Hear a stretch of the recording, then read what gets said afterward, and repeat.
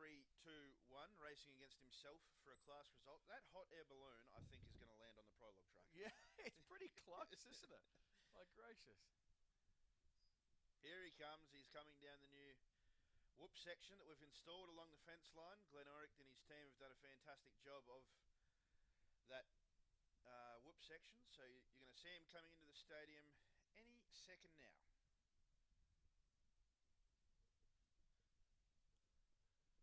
So, of course, the super light category is buggies not exceeding 1,300 cc's. Third car away.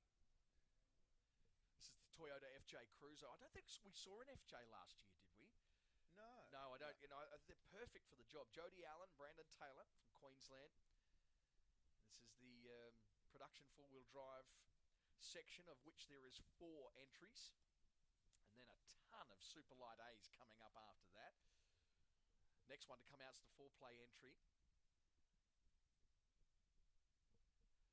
of Ben Nixon and John Harkness in the Nissan Patrol TB42. 4.2 litre.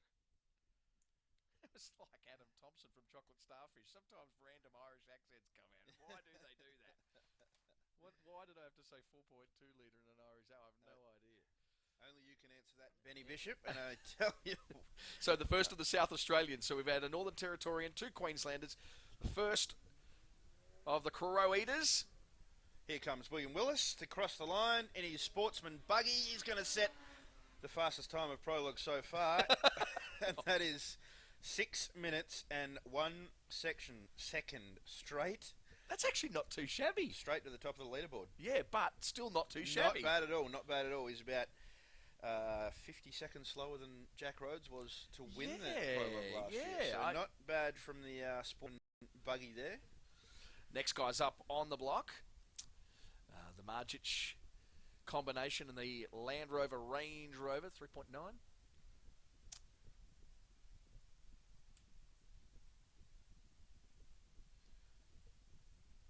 So Ben Nixon, the last guy to get away in the Nissan Patrol, was third in class last year at this exact race. So he'll be looking to go back on the podium for the class, I would presume. Mm-hmm. As we see the number 711 of Tim Margetich and Tom Margetich get away in the Land Rover.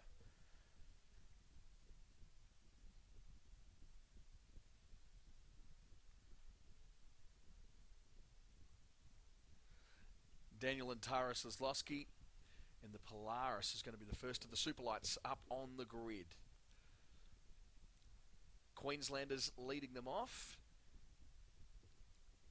The Superlight A's up to 1,200 cc's and a ton of them as this Class B continues to grow here at the Tatts Finke Desert Race. Yeah, it's the naturally aspirated version of the UTVs.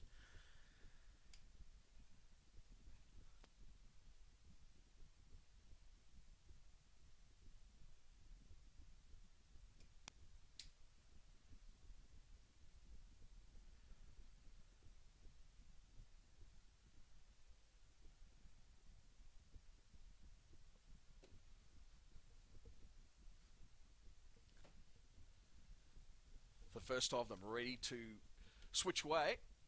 A big hello to everybody who's making their way into the grounds here as the sun has well and truly established itself. It's pretty dark out here earlier, just before 7 a.m.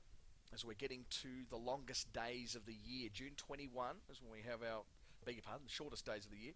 Our shortest day, longest amount of darkness. It's a tidy looking little Polaris, this one, isn't it? Yeah, the GJR entry. They are very cool. Daniel Schislowski? Yeah, I was just saying Soslowski, yeah. Soslowski.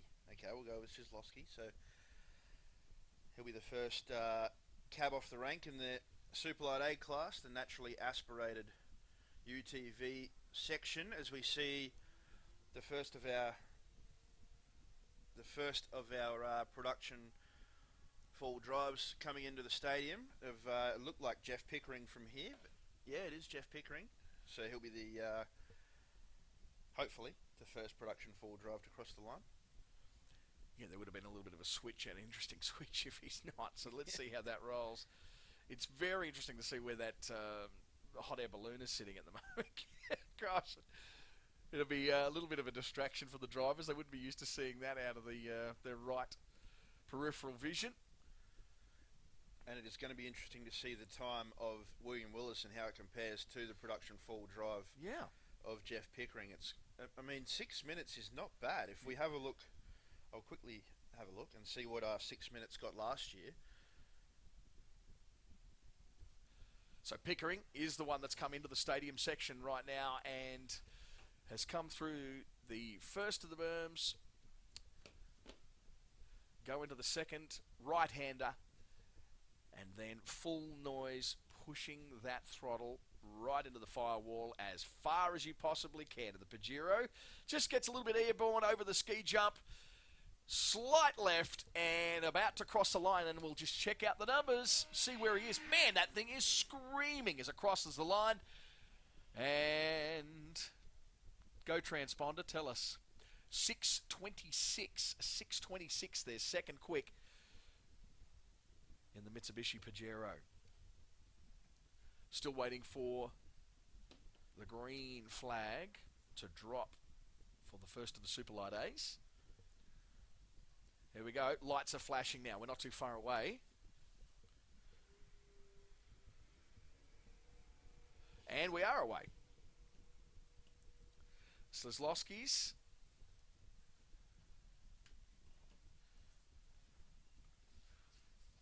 The first of them to get going.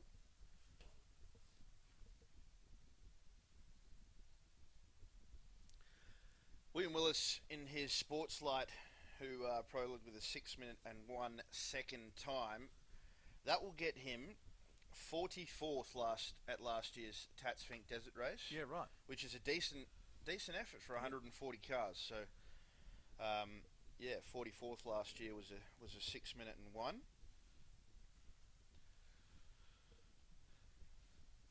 So next lot, second cab off the rank. This is Jason Neal and Pete Neal, a Northern Territory, NEAT, Northern Territory, New South Wales combination here. And of course, third in class last year in the Superlight A category in their Polaris RZR 1000. As we see the second of the production full drives come across the line, that is the FJ Cruiser of Jodie Allen, and she prologues a time of 7 minutes and 4 seconds. That slots her into third, so some 28 seconds behind Jeff Pickering, who's first in class. And listen to the revs on the line here. You can hear that Polaris screaming down that start straight.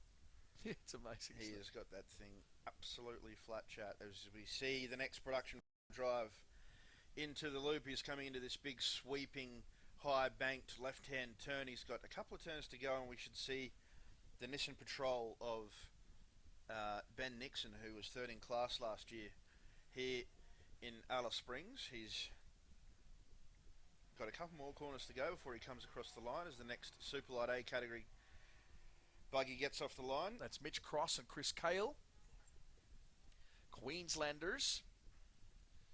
Queenslander. Very quiet from the Queenslanders over the last few days, hasn't it been? Please. Isn't it amazing? I notice... oh, hang on. This is limping. This is not full speed. What's going on here?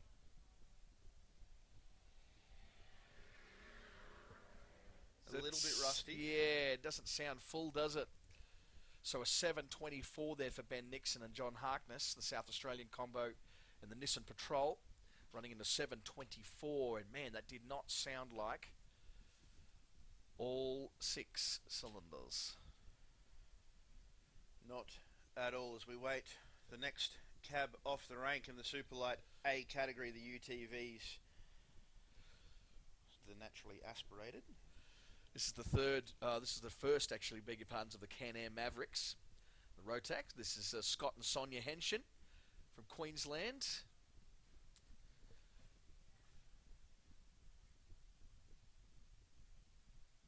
Getting through them now. Yeah, now they're starting to really push through. And that dust is just hanging out there again. It's, Yeah.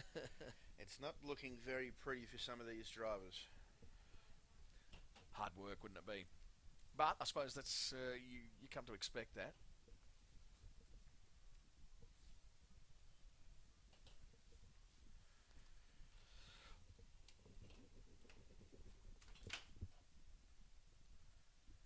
We haven't seen the last of our production full drive cars come into the arena as yet. The 711 of Tim Margetich and Tom Margetich from South Australia in the Land Rover. Unsure if they have actually stopped out on the track. Can't tell you that from our position in the commentary tower. Hope everything is a-okay with them and they can make it back and record a time here on Saturday morning at the Tatts Finke Desert Race start line. It is prologue day. We've got a huge day of racing coming up and a huge amount of the Superlight A category buggies, as we've just seen Mitchell Cross and Chris Cahill from Queensland get off the line in their Polaris. Sorry, that was Andrew. No. Yes, it was Andrew Crammond. Sorry, from Victoria with Samuel Crammond and Sophie Crammond. So it looks like a family affair there. The guys and girls from Victoria in the Superlight A category, the Polaris RZR 1000. So you can determine with the Superlights, the naturally aspirated versions have the 66 at the start of their number. So 6636 is the next car to get the green light, and a very slow start. Not sure what's happened there. He might be waiting for one more minute. Yeah, it looks like Daniel Friskin from New South Wales was meant to be the next UTV off the line, but he doesn't seem to be there. We have Timothy Dewhurst and Timothy Scott, so the two Tims in the G-Shock sponsored UTV. The Polaris RZR 1000 will be the next one off the start line here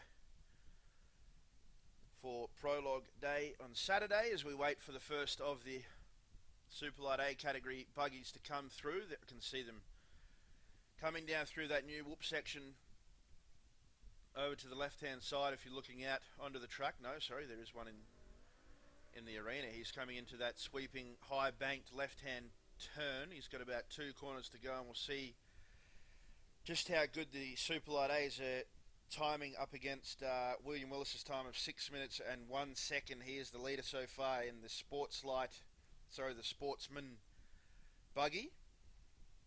6 minutes and 1, getting him a 44th overall in prologue last year. So it'll be interesting to see how we go with times this year. The track is a lot smoother, so it's going to be a lot quicker for these smaller buggies, especially the UTVs, as we see the JGR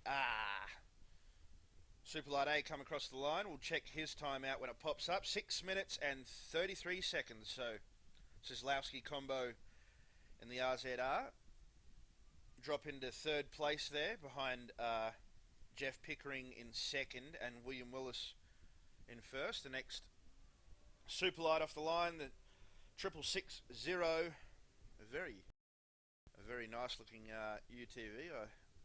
I very much so like the paint job on that one. That's Dean Terry from WA with Jordan Terry in the passenger seat or the navigator seat.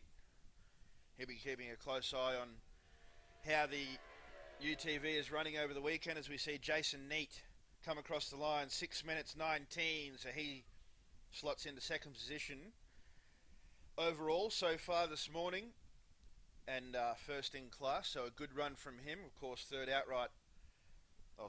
in class last year was Jason Neat in his Polaris RZR.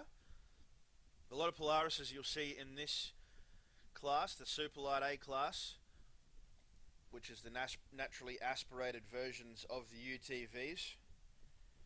And you'll see a lot of the new Yamahas, the brand new Yamahas that they've bought out this year. Yamaha putting in a huge effort at this year's Tatts Finke Desert Race. They had a massive stand down at Scrutineering last night, if you were here and checked them out. I'm sure they had plenty on display down there.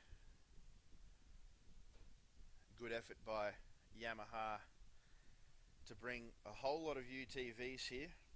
I believe we've got Daniel McKenzie coming up soon. He's leading the points in the side-by-side championship, which is a different style of racing for these smaller category buggies, as we see the next guy come across the line. It's the 6606 of Mitchell Cross from Queensland, and he slots into 5th position. So a time of 6 minutes 37 for the Cross UTV there, 6606. As we are now waiting for our next starter. That's Bryce Washington and Gary Connell. Bryce from Victoria and Gary Connell from WA. It's the first of the Yamahas, which I just spoke about. Be interesting to see how the Yamahas go up against the Polaris and the Can-Ams, which have been around for a few years now. I think 4 years we've been having the UTVs. We started off with 6 the very first time they were introduced to the race. That was 4 years ago, back in 2013. This year, 57 starters across 2 different categories. So, it really is a growing class for off-road racing, and a pretty cheap way to go off-road racing as well. I mean, you're still talking around the $50,000 mark for a brand new car, but it is definitely a lot more affordable than some of the cars that we're going to see later on from the trophy truck and the pro buggy class. As Bryce Washington is off the line. The first of the Yamahas here at the Tatts Finke Desert Race Prologue Day. So we see the first of the Can-Ams come back across the line. That was the 6682 finishing there. The Henshin combination in 7 minutes and 8 seconds. So they slot into 7th position. So Ben Nixon is still the last place car at the moment. It seemed like he had some dramas in that Nissan Patrol when he crossed the line. That's, of course, the 768, the production full drive car. It didn't sound too good, so hopefully they can get that back up and running before tomorrow morning, which will be day 1 in the run to Finke. And of course today we are sorting out the position that they'll start from as we see the next Can-Am on the line. That is the 6605 of Caleb Gotts and Russell Henry as the next car comes across the line. Sorry, I missed the number on that one. We'll wait for it to pop up on the timing screen. That is Caleb. No, that was Caleb Gotts leaving. It was Andrew Crammond coming across the line in the Polaris. That was 6 minutes 57. So a 6th position so far for the Crammond team from Victoria. The 6683, the 6605 was the car that left the line. The next one on the line is the 6633. 6633 in the Yamaha 1000, the second of the Yamahas that we've seen take to the track.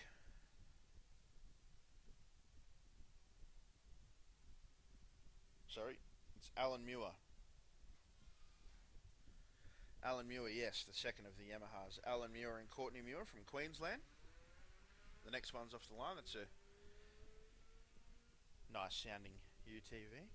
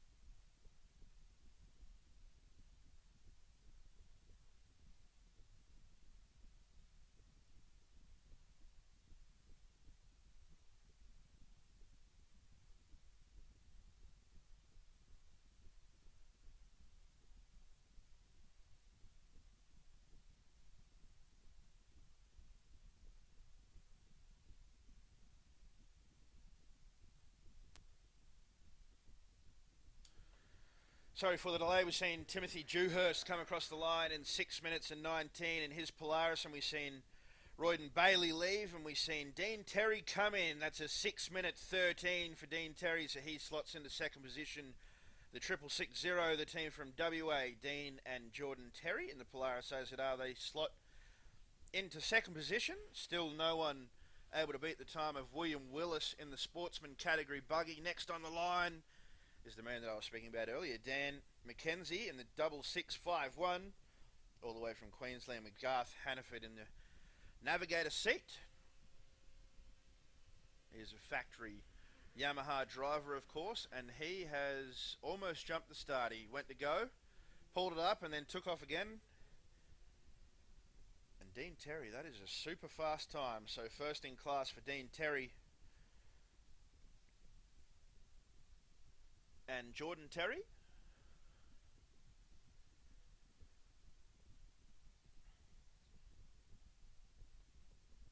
As we see Tim Margetich and Tom Margetich being towed back in by one of our officials, Mark Woods, who will be out on the track all day pulling cars and dragging cars back in and dragging bits and pieces off the track where people have gone AWOL and hit a tree and maybe knocked a branch onto the track, or finding stumps that are buried under a bit of loose dirt. Fantastic job done by Mark and Simon Carr out on the track today. As we see the next of the Yamahas, the 6639 take off from the line. That was Peter Dennis in the Arctic Cat coming across the line. 6 minutes 58 for Peter Dennis and Peter Jenkins. And the 6639 of Jake Williams and Aidan Williams from Victoria, taking off in that Yamaha, the 6639. So still at the top of the sheets, William Willis in the sportsman Buggy, the 321. He was the very first car to get underway here this morning, and he is still topping the time charts. So we'll wait to see how long it takes before his time can be beaten as we wait for another Yamaha. The third Yamaha in a row. Looks like Mark Peterson from New South Wales in the NRG TV Yamaha. These Yamahas have a huge presence in this class as he gets his Tatts Finke Desert Race underway. Of course, the naming rights sponsor for this year's event. So just repeating, the Sports Light A category, which we are seeing here, is the 66 number that you'll see at the start of each one of these guys' numbers on their roof, and also on the back as we see the first of the Yamaha come across the line. That's the 6689 of Bryce Washington. 6 minutes and 24 seconds. He slots into 5th position on the time charts.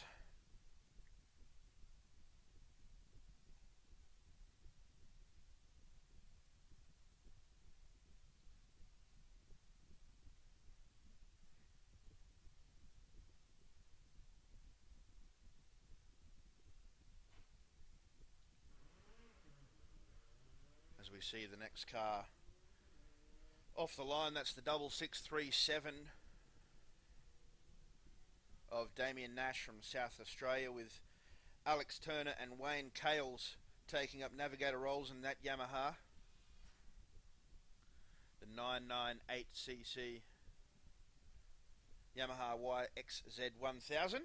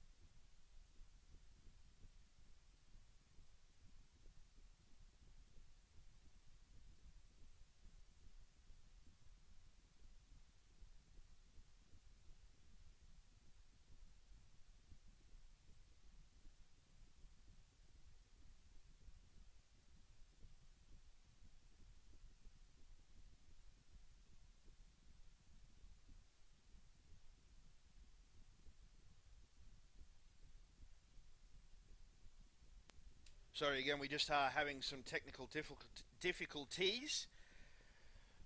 Apparently we're finding it very hard to hear out through the main pavilion. If you are finding it hard to hear, if you can let an official know to pass on the message, and we're going to try and get it sorted out. While I was off air, we had a couple of guys come across the line. Caleb Gotts in the Can-Am Maverick posted a time of 6 minutes 43 to slot him into 10th position. And Alan Muir in the 6633 of the Yamaha YXZ 1000, he posted a time of 6:34 to put him in 8th. And then Royden Bailey and Haddon Bailey from South Australia in the all sixes has posted a time of 6 minutes 43. That takes him into 10th and takes that away from Caleb Gotts, who slips down into 11th now. But still no one touching the guys on the top of the table, William Willis and Matt Willis in the Sportsman Buggy, the number 321, the only guy in their class. So they're looking for a finish this weekend, and they're going to be able to take a trophy home from the Tatts Finke Desert Race. Next up on the line is the 6615, the Pedersen's entry. That's Tadia Hunter, Robert Hunter in the navigator seat. That's a Polaris RZR. As we see Daniel McKenzie come across the line, 6 minutes 26 to slot him into 7th position. So still no one touching Dean Terry at the top of the leaderboard for this class, and Jason Neat into 2nd.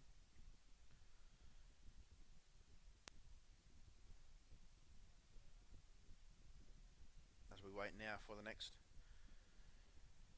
car to get across the line. Only one after this, after Tadia Hunter, to finish off the Superlight A category. That'll be Tony Critchley in the BBM Cyclone, leaving last in his class as we see Jake Williams come across the line. He goes into 2nd position. So 2nd overall, 1st in class for Jake Williams in the Yamaha. That was a 6 minute and 3 second run. 2 seconds off of William Willis's time at the top of the leaderboard. So he slots into 1st in class. Good to see Jake Williams from Victoria and Aidan Williams from Victoria slot into the top position on the class in the Superlight A category. As we wait now for the last competitor of the first of the UTV sections to get off the line. It's the 6677 of Tony Critchley from Queensland and Nigel Critchley from the Northern Territory. Of course, the BBM Cyclone, the only BBM Cyclone that I have seen so far today. We've got 4 minutes now after them leaving before the next category, and that'll be Class 2. The Class 2 buggies. As we start to move into the faster cars, as the morning goes on, the cars will get faster. The action will get more and more intense. Of course, Class 2 is the Super 1650 buggies, between 1330cc and 1650cc naturally aspirated motors powering them machines. First off the line for them will be Declan Cummins from Queensland, with Patrick Philp in the passenger seat. They're running a Honda 1600 Lothringer buggy, so interesting to see what sort of a time they can post and see if they can knock the guys on top of the leaderboard off their perch as it sits at the moment. Of course, we still have the faster guys to come later in the afternoon. The NRG TV Yamaha coming across the line. That was Mark Peterson from New South Wales with Andrew Strauss from South Australia. Another one of the Yamahas. They posted a time of 7 minutes and 13 to slot them into 18th position, so unsure if they've had any dramas. Of course, the fastest time for the Superlight so far was Jake Williams, the guy that finished before Mark Peterson. That's why there was quite a big gap in between those two buggies, and that was a 6 minute and 3 time. As we see the helicopter taking a few more VIPs and sponsors and guys that purchase tickets, they're taken off to take a look at the prologue track from the air. As we see the next Yamaha come across the line, we'll just wait for his time to come up. That is Damien Nash from South Australia. He goes 7 minutes flat to put him into 16th position. As we see Declan Cummins move up to get ready to take off for his lap of the Tatts Finke Desert Race Prologue track. Check out the view that those guys in their helicopter will be having. Some people lucky enough to go up and check out the race from above. I believe with that helicopter taking off means that we will have our number one commentator back in the commentary box in any minute. He was taking his position in the helicopter, having a look from above, so we'll be able to talk about that and let you know just what it looks like from the air with all this dust. I mean, there's probably not going to be much vision of any of the cars going around the track with the amount of dust that is hanging around. Hopefully the wind will pick up sooner rather than later, and we'll be able to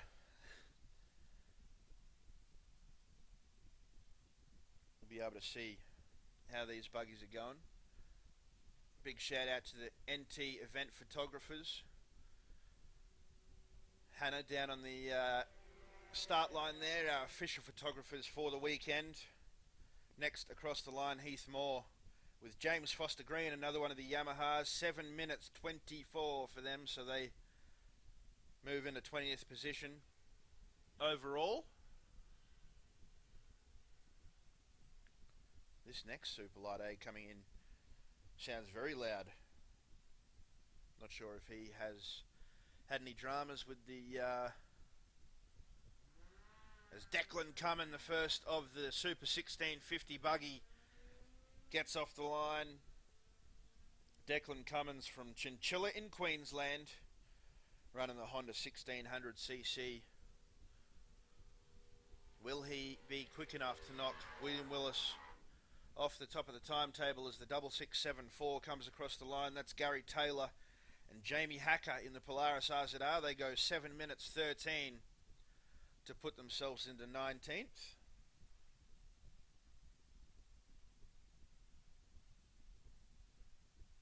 G'day to everyone rocking up to the track this morning.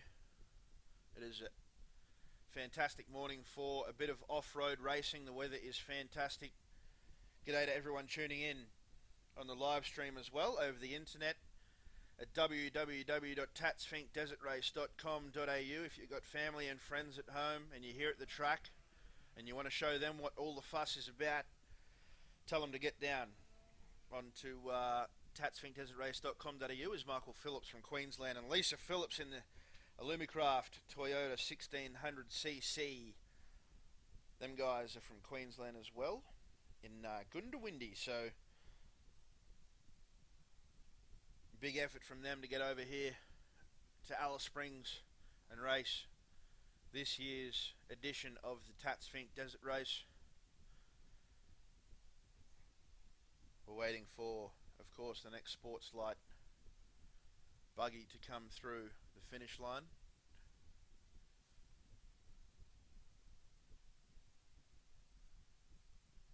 As we see the 230 sitting on the line, that's Trevor Taylor and Mick Crawford from Eagle Point of Victoria. They're running the Southern Cross 4.2 with a Toyota 1600cc in the back of that, as they get their Finke Desert Race underway for 2017.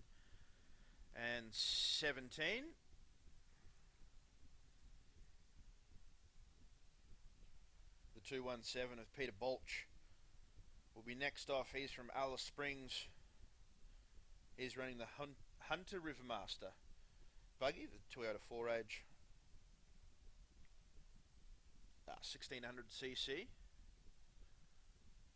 Much smaller buggy than we've seen from the first three cars in this class, as we see the Petters sponsored Super Light A coming across the line. This is Tadia Hunter, first of our female drivers for the weekend. She's in the Polaris RZR as she comes across the line. That's the 6615.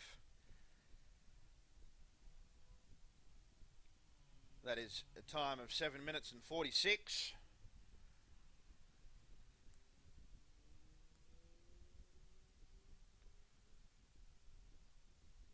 Next up, the Jenkins Smash Repairs Super 1650. That'll be Cruz Jenkins with Stephen Smith and Scott Jenkins. All the way from Ballarat in Victoria, they're running the Solidico 2000 Toyota 1650 as we see the 6677. Superlight A category of Tony Critchley and Nigel Critchley come across the line. They post a time of 7 minutes 21. That puts them into 21st position. So a 7:21 for 21st.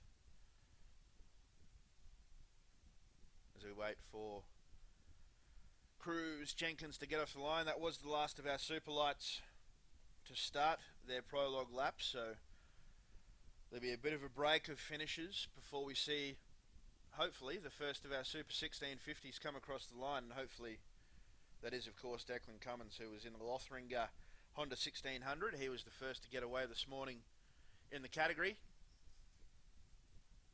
And hopefully we see him come across the line and he can get his Finke Desert Race underway tomorrow morning as they all head to Finke. A mad 230 kilometre dash through some of the roughest terrain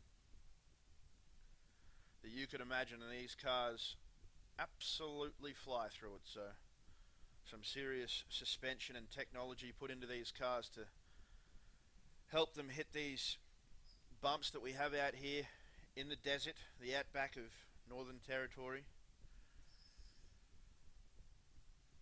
As Cruz Jenkins has the flashing ambers, that's 5 seconds to go. So the team from Ballarat get underway in that Solidico 2000 series buggy.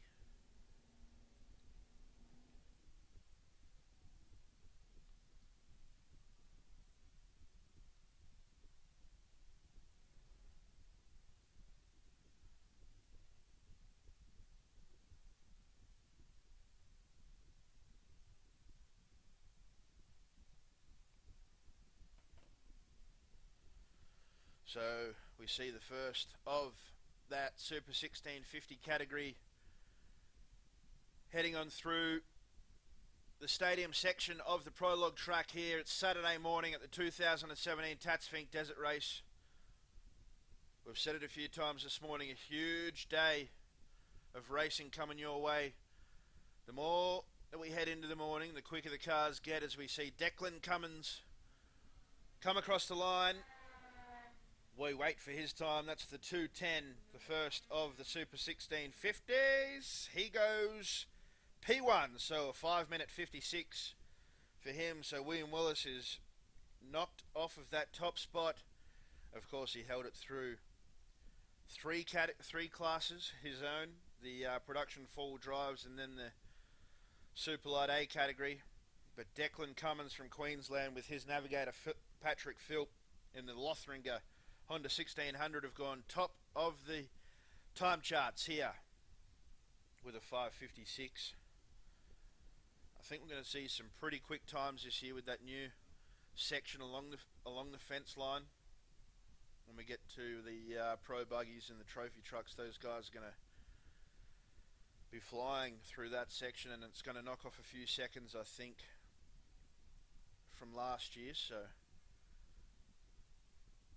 Mr. Sheet Metal, the 507, the production 2-wheel drive, the only guy in his category. That's Michael Ranson from Queensland and Jay Davidson in the Mitsubishi Triton LS1, the 5.7 litre, as we see the second of our Super 1650s cross the line. That's the 242 of Michael Phillips in the Illumicraft. They've gone a 6-minute and 7-second run around the 8-odd kilometre circuit to put them into 4th. So a decent time for Michael Phillips. He'll be pretty happy with that. Second in class at the moment.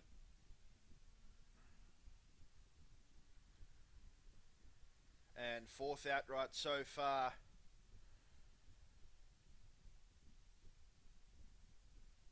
As we see the next of our Super 1650s, that looks like the 230 of Trevor Taylor from Eagle Point in Victoria. He's running in the Southern Cross 4.2 as we see the helicopter coming back into land with a few very important people on board. That's the 230 of Trevor Taylor coming across the line. In the Southern Cross, he's gone a 6 minute 8 seconds, so 1 second slower than Michael Phillips in the 2:42. So Trevor Taylor has gone into 5th position so far. Declan Cummins, the man on top at the moment, with a 5 minute 56. We're getting ready for Mr. Sheet Metal and the Mitsubishi Triton Production 2-wheel drive. So we wait for him to get off the line. He's got flashing ambers. There might be 1 more minute before he gets underway, as we see the next of our Super 1650s coming in to the stadium.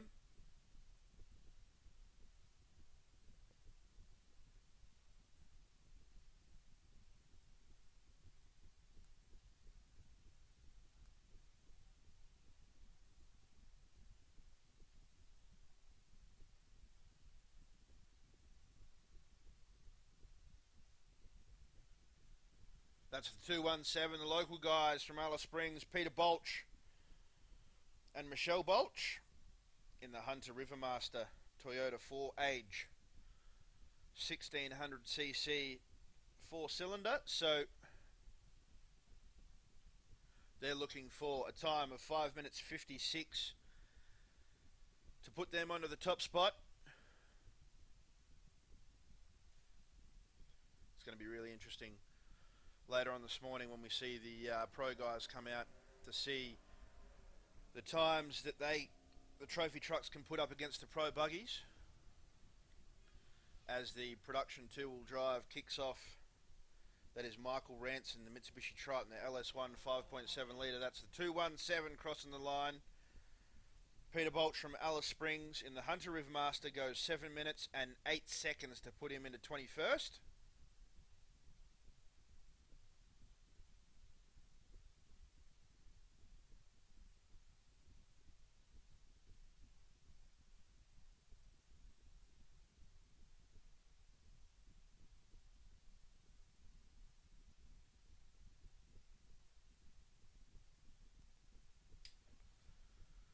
So another short break in between the classes, and then we'll get the extreme 4-wheel drives underway. The first one will be the Land Rover that you see on the start line there. It's the 817 of Mark Reynolds and Andrew Caulfield from Queensland. Sorry, it's the Jeep with a Ford 5000cc motor planted in that. We're just going to have a quick check at trying to fix some of the audio issues that we're having. We'll be back very shortly.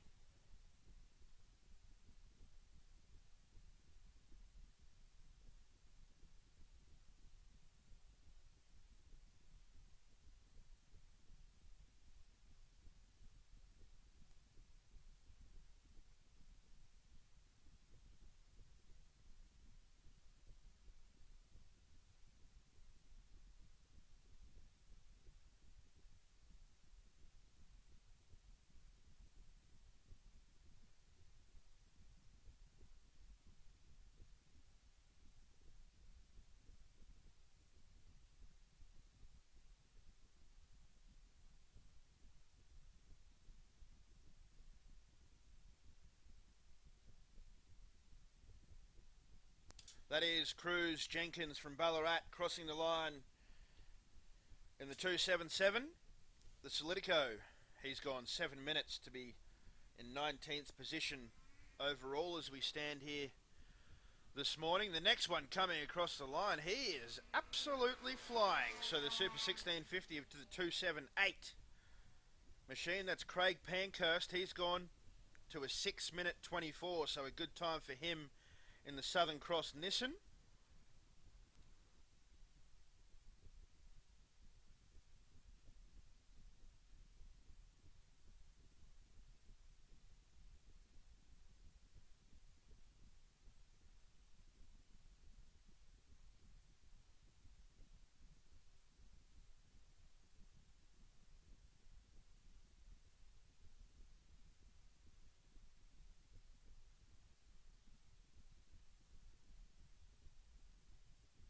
One minute before we get the extreme fall drives off the line. Mark Reynolds, of course, and Andrew Caulfield in their Jeep 5-litre Ford, planted under the hood of that thing. It is a beast of a machine. It looks pretty cool. Hopefully these guys can set a good time to get their weekend set up before day one of racing tomorrow morning. Of course, Mark Reynolds from Samford Valley in Queensland, the Adventure Off-Road Racing Team, as he's got flashing ambers. Wait for the green light.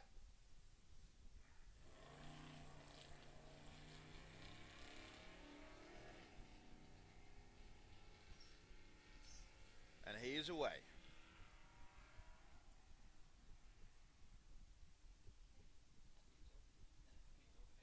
So, as we're still waiting for a few of the Super 1650s to come in, I can see one coming down the new straight. Over to the left-hand side, there's another helicopter flying above, checking out all the action. One of the media helicopters, I'm sure. Just recapping the quickest time so far this morning. Declan Cummins from Queensland in a Lothringer Buggy. The Honda 1600, that's a 5-minute 56 time. He's on top of the table. Second is William Willis in that sportsman category buggy.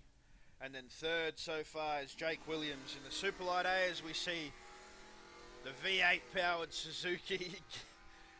That is a Suzuki Sierra. That's Nathan Duffield and Paul Brandt from Queensland in the 893 Extreme 4-wheel drive.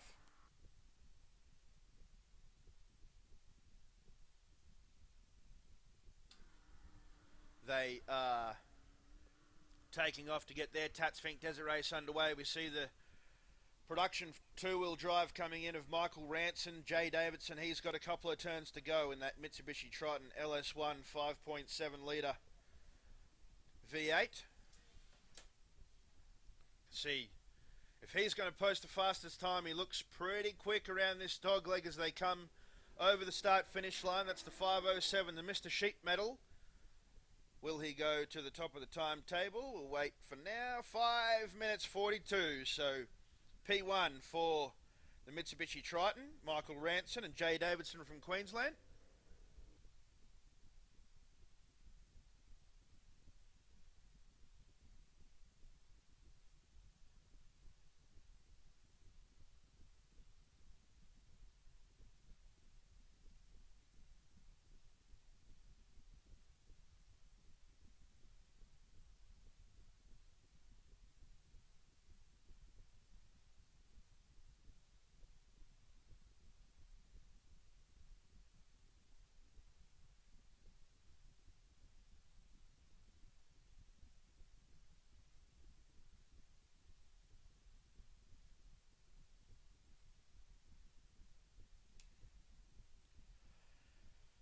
One of our volunteers, Mark Woods, just adjusting some audio for us. I hope that you can hear us a little bit better now. We've seen Matt Gardner and Levi Saliba in the Mitsubishi Pajero with the Holden 5.7 litre get off the line, as we now see, I think it was the 866 of Brad Drummond and Phil McCready in the Nissan Patrol, the 4.2 litre diesel, the Extreme 4-wheel drive get off the line. Of course, we've seen the production 2-wheel drive of Michael Ranson take top spot away from Declan Cummins in the Super 1650. Michael Ranson and Jay Davidson posting a time of 5 minutes 42 in their Mitsubishi Triton, the Mr. Sheep Medal entry. 5 minutes 42 in last year's Tatts Finke Desert Race Prologue. We'll see you somewhere around the 25th position. So a decent time for those guys. They'd be pretty happy with that. But of course, we haven't seen the Pro Buggies and the Extreme 2-wheel drives go through the prologue for this year, with a couple of track changes which we've spoken about earlier. The 812 off the line, that's Stephen Kidley and Chris Jones in the Chevrolet Silverado. 6 litre Chev under the hood of that machine. as we wait for the first of our extreme fall drives to come back and cross the line here at the Tatts Finke Desert Race start finish line. We're looking for a 5-minute 42 time to put them on top of the leaderboard.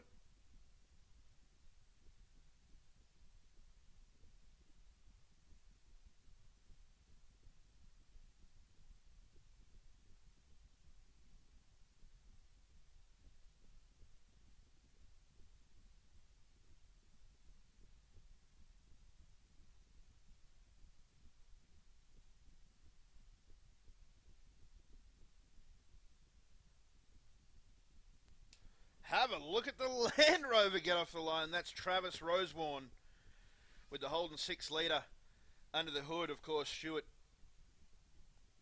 Liverstone, I believe, in the navigator seat for him. That was the Land Rover Series 3 with the Holden 6 litre. I think we have the first of our extreme fall drives. Yes, we do. The high banking left turn is where he is at. A couple corners to go as we see our number one man enter back into the commentary box after his joy flight around Alice Springs. How was it? Magnificent would be the only word I could use at this point. That was magnificent. Man, it's a beautiful city, isn't it? Like, just so much character, so much depth, and so much history, and you just sort of get a bit of a feel for it when you're up there. And just for 5 minutes, but we got a nice shot of the prologue track as well, and a little bit of an insight into how quick they go from the air at least. And yeah, marvellous. So what has happened? What did I miss in the last 15 minutes? Well, we've seen a couple of lead changes. Jake Williams was the quickest in the Super Light A category. He sits 4th overall. William Willis is still in 3rd. Declan Cummins from the Super 1650 took over quick time for a little bit, and then Michael Ranson in the production 2-wheel drive, the Mr. Sheet Metal Mitsubishi Triton with the LS1 under the hood. He has taken quick time, so he has quick time at the moment with 5 minutes 42. And we've just seen the first of the extreme 4-wheel drives come back across the line. That was the Jeep with the 5-litre Ford under the hood, and he's gone 6 minutes and 4 seconds to sit him into 5th. So we see the second of the extreme 4-wheel drives come in. That's the little Suzuki Sierra, and a particularly cool car. One of my favourites here this weekend at the start-finish line. Next off the line, we just seen Andrew. Oh, this is a tough one. Andrew Theologidis. Where are we looking? Theologidis. Andrew Theologidis from Queensland, and then Nissan Patrol just took off as Nathan Duffield in the 893 of the Suzuki Sierra. He comes back across the line in a time of 6 minutes and 18 to put him into 9th. I tell you what, this Pajero behind him, he has caught up a lot of time. Yeah, so okay. We may see a quick time here in the extreme 4 drives, the next car to come across the line. So tell us more. Who did you go up with? There was some girl named Claire. Can't recall who that would be. Yeah. And a couple of other volunteers as well. So it was fantastic. Yeah, a couple of guys getting rewarded. Look at this. Nice and sideways down the chutes. The 889 returns. And what have I got for a change? That's Matt Gardner and Levi Saliba. And it's a 5:58. So under the 6 minute barrier there. We've seen a few of those. And in 3rd spot as a result of that 5:58. So 2 seconds inside the 6 minute barrier.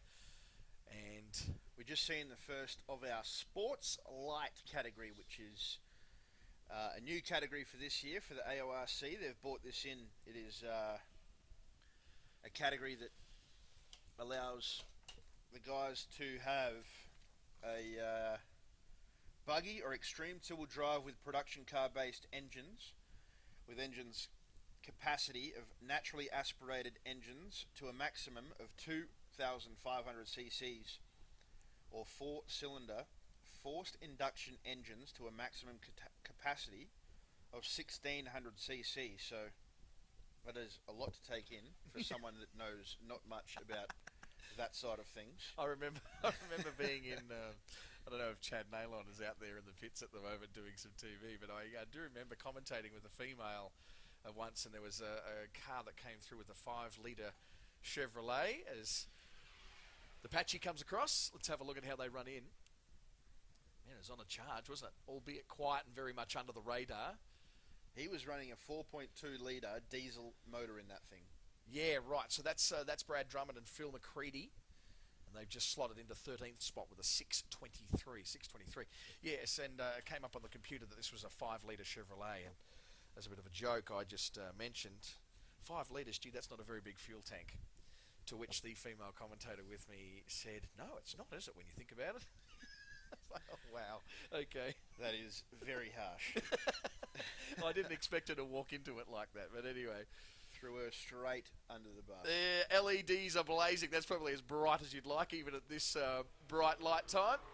That's the 812. Has just come through in the two-wheel drives, the PTU wheel drives, and the Chevy Silverado. That's Steve Kidley and Chris Jones slotting into 9th there in the 507. I beg your pardon, in the 812 with a 6:11. So 11 seconds outside that 6-minute threshold. As we see, the second of the sports light categories get underway. It looks like we're missing Scott Haig from New South Wales in the Can-Am, which has obviously had a motor change to put a 2.5 litre engine in the back of that. But yeah. the second of the sports light category, the 1077 of Waylon Jagged from Homestead in Queensland, is running the Solidico buggy. As we see one of the race to recovery guys in the Land Rover come into that big high bank left-hand turn. A couple of corners to go. That thing took off like a rocket off the start line. Yeah, fantastic. So interesting to see how they go with their time.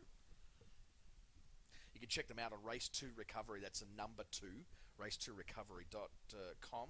Check them out on Facebook as well. It's a fascinating story of what they're doing for war veterans and helping them through, particularly with issues like PTSD, post-traumatic stress disorder, as well as physical ailments. Man, they are not hanging back at all. That's the 879. Travis Woesworn and Stewie Sefton. Land Rover Series 3 there with the 6-litre Holden at 6.41. Slots them into 22nd spot.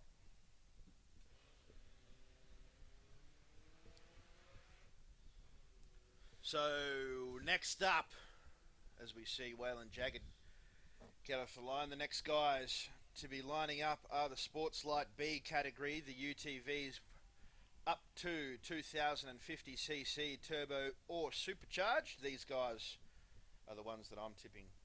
We're going to see one of these guys in the top 10 after the prologue finishes for the car category. And it could be one of these first guys in the Can-Am. Toby Watley, followed by his father, Tony Watley. Two very fast guys in the X3s. As we see the 855, that's a NITS Patrol, come across the line to finish his prologue lap. That is Paul Moult from Queensland with Michelle Moult, the Moult team there. The Chev 5.7 litre slots into 22nd with a time of 6 minutes and 38. There's a 6:21 about to set sail. Toby Watley, Simon Herman, Super Light Bs. 4 minutes for them. The old Rotex in the back. Be nice and light, wouldn't it? Very light. Toby Watley finished second outright at the first round of the AORC after prologue, which was a pretty good effort for one of these UTVs. Another Patchy coming across the line at the moment. That's the 844. Slotting in. I did get a little bit of decent vision upstairs too, so I'll show you that when I say upstairs, up in the helicopter. That was Andrew Theologidis in the NITS Patrol. He slots into 20th position with a time of 6 minutes 32, and slotting into second position there, Christopher Sollett in the Solitico 2015 Sportslight Buggy. Goes second quickest behind Michael Ranson with a time of 5 minutes 53. So a good time there from the Solitico team. As Benny and I are just going to check out some vision that he's got on his phone.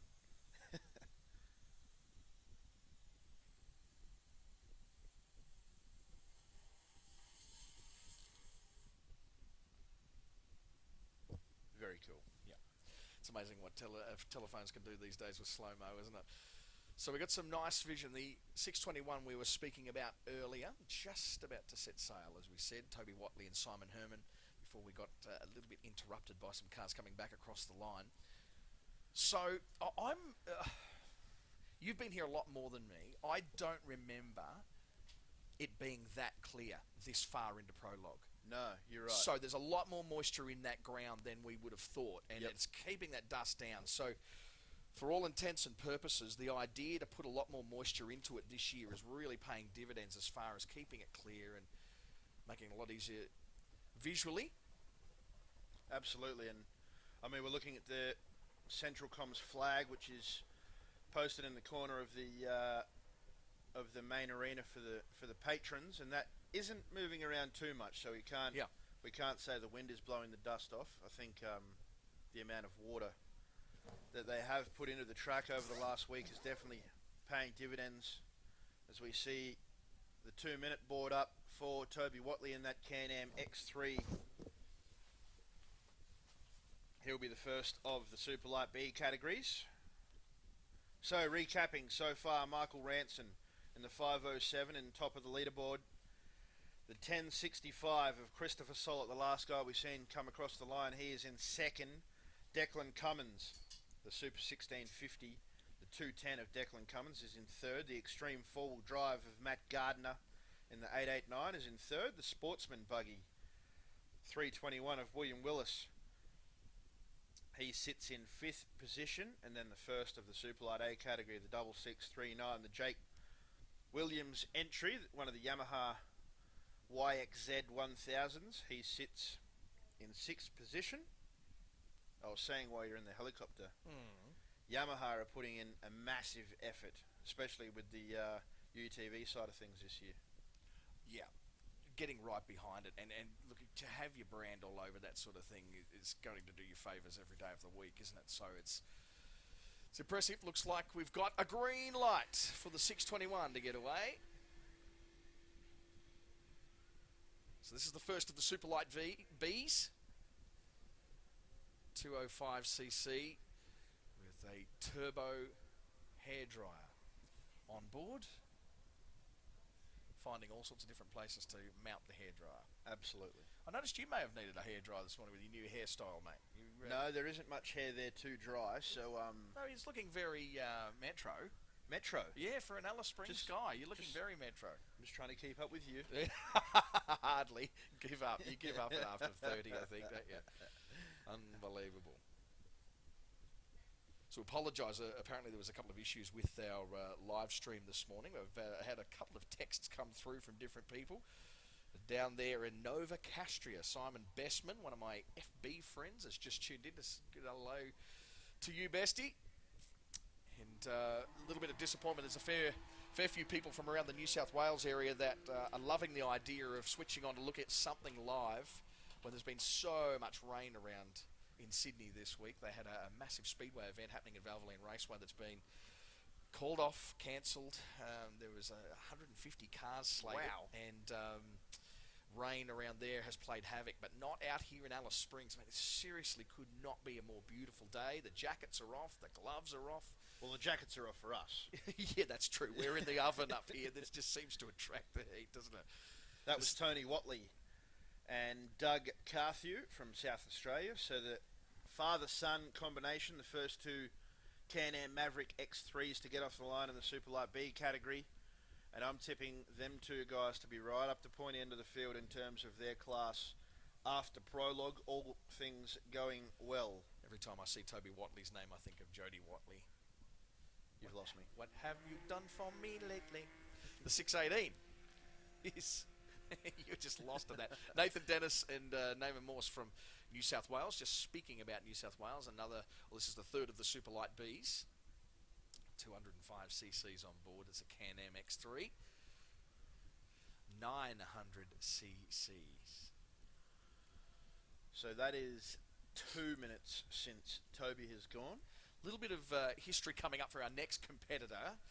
Filthy Phil. He's the man who brings the 40-foot container that's completely decked out where I think they sleep, or at least they've got the toolkits and the floor, checkered flag floor and everything. It's a great little setup. If you go down to the pits, make sure you go and check it out and ask for Filthy Phil because he is quite the comedian and former winner.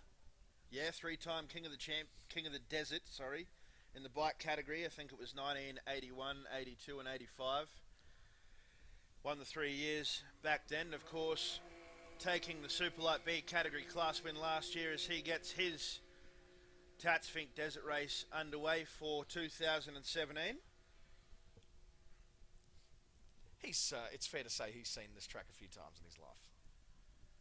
I would say so. When we were talking to Rick Hall yesterday about the prologue track, he was telling us there's a nasty little square edge out the back where Phil might have dumped it quite hard a couple of years ago, the last time that he rode on one of the bikes, and he actually injured himself pretty bad. He beat himself up quite bad, so it's good to see that he's back out here racing, albeit inside a chrome molly cage. Yes, that's right. But he is out there, and he is very fast in one of those little Can-Ams. Alan Alexander, the man in the passenger seat for Phil Lovett. Alan Samuels, the man in the passenger seat for Phil Lovett, the Super Light B category. That means it's been 4 minutes now with the Polaris RZR of Cody Crocker and Greg Folletta. Nathan Wright also from Victoria in the navigator seat for Cody Crocker, a very well-known rally driver around Australia. He is the fifth Super Light B to get going here this morning. So that is super fast to see Toby Watley already back into the stadium area. Yeah. Oh wow. Okay, so let's just keep a good close eye on the time that's going to come up here. So your top 5 at the moment: Michael Ransom with Jay Davidson, Chris Sollett, then Declan Cummins, then Matt Gardner and William Willis. So Northern Territorian in there, but everything else is dominated by Queensland. The top 4 spots are Queenslanders at the moment. Yes, that will change, but a Northern Territorian does sit in that 5th spot. I reckon we're about to see a South Australian on top of the top. I think you could be right there. So Nathan Shivers and Scott O'Connor from New South Wales and the Can-Am Maverick Rotax with a hairdryer on board, 900 cc's at their disposal and off the line. New South Wales guys are all very chirpy after last Wednesday night. We see Toby Watley last corner to navigate, and then he's going to come across the line. We're going to see how fast these Can-Am X3s are around this track, with it being super smooth this weekend. We wait for the timing charts to show us what he has done out there. There it is. 5 minutes and 30 seconds. So 5:30 flat there. So that's quick time. Going to P1 for Toby Watley in the Can-Am sponsored Can-Am Maverick. Jeff McNiven and Andrew Reid, Queensland pairing there, and another Super Light B. Second in class last year was Jeff McNiven from Queensland. That sounds a bit throaty, doesn't it? Yes. Yes. Yes. Quite gutsy sounding little vehicle. Another Super Light B on the way out shortly. That's Greg Campbell and Alison Campbell. Another one of the Can-Am Mavericks. We see the revolution continues. Toby's dad, Tony, with one corner left. Here we go. Oh, man, that's leaning, isn't it? On that left rear. And... 5 minutes, 31. 1 second slower. I would love to see that go into the tenths and hundreds because, man, this is about to get really, really close. How can you go over that course and be only 1 second apart? Man, that is amazing. So, Watley and Carthew sitting in second spot there behind Herman combination as the 651 of Greg and Alison Campbell is away. Next up, we'll see another one of the Polaris Turbos, the RZRs. That is going to be Brad Close from Western Australia and Caleb Close, so the close team. They are a very close team. I knew you wouldn't be able to resist that. Yeah, you just had to go there, didn't you? I did.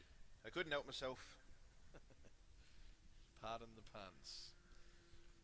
Some great shots over there, man. A decent crowd over in the stadium section as well. Plenty of people arriving here into the precinct. Just such a great crowd last night too. It's just phenomenal. Very cool atmosphere. Fantastic to know just how many people were here last night. Hopefully we'll get word later on this morning about the amount of people we had here at Scrutineering as we see the next of the Super Light B category come across the line. That is the 618 of Nathan Dennis Didn't look in like the Can-Am. Didn't look quite as aggressive. That's 6 quickest there for Dennis and Morse. 5:58, still inside that 6-minute time, which is pretty full on, isn't it? And I tell you what, the next guy coming through has caught up a lot of time. Is that Cody? Phil Lovett. Oh, of course, Filthy Phil was in there first, wasn't he? So keep your eyes on Phil Lovett, man. He is landing on this thing now. Gets a fair bit off that ski jump. And, wow, beautifully positioned. Just apexes that one and across the line. Let's look at the numbers. Third quick, Filthy Phil and Alan Alexander Samuel, I think. The computer screen's not wide enough, but third quick there with a 5:32. So a 5:30, 5:31 and a 5:32. So just shows the speed of the Can-Ams, and these guys have pretty much got them flat chat the whole way around. The whole way around, exactly right. But the question is then, just amazing that these things are, in inverted commas, the same combinations. Glenn Ackroyd, another one of the rally drivers well known around Australia from New South Wales, with Andrew Cassidy in the Polaris RZR, is off the line for his flying lap. In theory, they're standard. In theory. Obviously, clearly some different exhausts happening out there because these things are, on paper, the same cars. Audibly, very, very different. Yeah, I believe that there is limitations to what they can and can't do to the vehicles, as we see Cody Crocker, the first of the Polaris RZRs in the Super Light B category. That's the 619. He comes across the line to post a time of 5 minutes 42. So P5 for Cody Crocker with Greg Folletta and Nathan Wright. Obviously, they're both not in the car with him, but... Oh, I think there was someone hanging on the back. Okay. Right. 11, Dave Lochnan and Jackson Klein from Queensland. So there is a lot of Queensland competitors that we've noticed this morning so far. Have a look at this next Can-Am that is on the line. Have a look at the length of that thing. Yeah, that would be somewhat of an extended wheelbase, you'd suggest. I think that is a dual cab that has been modified to suit desert racing. Quite a long looking Can-Am as we see the next of the competitors. That's the 676, another one of the Can-Am. So Can-Am dominating this Super Light B category so far as we see him come across the line. We just wait for the timing screens. That's Chivers and O'Connor to pop up and let us know how they went.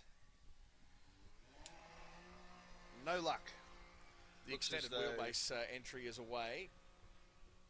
Looks as though Shivers has had some dramas with his transponder. Oh dear. Brett Kaminsky and Corey Cooper are away. The Can-Am BRP 935cc. We continue on with a plethora of Superlight Bs.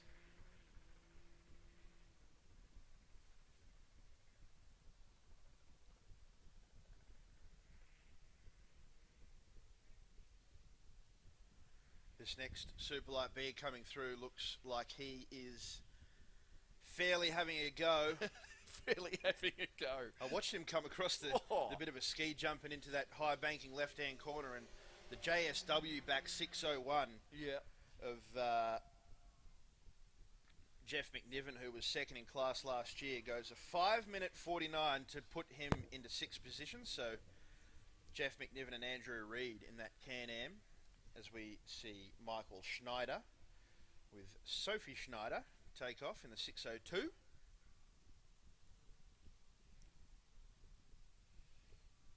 Schneider's Rotax Power, the Can-Am Maverick. Of course, if you do want to keep the chat going, you can hashtag Fink17 via Twitter, Instagram, or even Facebook. You might even see your post come up on the big screen here at the start-finish line, or on the live stream, which is finkdesertrace.com.au. Check it out. Tell your friends and your family at home. They can watch the race from the comfort of their own lounge room as we see the next of the UTVs. Navigating the final corner, it's the X3, the 651. Another one of the Can-Ams, that's Greg Campbell and Alison Campbell. 5 minutes 58 to put them in 10th position. Great job, actually, from the Campbell combination there. Just waiting for Crossland and Wood and their Can-Am to register a time. Do we see a time come up for the... No, there was one a bit earlier that we missed, wasn't there? Yeah. So I can't see that on the board there. Oh, that's the Kaminsky Cooper entry. We're just waiting for them to come back now. Yeah.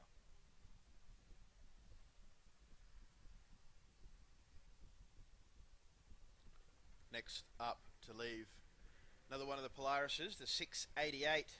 Looks like Justin.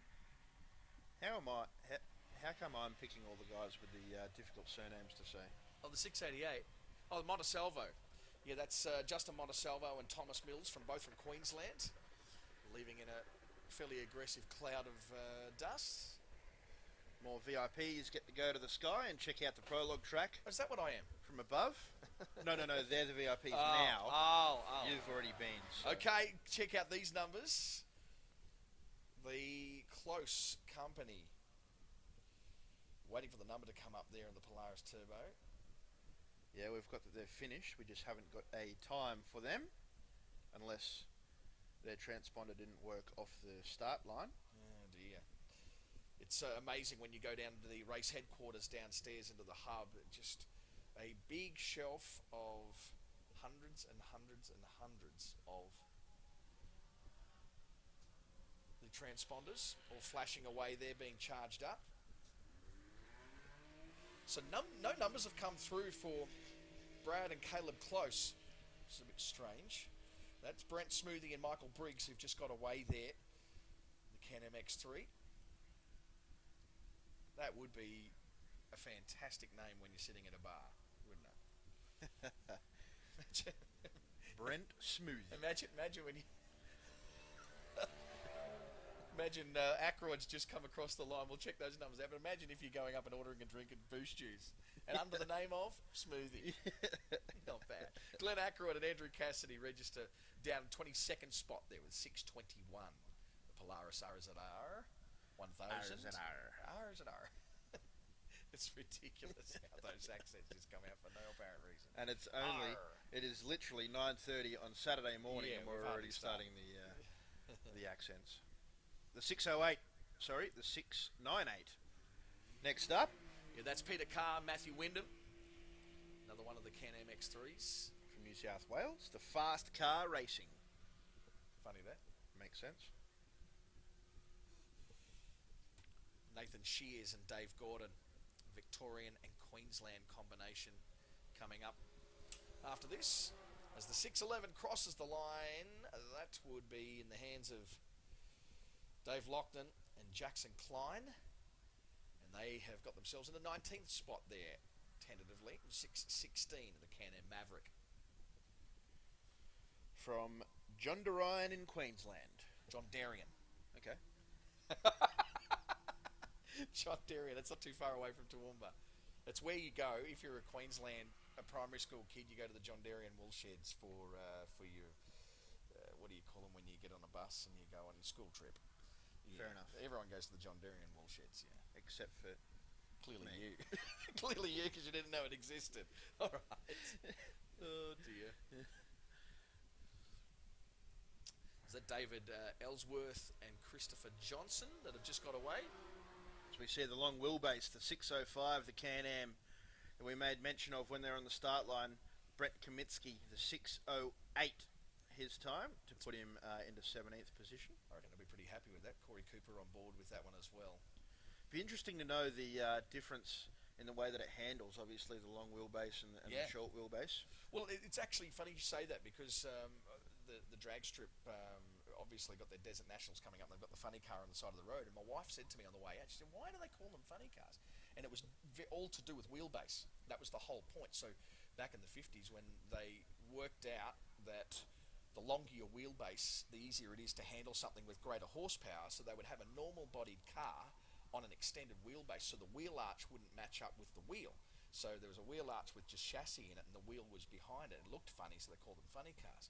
So the point you raise about the length of a wheelbase is absolutely valid, and a lot of these little things here, I mean, their wheelbases are, that's less than an LC Tirana out there. It'd be fun to hang on to.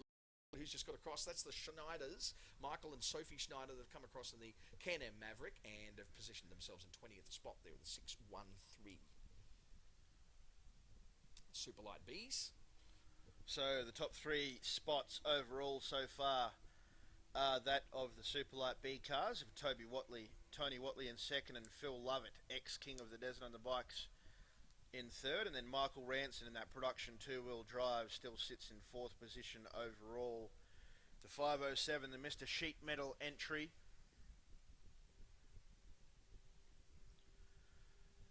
Next, Superlight B with the massive big LED light bar across the top of the roof. That's the 661.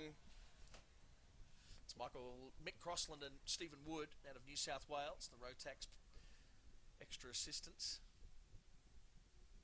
And they have not posted a time as yet. So a few transponder issues. Sometimes the loop underneath the truck doesn't pick up the transponders, but we do have some lovely volunteers sitting down trackside doing it all manually as well. So their times will be added in to the website by our A-team, who is sitting underneath us in the green shed. They do a fantastic job all weekend of keeping everything running smooth that has anything to do with IT. Fantastic bunch of guys who put in long hours to keep this live stream, what we're doing here, the transponders, they keep all of that stuff going. Darren Barker was the next guy off the line, the 610, with Brenton Lloyd in the navigator seat. As we see one of the Polarises, the 688, he had another massive light bar on his roof. He comes across the line. That's Montesalvo, 6:15 to put him into 21st position. So William Willis's time is still pretty good. That first car that went this morning, 6:01, he's still holding a decent position as we speak at the moment. Obviously, I've said it a few times this morning, the longer we go into prologue, the quicker the cars get. So yeah, that's right. Next up after this category, the Superlight Bs, of course, we will see the Pro Lights. Oh, hello, we've got a false start on the line there, the 647. Oh, what's happened there? So he did stop before the actual start line. Yeah, so I think he will be okay. Penalised? He won't be penalised. The 648. That is Brett Smoothie. Brent Smoothie comes across the line with Michael Briggs. Their time 6 minutes and 9 seconds puts them into 18th position as we speak. Good job for Boost Juice. Are you working on something maybe no. for you personally, or no, I'm not doing any backhanded endorsement deals here at all, but I just do think that would be a funny sort of scenario. Look at this, leaning on that left rear. That's controlled, isn't it? Beautiful job. Hit the apex nicely. The 698. That's the fast car. That's Peter Carr, Matthew Wyndham. Another one of the Can-Am Mavericks. And another one having some transponder issues. So As one comes in, one leaves. That was Philip Lord and Dallas Lines. That is a cool name, Dallas. It is Dallas, Texas. Scott Timken and Matthew Dillon got away there earlier as well from Victoria. I don't think we mentioned those guys. It was interesting talking about how Dallas is a cool name, and it's interesting in America how when you say the city, it's almost doubled with the state. You know, it's not just Dallas; it's Dallas, Texas. You know, we don't say Melbourne, Victoria, or Brisbane, Queensland. It's just Brisbane. And interestingly, the other day I was testing my kids on capital cities, and I threw a few at them, and they got a few of them right until I said, "What's the capital of Alabama?" And my son goes, "Sweet Home." Sweet Home, Alabama. Oh, no. That's the way. Away. Phil Lord and Dallas Lines have got away earlier, but that's Simon Dean and Scotty Clark. New South Wales, Queensland combination. I don't think there'll be much said between those guys over the weekend. Fairly quiet, I would suggest. Especially Scott Clark in the navigator seat. He will not be saying much to his New South Wales counterpart. It's amazing, isn't it, how vocal all the New South Welshmen have got now after a 10-year drought. It was. I heard one person call, this is now the next 10 years is New South Wales. They've already called it. Oh, really? Yeah. Gosh, that'd be painful. Because to be honest, as biased as I am, I think Queenslanders weren't too in your face about it because it actually got boring. Yes. But I can just imagine the rebuttal from a New South Welshman after that. 10 years of humiliation. If you did win a series, my gracious, that'd be just painful. All right, let's just let's concentrate on the job at hand here. Yeah. That was the 6-7-8 of Brad Hancock with Gordon Fletcher and Jeffrey Hancock. Interestingly, the 6-7-8 and the 6-7-9 back-to-back there. So Simon Dean and Scotty Clark away. Hancock and Fletcher. Next card across the line, the 6-99, another one of the Can-Ams. I believe that car was here last year. I reckon I've seen it here last year. Nathan Shears. Way down the order there, 7-18 there. Good enough for 52nd spot. 6.99. It's not bad for $7.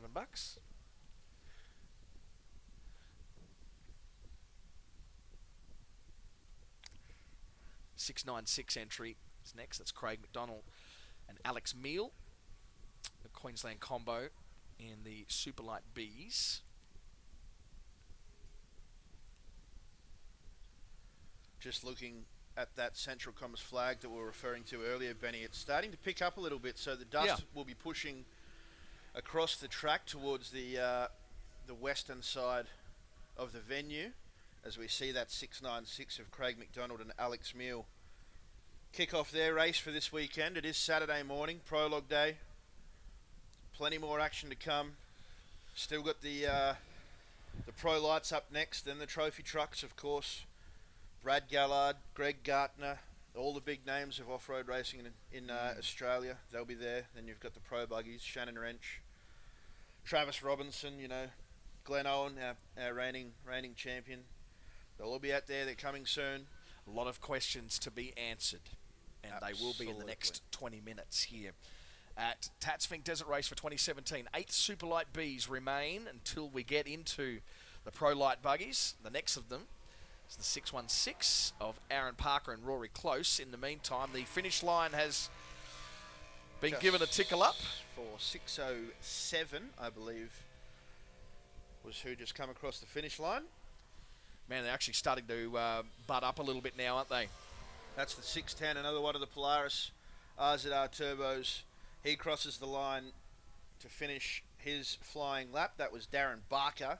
He has done a 6-minute and 10-second time to be in 21st position.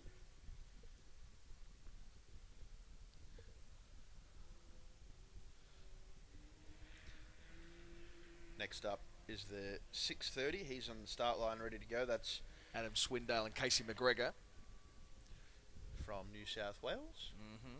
Where do you stand, being a Northern Territorian, when Origin's on? This better be the right answer. Well, I was born in Queensland, Oh, so that's right. Okay, you'd have to imagine they'd go for Queensland. Yeah.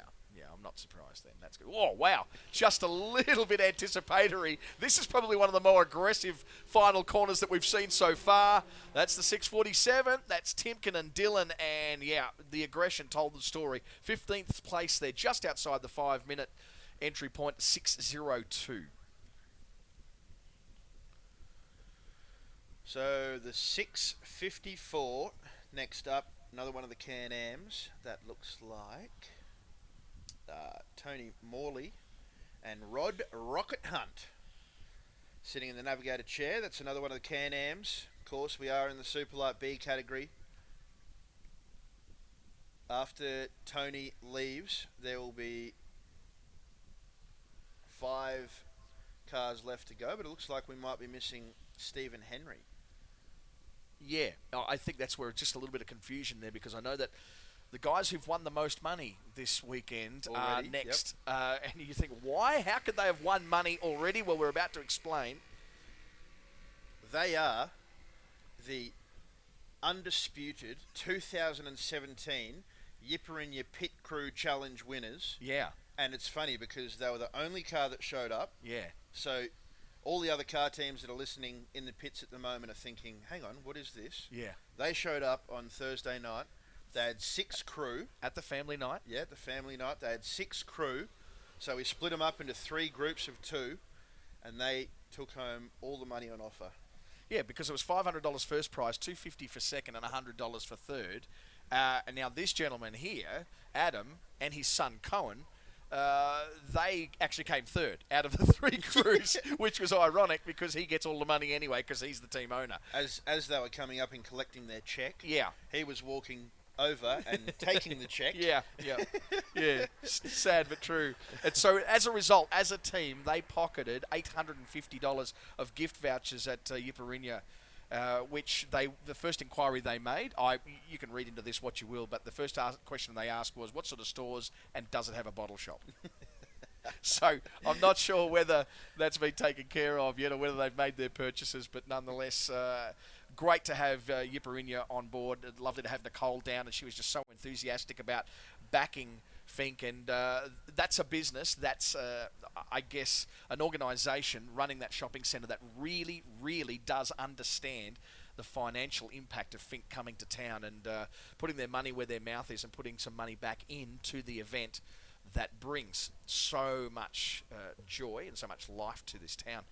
Absolutely. Right As we were talking about the Yiperinya Pit Crew Challenge, of course, Philip Lord from South Australia, and the second of our Dallases, he's in the navigator seat. They posted a time of 6:26 to put him in 36th position, as we've seen another car across the line. That was Brad Hancock with Gordon Fletcher and Jeffrey Hancock with a 5:51.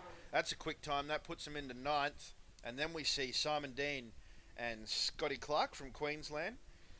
They really have not spoken to each other over that lap because they've done a 7:03 to put him down into 51st position. Now, with that, I'm just looking at that. They started before Brad Hancock. Yeah, I was about to say, so they've actually had to do a passing manoeuvre Yes. in that process, which they could have been slightly quicker, that means. Yeah, well, they were 5 minutes 51, Brad Yeah. Hancock, and Simon Dean was a 7:03, so... Yeah, so they could have been quicker had they not had to do some sort of passing Sorry, manoeuvre. yes. Yeah. Wow. Well, there you go. It's not something you see a lot of in the prologue, a lot of times where you have to pass, hence the reason they space them out. But this is one of the coolest looking liveries That we've seen out of so these. far. Yeah. Next up across the line, that is the 6:96 of Craig McDonald and Alex Meal. They post a time of 6 minutes flat to put them tentatively into 15th position.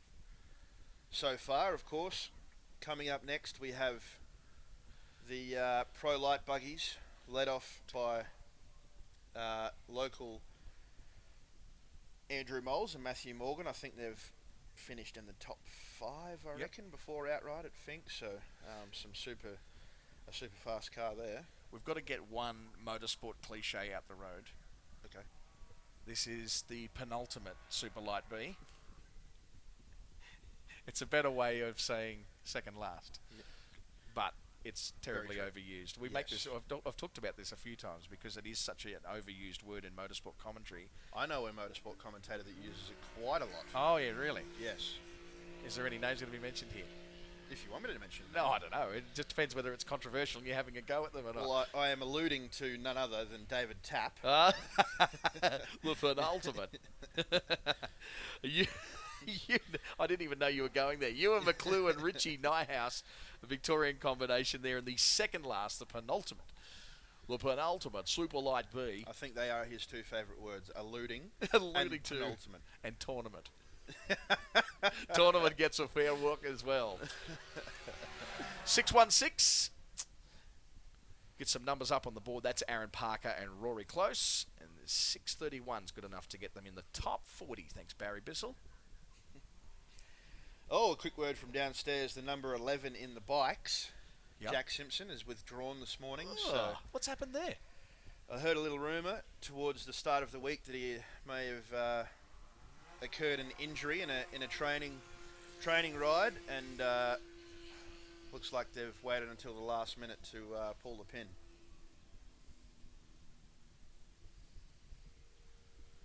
So as we see another one, 6:30, that's another Polaris RZR come across the line. That's Adam Swindle from New South Wales. He posted a time of 6 minutes and 12 seconds to put him into 26th overall as we speak. Adam Swindale and Casey McGregor, as we've seen the last of the Can-Am side-by-side Superlight Bs get off the line. That was Les Shivers and Michael Croasdale from New South Wales. My apologies. So the 650, he was the last guy to get off the line. There'll be now 5 minutes before we kick off the ProLight Buggy section with Andrew Moles and Matthew Morgan in the Razorback Nissan 3500 cc. Pair of Northern Territorians. So everything going to plan so far for Tatts Finke Desert Race for 2017. We're going to take a short break as we wait for the start of these buggies. We'll be back very, very soon.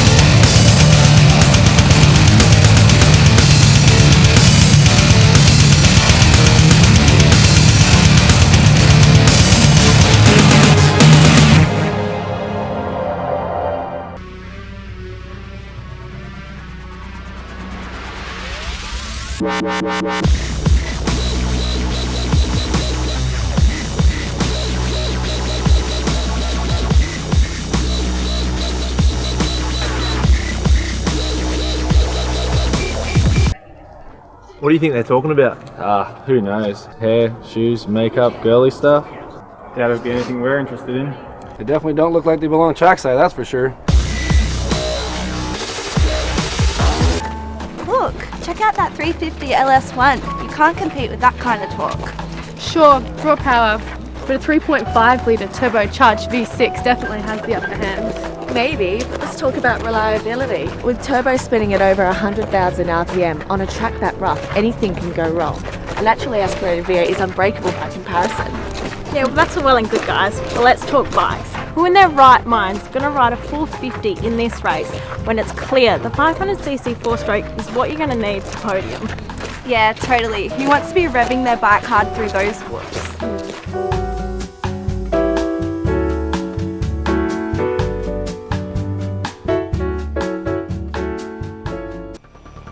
G'day, I'm David Walsh. And I'm Conan Robertson. When I'm racing, I'm focused on getting to the finish line first, so I need spectators to stand back from the track and give riders and drivers the room they need. On Finke weekend, thousands go camping along the track, looking to have a good time. So keep your fires small. Take your rubbish home Drive safely. and keep Finke fatality free. This year, do us and the Finke Committee a favour by following these simple steps to keep safe and keep the bush clear of rubbish. It can't be much simpler. Don't be the reason. Welcome back to the Tatts Finke Desert Race for 2017. There is a little bit of revving happening in the background as we're not too far off from the Pro Light buggies making their way into the prologue. While having a short break, we've seen our Yipper in Your Pit Crew Challenge champions come across the line in 6 minutes 13 post 27th fastest time, and then Nick Jackson was a 6:20 to go 35th. As we see Andrew Moles, the hometown hero of the Pro Light category, get underway. Another one of the Can-Am. They are everywhere, those Can-Ams. Ewan McClue and Richie Nyhouse go 23rd quick with a 6:09. So far, Toby Watley, what have you done for me lately from South Australia, still sitting in the top spot. Tony Watley sitting in second. That's still the top? Yeah. So the Watleys, the South Australians, are dominating. In fact, if you put now he's a Nova Castrian from the Hunter Valley, at least. Phil Lovett sitting in third at the moment. Nathan Chivers and Scott O'Connor from New South Wales, and then Michael Ranson and Jade Davidson. So next away in the Pro Light category was Tate Svensson in the 118 car, and he is from Queensland with Chris Afu. And I'll tell you what I decided while we're having that short break. Oh, yes. Because you are jet setting off to Finke tomorrow afternoon. Yes. I decided that maybe the grid ambassadors could come up and do some commentary for the afternoon. Oh, look, how good would that be? I don't. The only problem I have got with that is that I may get the sack as a result of their talents. They did put their hand up to volunteer at a different level this year. Yeah, so exactly fair right. enough. Exactly right. Matthew Martin, the next one on the grid for the Pro Light category. He's in the Raceco USA Nissan 3500cc as the last of the Super Lights for this morning come across the line. Les Shivers with a 6:46. Gracious me.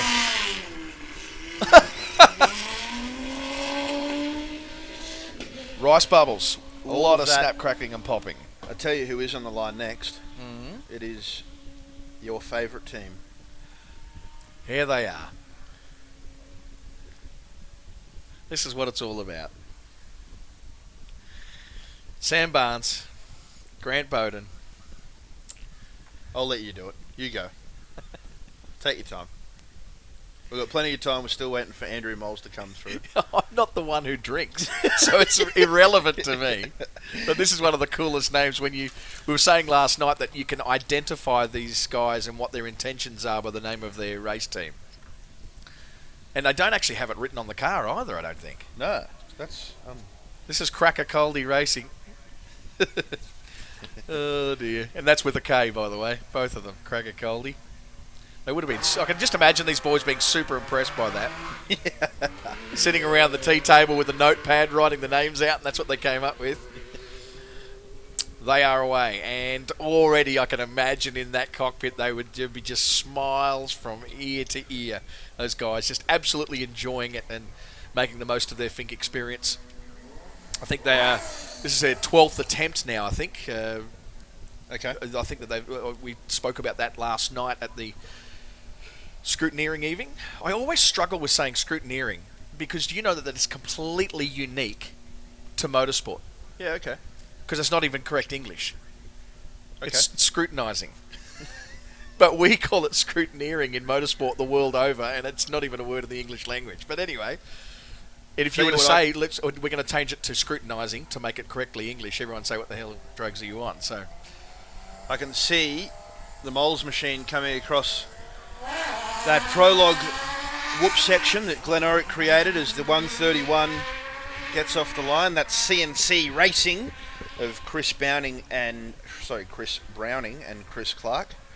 Again, a New South Wales and Queensland combo there in the Lumicraft 2013 Nissan 3.5 litre engine as Andrew Moles is into the stadium area. Will we see Toby Watley knocked off the top of the perch here? Yeah, well, you would tip so. So let's just go over that top 5 because they're all super light Bs.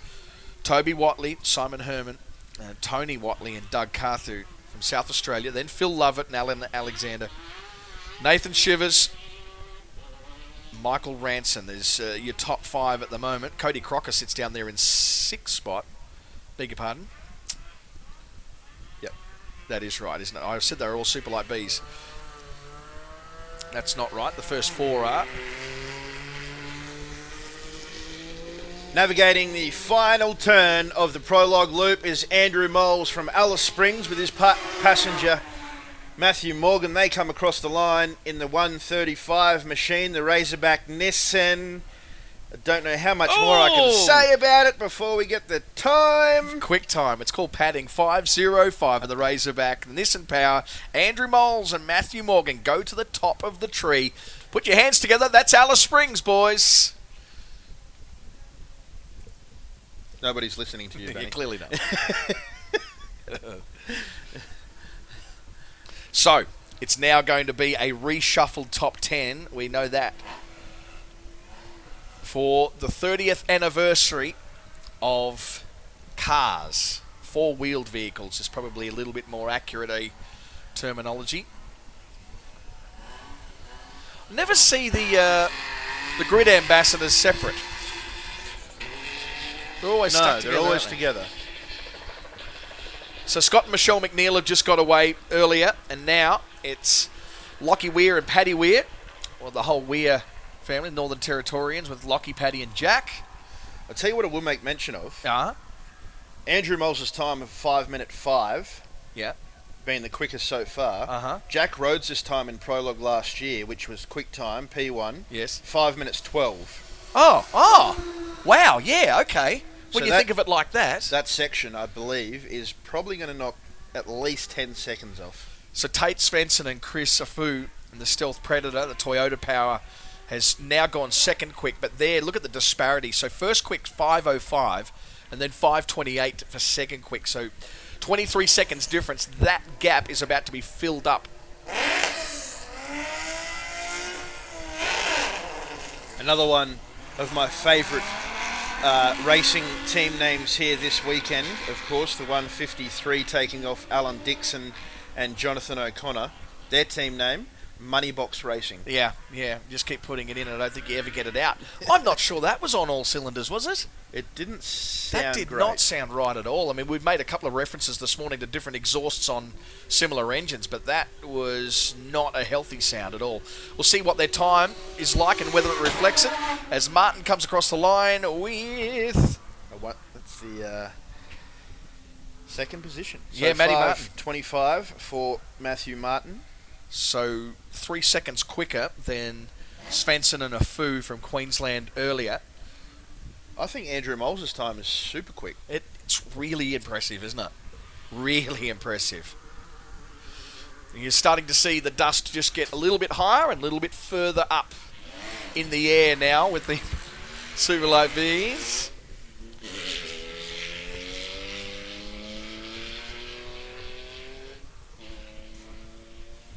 Here comes your favourites, Benny, Cracker Coldy Racing.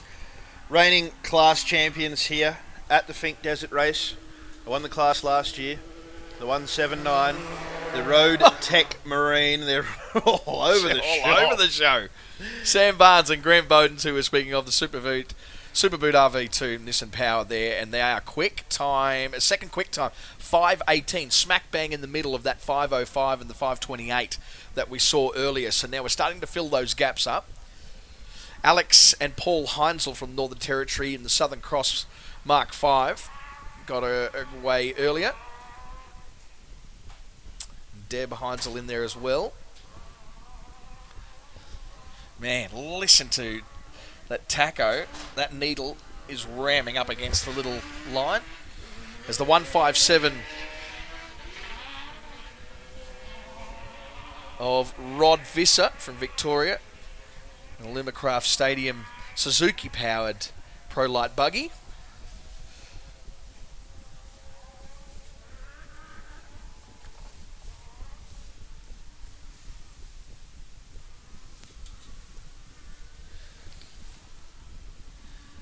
Another one across the line. Just about to see the times come up. That's the CNC Racing, the 131 buggy of Chris Browning. He goes into 7th position, so a 5-minute 31 for him in that Alumacraft Nissan 3.5 litre. Next to start their lap here at the prologue track will be the 182 of Angus Mackay. And depending on where you're from, Mackay or Mackay.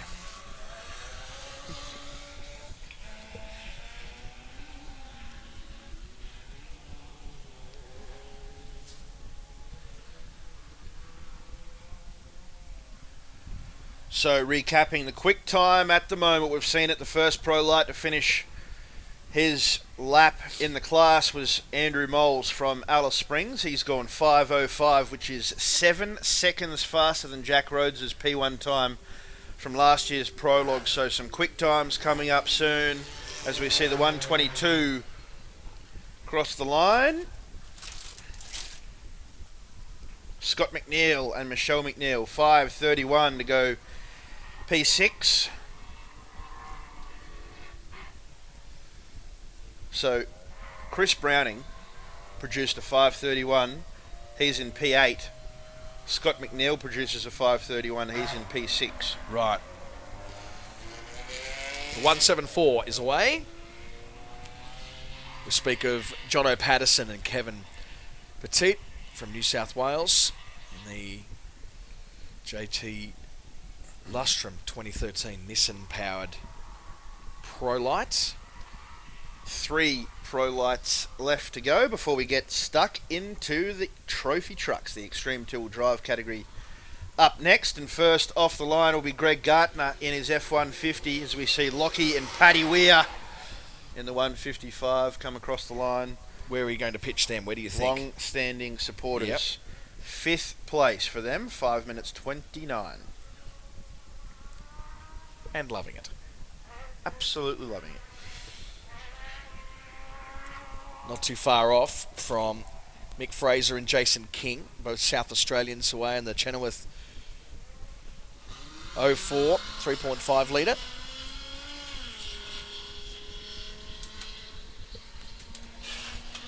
One of the A-team that I spoke about earlier is in the box at the moment, installing a TV for us, so fantastic.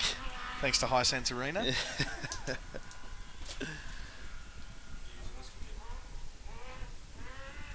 Dan, the man to make you understand.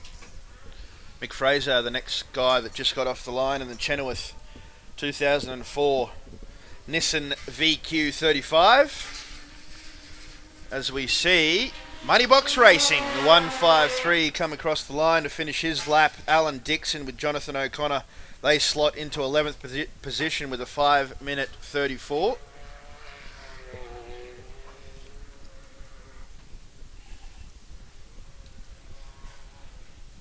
Second last of the Pro Light buggies.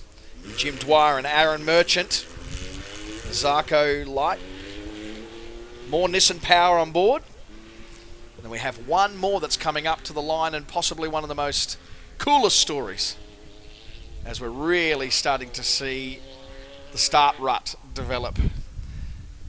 They're actually almost needing a ladder as the rear wheels get buried down deep, probably going down about 3 or 4 inches now into the surface. But that is Ian Baker and Ben Wiley and Jason Gill in the UK.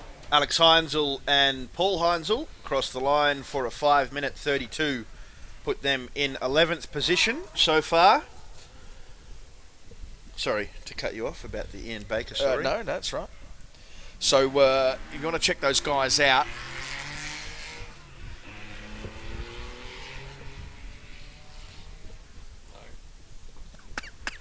Daniel refusing to talk to us. Unbelievable. With And a he works so microphone on. hard, and we still haven't given him a hat since 2012, clearly.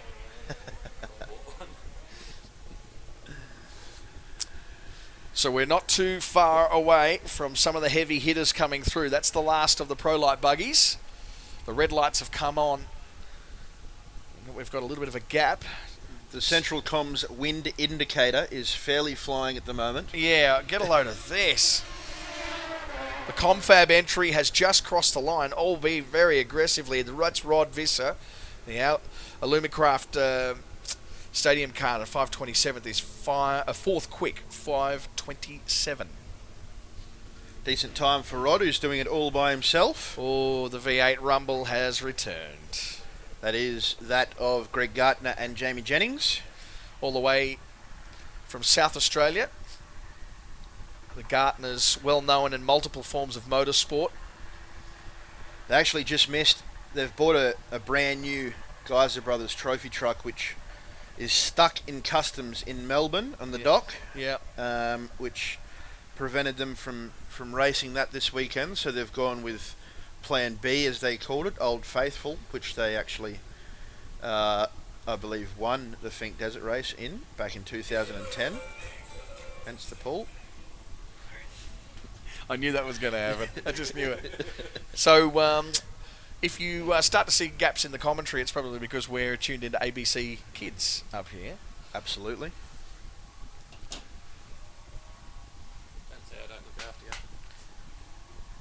We definitely would never say that, Daniel. As Angus McKay comes through the last corner to post his time. He's in the 182. Mackay Motorsports, tomato. He posts a time of 5 minutes 50 to go 18th in the Jimco 2000 Honda 3.5 litre.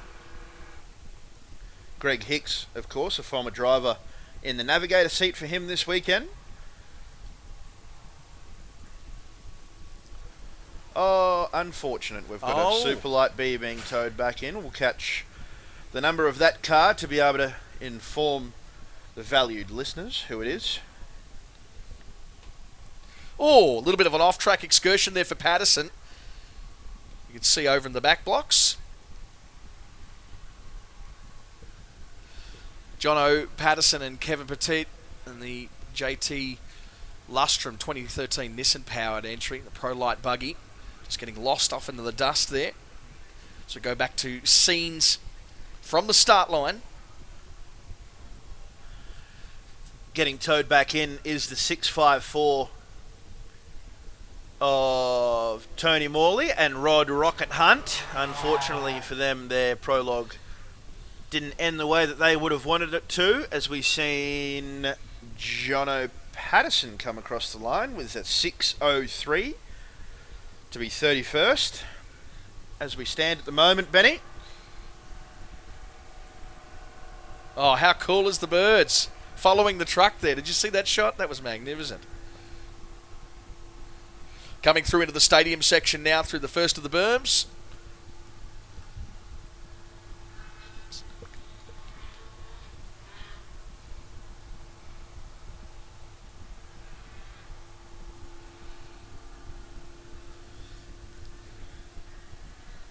Looks like the 166 of Mick Fraser and Jason King in the 2004 Chenoweth. Running the VQ 35. 1 minute to go for Greg Gartner and the Extreme Two-Wheel Drive class before they kick off what could be some of the fastest times this weekend. We've already made the comment that the quick time for Jack Rhodes last year so far would stick him probably in 10th at the moment. And so we're about to see some times really slip down. Let's see how Fraser goes. He crosses the line. All in a little bit of a puddle there. Mick Fraser and Jason King in the 57th spot with a 6:28 rotation of the prologue track this morning. Big welcome to you if you're watching in on our live stream. Revs are up. You can hear it in the background.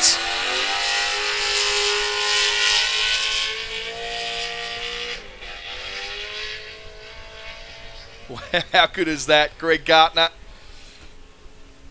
I'm sorry, I was admiring Claire. Oh, really? Here we go. She was parked behind the car with her phone, yes. and she got absolutely filled in. Right, yeah, excellent. That's what you get for being the secretary. Jim Dwyer and Aaron Marchant get across in the Zarko Light. Nissan Power again getting them 39th spot there currently with 6:10. The big rev, Bradley Gallard and the High-Tech Oils backed number 454. Sounds magnificent, this truck. Left-hand drive truck that Brad Gallard has, as we see Ian Baker in the race to recovery, 189. Pro Light Buggy coming in with a couple of corners to go. The very throaty V8 of Brad Gallard just takes it easy off the line. Did you note that? Now he gets up on the revs a little bit. Tried to limit the wheel spin, I think. Yeah, despite the fact that they have watered that down there. I don't know whether he anticipated that might be a little bit, create some sort of slippage. I think that's where the grip would be. But anyway, he took it easy off the line. The race to recovery. Pro Light is just across the line. That's Ian Baker in the Cobra 89 car. In 60th spot, 6:32. Interesting starting position for Beau Robinson, who's up next in the 413. He's gone right to the tyre wall on the outside to get less of a trench that he starts out of. I'd be interested to see. Oh, massive amount of wheel spin. He'll be hating that, Beau Robinson. So maybe that idea just didn't work for him, because he sat on that line for so long, and that's exactly what Brad Gallard was trying to avoid. It may have looked like an unaggressive start, but I think we've found the answer as to why he took it so easy there, because a lot of wheel spin for Robinson as he gets off the line into a massive cloud of dust. Next up is the man on everybody's lips. It is Toby Price, of course. From 19th to 2nd last year, and it would be fair to say that whether you're a novice or an expert, whether you've been here since day one or you just turned up on the day, everyone had their jaw dropped. And this guy loves this so much that he's gone out from under the umbrella of Brad Gallard, got his own full Geyser Brothers trophy truck, his own team. That is a massive, step of confidence in the future. He's just feathering that throttle off the line this time. The Fulcrum entry with Mitsubishi Motors on board as well has probably made the best of that start. A little bit of an advantage for them as they watch the two trucks in front of them and just see how they struggled with it. I think he sort of pitched himself middle between Brad Gallard's very passive effort off the line and then Beau Robinson's maybe over-aggressive effort. He's sort of slotted in the middle there somewhere. Oh man, seeing massive clouds in the back there.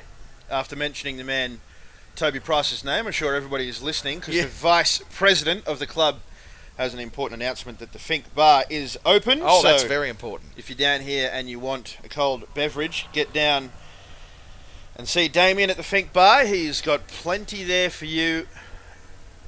Whatever you need, he has got. Hayden Bentley, the next up in the Bentley's Cabin Park 418. Next off the line. Again, heaps of wheel spin as he takes off. Former three-time champion who's done this all in buggies. His best results have come in buggies. This is only the second time he's been actually in a truck. Because he went back to the buggy, didn't he? So, Hayden Bentley. Look at Greg Gartner through the stadium section. Oh, wow. Wow. Oh, man, what would you... Oh, aggressive! Oh, what would you give to be in the passenger seat of that? Man, I've got to stitch that up somewhere. That looks like so much fun. Wow, look at the roost. So good. So good. Comes through the second last of the berms. one of the serious peddlers in the category for the extreme two-wheel drives. Greg Gartner, hence why they picked him to start the category off here in the Tatts Finke Desert Race Prologue. The extreme two-wheel drive, the 410, Greg Gartner. That is so aggressive. And look how dusty it is across there, and that's from his own doing when he went through the berms. Let's look at the numbers. Hey, Greg Gartner, first. That's quick, 5 minutes flat, 5:00. As we look back onto the screen now with Brad Gallard, and Gallard looking the goods as well. Be interesting to see what the split times are here, because he looks a little bit more processed, not as aggressive, but we saw something interesting there, that the amount of dust that they created on the second last turn, or the second last berm, actually created a dust storm of their own issue that they had to come through on that last turn. Very, very dry there on the second last berm. As Gallard pitches in, look at the last of the hard turns. Yeah, it's massive, and it's only going to get worse.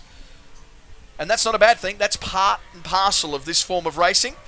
Right on the edge of the tacho. LEDs are blazing. Beautiful entry and exit out of that last corner. Brad Gallard. Can he go quick time? Oh, suspense. Come on, you're killing me here, transponder.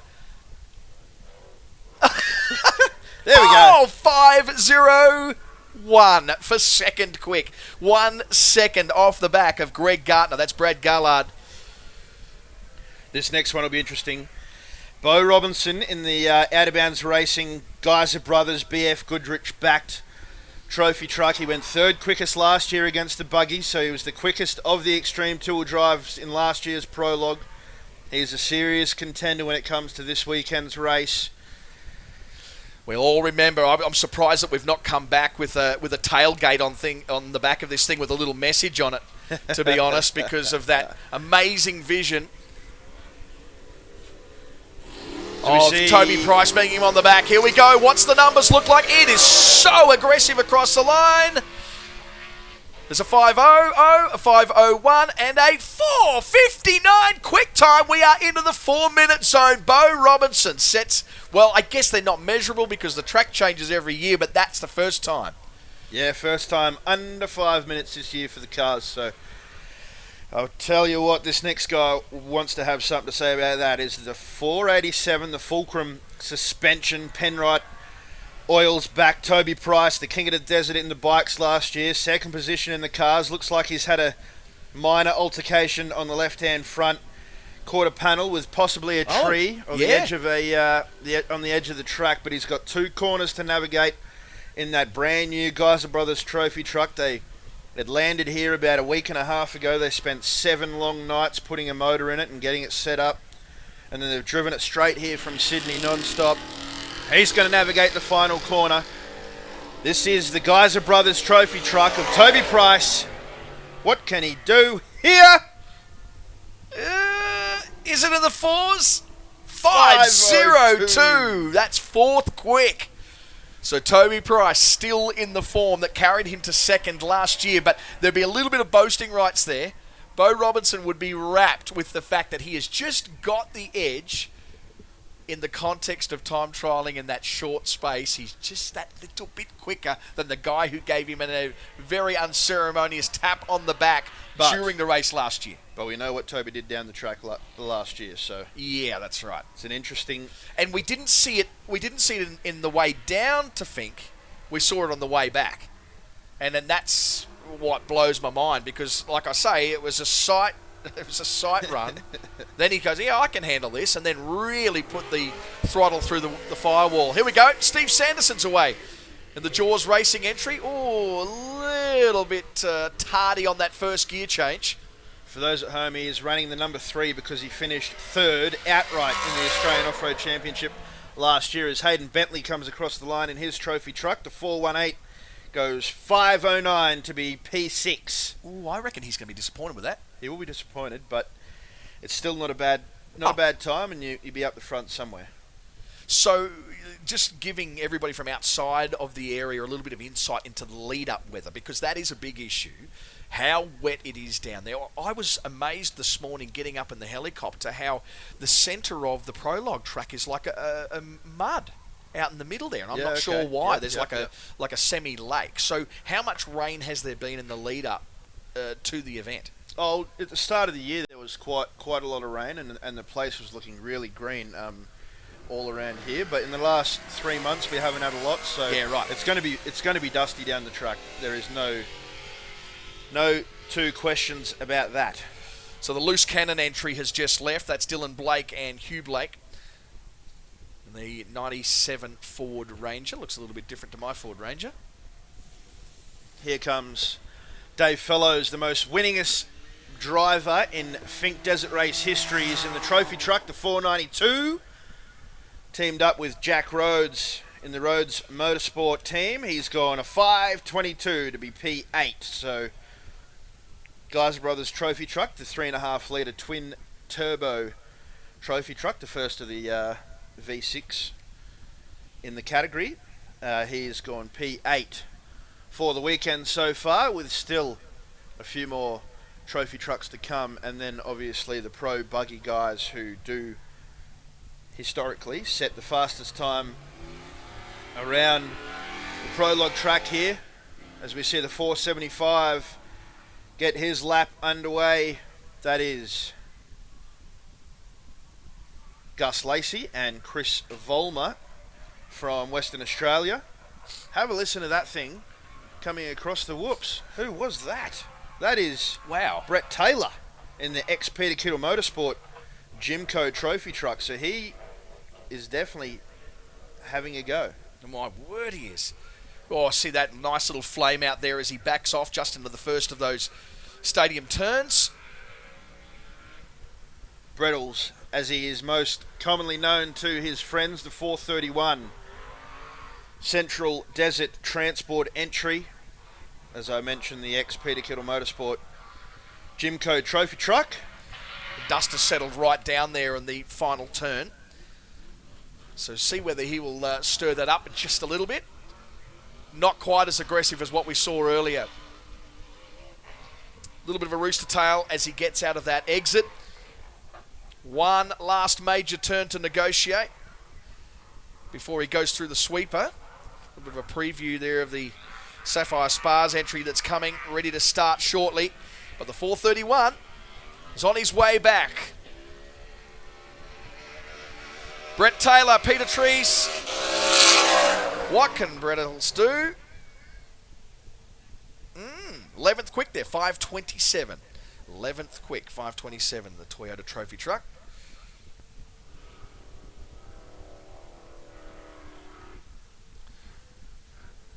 So the Sapphire 442.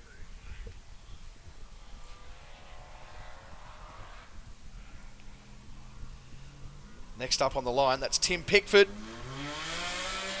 and Adrian Vanderslice from New South Wales, Victorian New South Wales combination.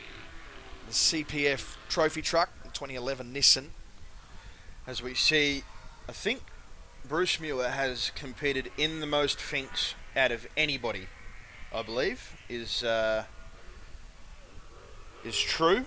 Bruce Muir coming around the final turn in his VE Commodore trophy truck. Let's see what Bruce Muir can do. We and Us Co on the side, the yellow beast, the 422, goes 5:28 to be P13. That's pretty impressive, actually. Not a bad time. That is pretty time. impressive, yeah. As we get vision of Steve Sanderson, the Jaws Racing, the local entry. A little crossed up into the turns. Second last major.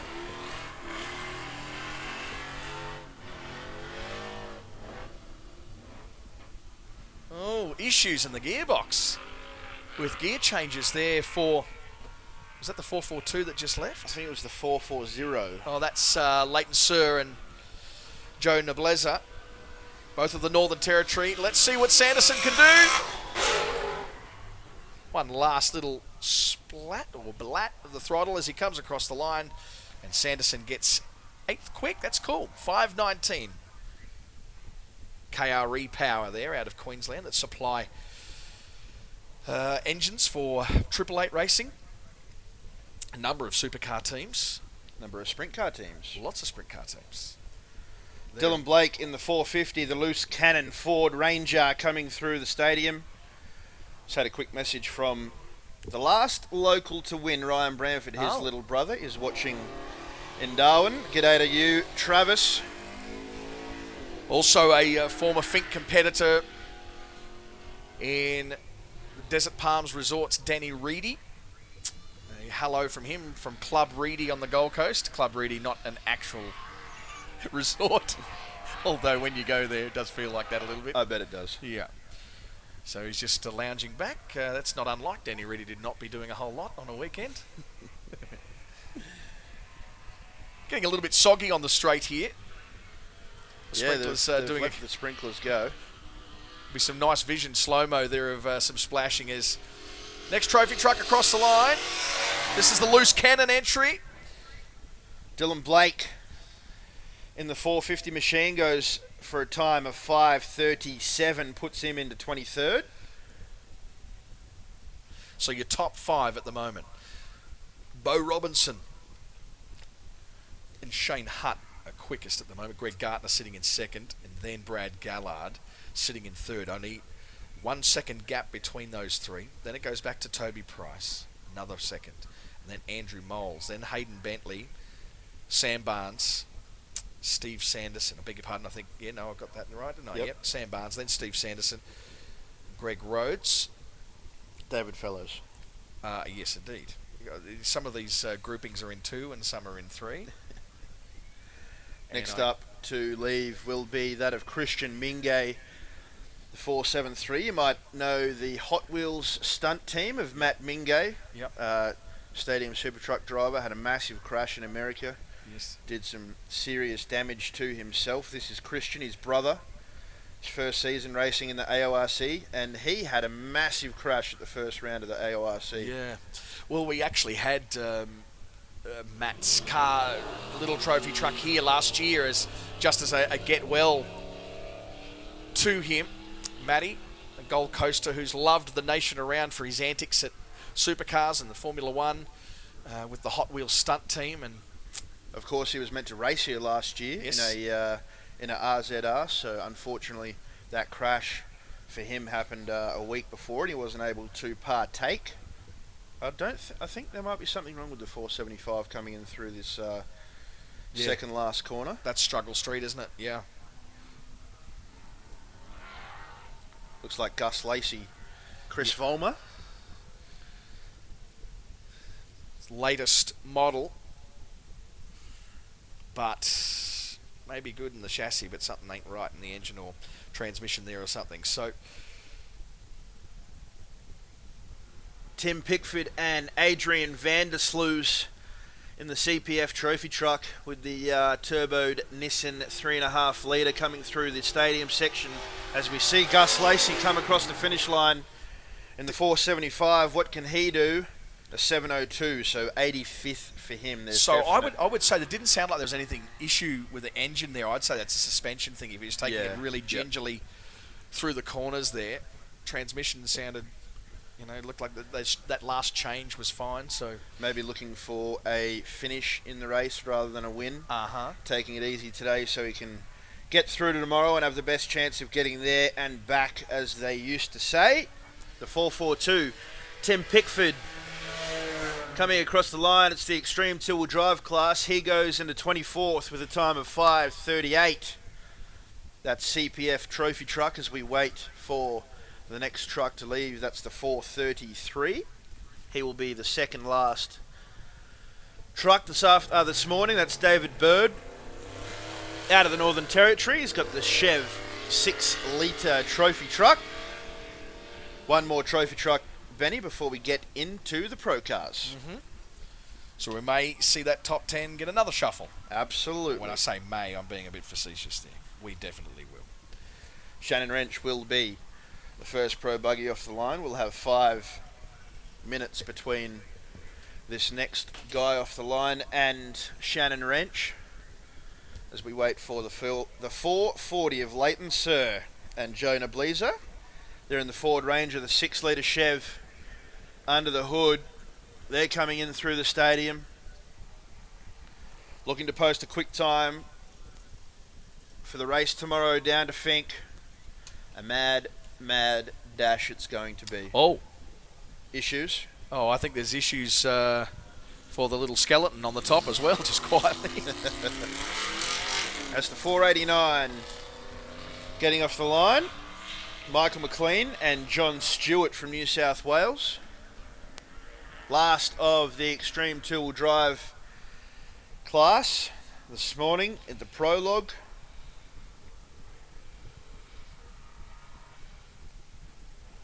I tell you what, Benny, it is going to be a cracking race. It absolutely is. I'm going to throw out there your prediction for what quick time is going to be. Have we already established it? Or is it going to go quicker? Ooh, I think we're going to go quicker. Okay. Righto. So Leighton Sir and Joe Nobleza, the Northern Territorians, come through at 75th quick there at 6:35. So that must have happened just towards the end. Yeah, for them to post that time. Yep, for sure. Rick Norris in the 482, the next one to come across the line. The Alice Springs Tourist Park backed Extreme Two-Wheel Drive. Have a look at that. Number 33, BF Goodrich. Jimco down there, Benny. Mm-hmm. Looks a little bit different. Still got Hogs on board, but not as the naming rights sponsor. And the Alice Springs Tourist Park entry bogging down in the back there as it comes across the line and is good enough to register a what? Time of... yeah, trying to pad. No, we're not going to get given a time for Rick Norris, unfortunately. So the manual timing will go into effect there, and we'll see how that's reshuffled a little bit later on. The helicopter hovering above, waiting for the 8 times national champion, 4 times Finke winner, to get his prologue lap underway. 2 wins, then a little break, and then 2 wins. So I wonder whether that is...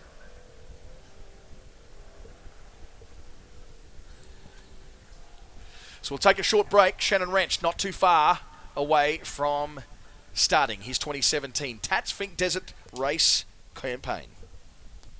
Ready for the ultimate festival of wheels this Father's Day weekend. Red Centre Nats is back with more than 700 of Australia's best street machines. Australia's #1 stunt show, Matty Mingay and the Hot Wheels crew. Epic Aussie rock with James Rain and Australian Crawl's biggest hits, and the wildest tyre destroyers on the planet, the Burnout Masters. Build it, bring it, drive it at the coolest cruising car show in the country, the Red Centre Nats. Tickets are on sale now, proudly presented by the Northern Territory.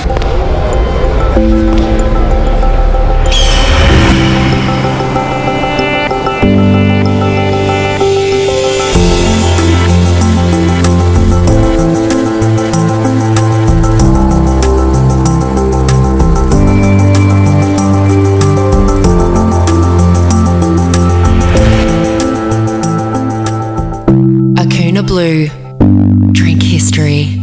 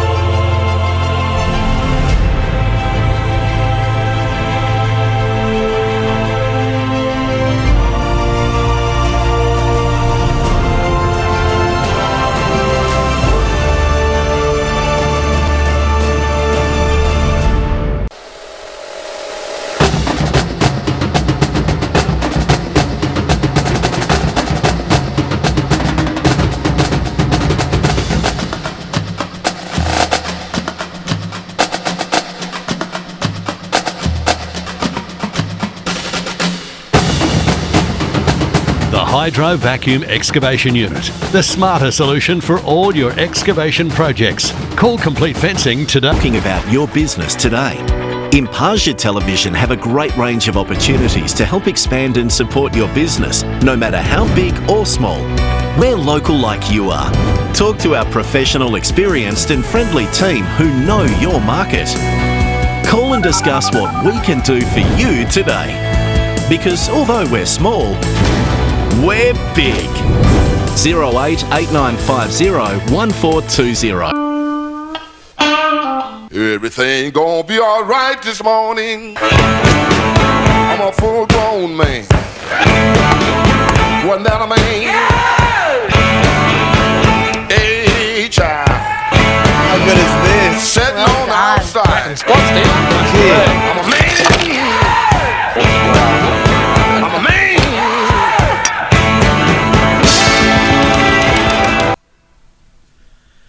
Welcome back to Saturday morning at the Tatts Finke Desert Race start line, right in time for the 8 times national champion Shannon and Ian Wrench. The green light goes. Put the power to the ground and the BF Goodriches kick in, get their prologue lap underway. We will see some quick times come out of this group of competitors. Travis Robinson will be up next. Will we see Bo Robinson's time of 4 minutes 59 beaten here this morning by any of the pro buggies? Benny Bishop, we've got our last trophy truck coming across the line. It is the 489 of Michael McLean from New South Wales. He will post a time of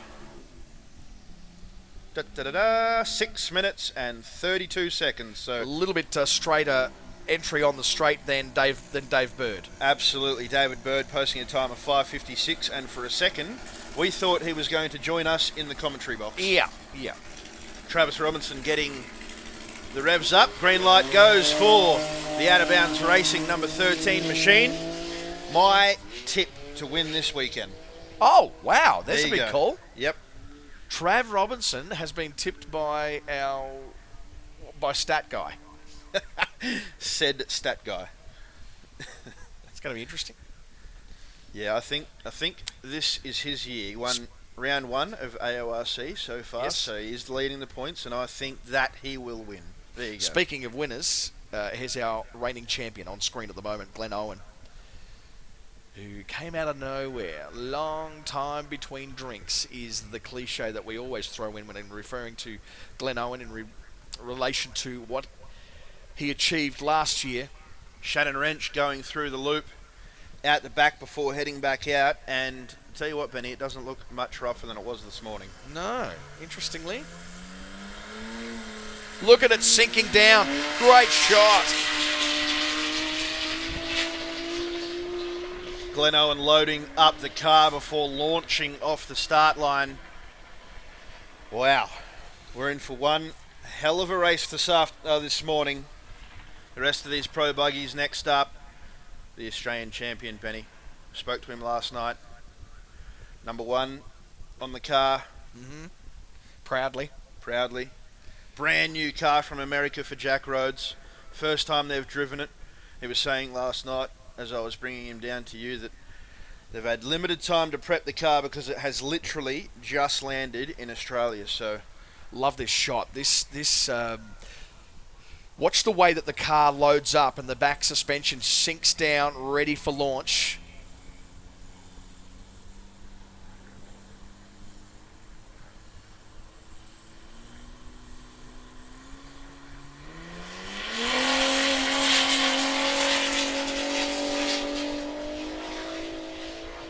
Wow. That was quick. That was a wonderful launch, wasn't it?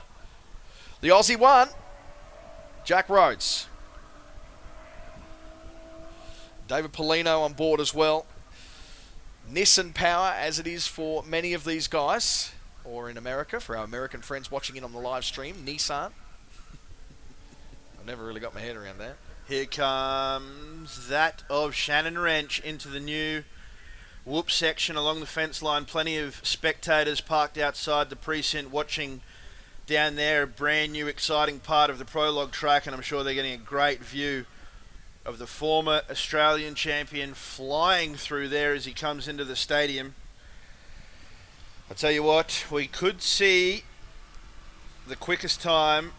I reckon we are. Here you go. This is definitely going to be a quicker time.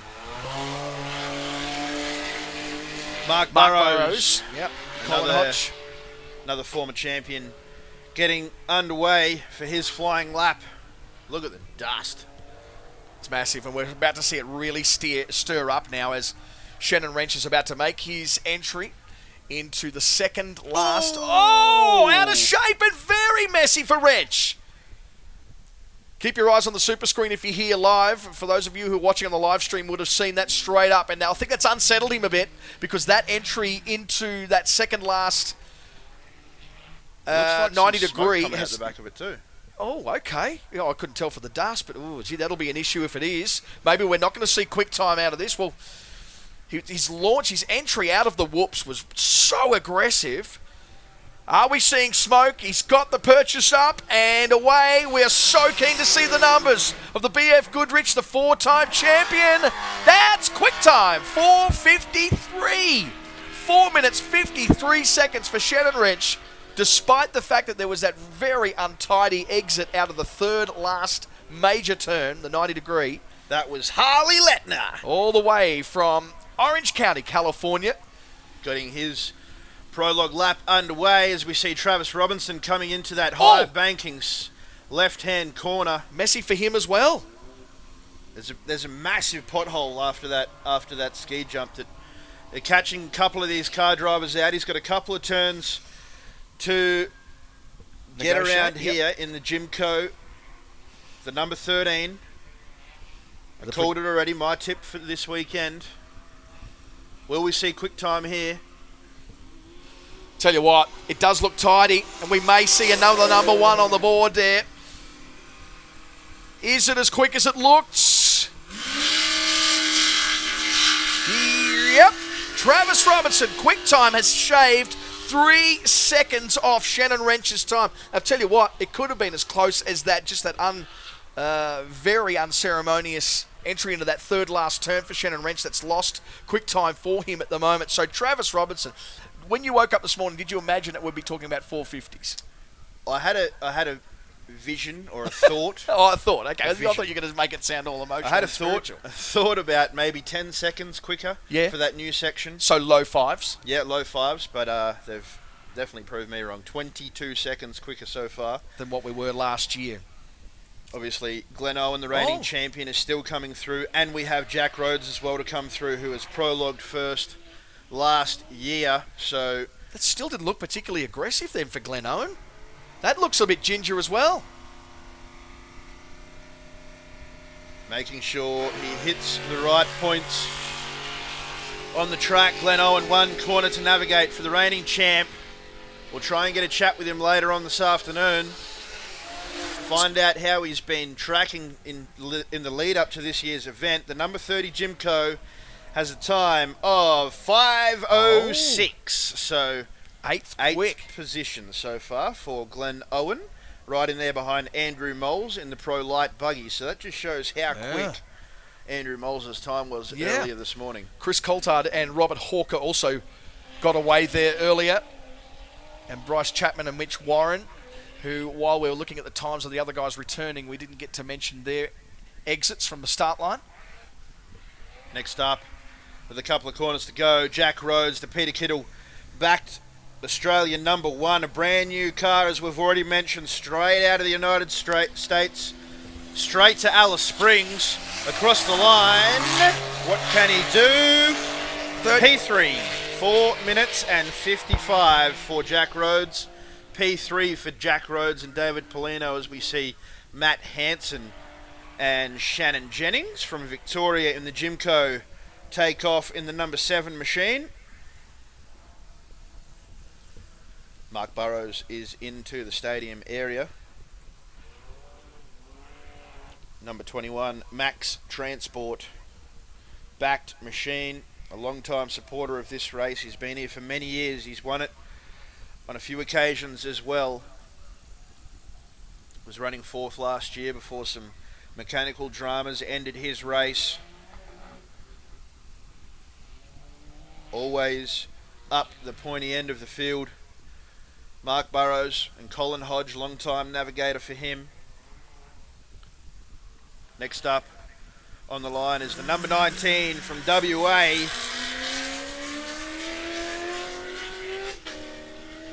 That is going to be Troy Showen. Little bit untidy there. That made us just a bit nervous as they were making the exit out. Mark Burrows, 9th quick at the 5 minutes 6 second rotation for, and that ultimately pushed Glenn Owen back another spot as well. So yeah.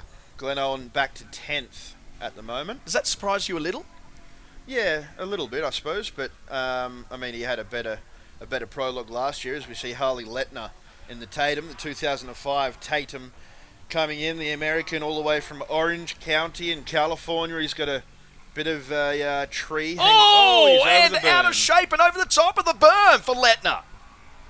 And the Luke Ayres car, and very, very close to the tyre barrier. That is going to obliterate his time. Tries to correct, gets back on the grass section, tries to get the straightest way on instead of an aggressive turn, and that is diabolical for his qualifying time.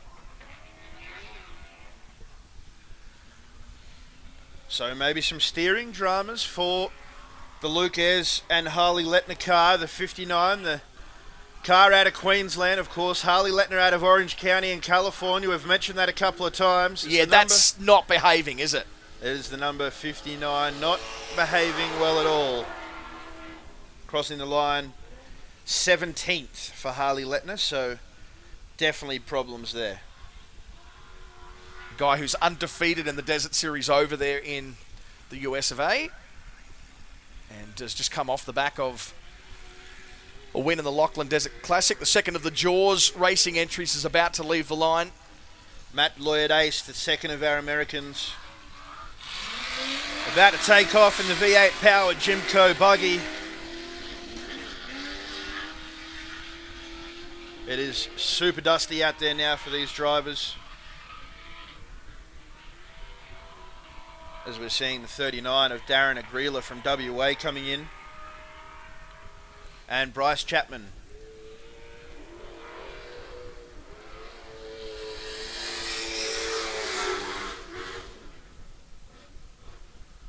That was the Bryce Chapman across the line, the car of Bryce Chapman, sorry, across the line. The 58 Jimco, 5 minutes 22 for him, into 15th position. So just recapping on our top 5 at the moment, it's Travis Robinson, Shannon Wrench, then Jack Rhodes, Bo Robinson, the first of the trucks, and then Greg Gartner straight after him.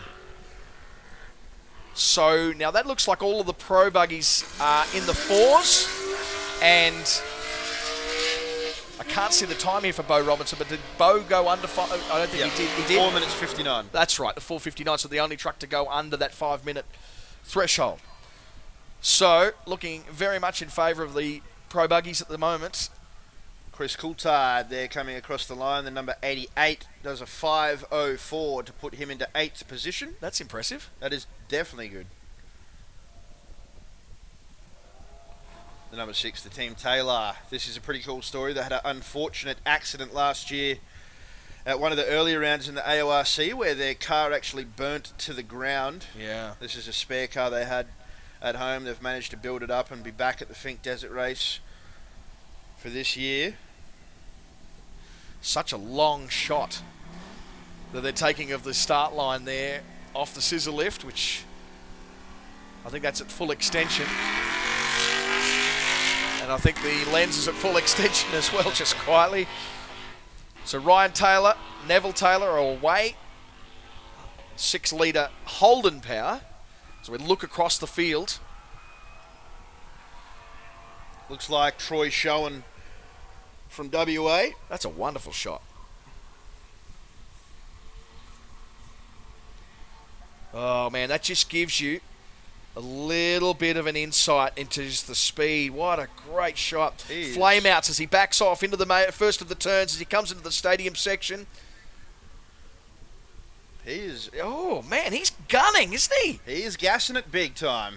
The number 19, Troy Show, and the CCR, all the way from WA. It's a very orange car. CCR Hose and Fittings, as we have the best volunteers at this race. It is phenomenal. We've just been served up some nice a bottle of Coke. So I'll be interested to see how this comes out. In the meantime, we see Michael Marson head off.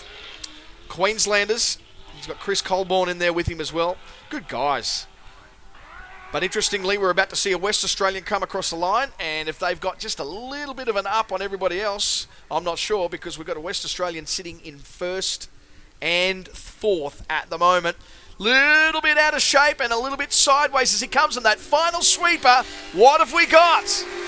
For Schoen, we made the comment of just how quick he looked. Wow. Well, it didn't look that, I'm about to say slow. That sounds so derogative. It's not. 5:28 gets him 23rd spot in the Race Tech Chev-powered entry. Next up to leave the number 23 of Peter Costello, the hometown hero in the other former Peter Kittle Motorsport entry. His first year racing in the Pro Buggy section. Gets his prologue lap underway. The some 8.3 kilometre journey around the start line precinct at the moment. Just 8 more vehicles ready to do their start. There's another helicopter of our VIP guests leaves. And look at this, the undecided racing entry just crosses the line and looked pretty decent. 17th quick, actually, 5:23 there for Darren Agrella and Stuart Allen from Western Australia. So the West Australians doing really well today.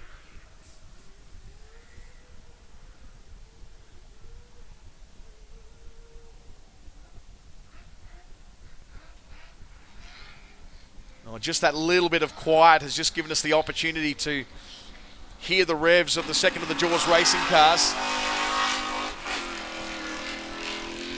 Wow. That is throaty, isn't it? That's Shane Elphinston, Kurt Elphinston from West Australia. The whole shot, Chev-powered entry. West Aussies just love their off-road racing, don't they? So last one across the line, that's the second of the Jaws racing entries. 5:19 was 14th quick for Darren Boots, and the man at the wheel is Matthew. Oh, you haven't got your mic on. Loyades. I was hoping you were on the mic to be able to pronounce that for me.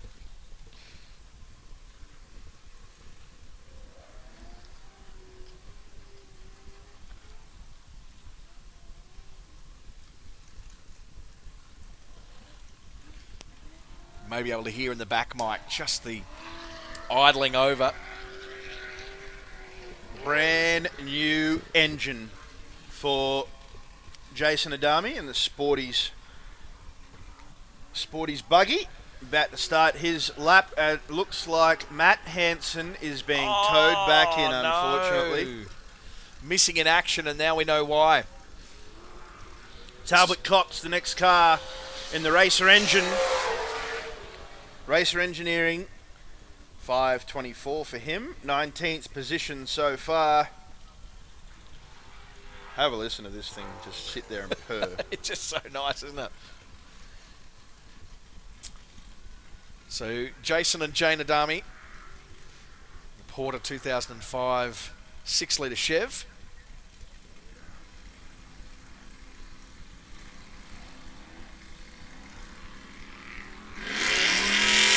Oh, wow.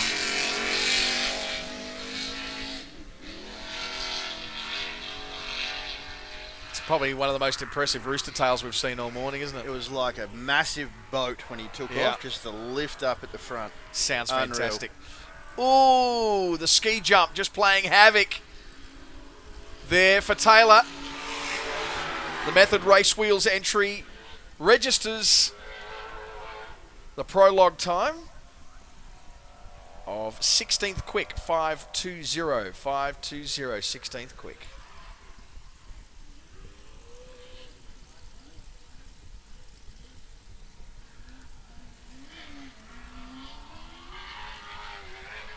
Next into the stadium, the General Tyre backed Michael Marson.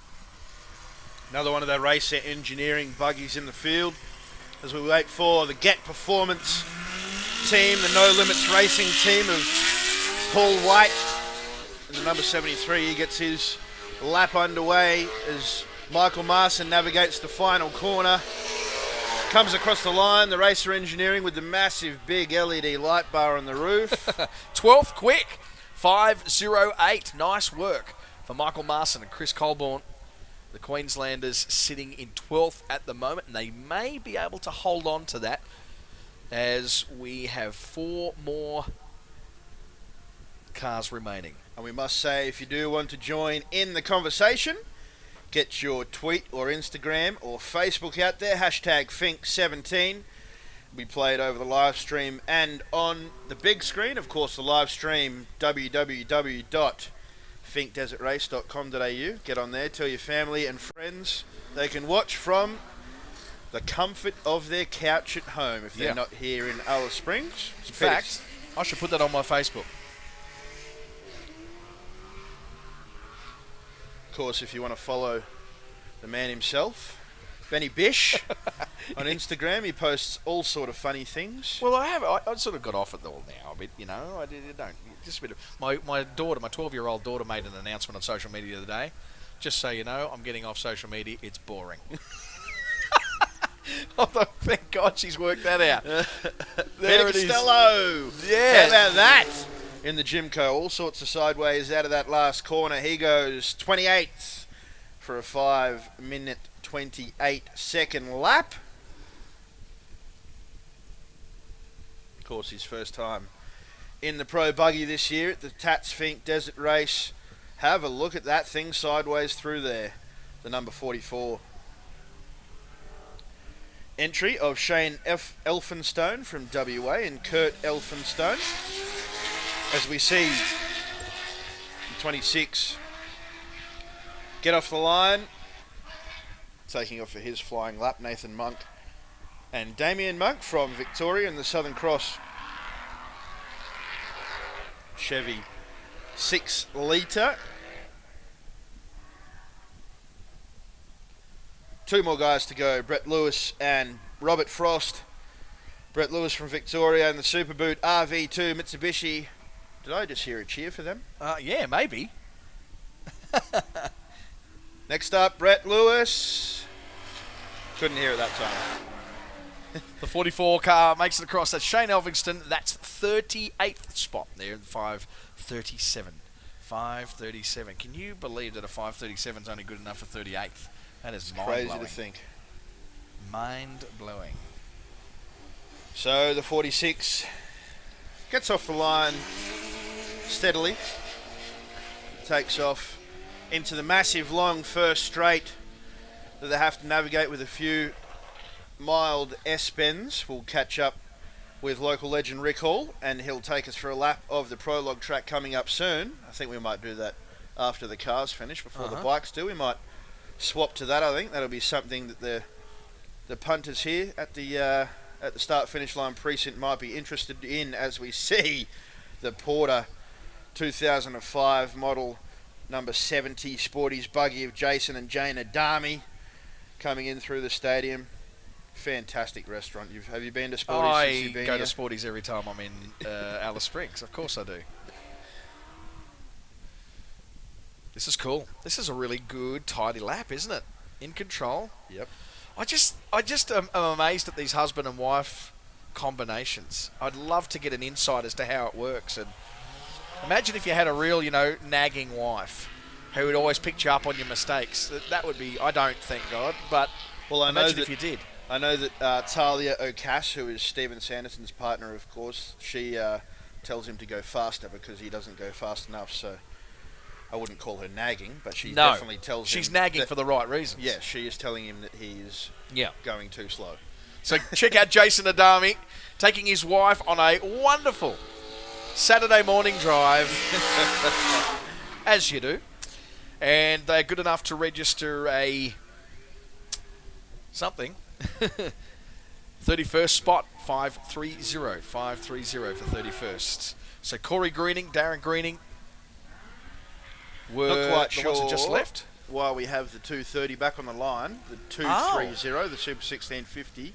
He did already complete his prologue laps, so... Oh, hang on. Oh. Maybe some dramas. Well, that's a little bit hard to follow. Not sure what's happening on the start line at the moment. They're telling him to go.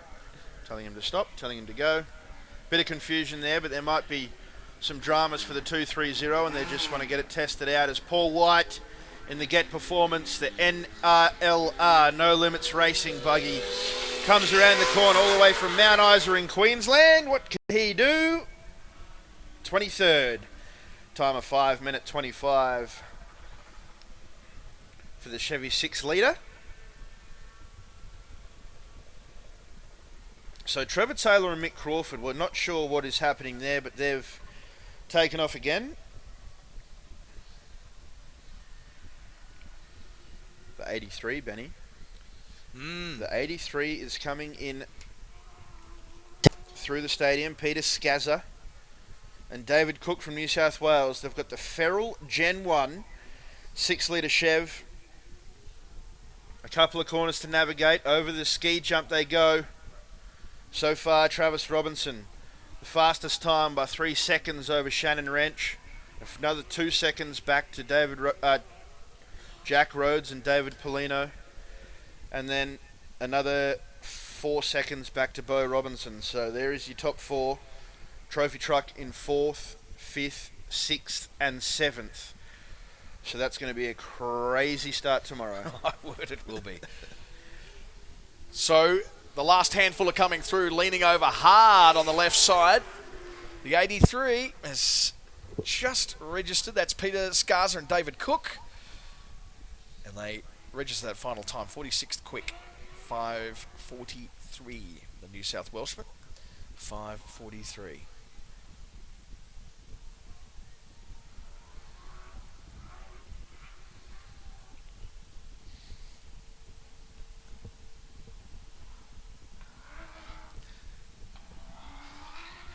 It's the Monk racing team. That's Nathan and Damien Monk from Victoria and Southern Cross Mark 5 with 6 litres of Chevrolet on board.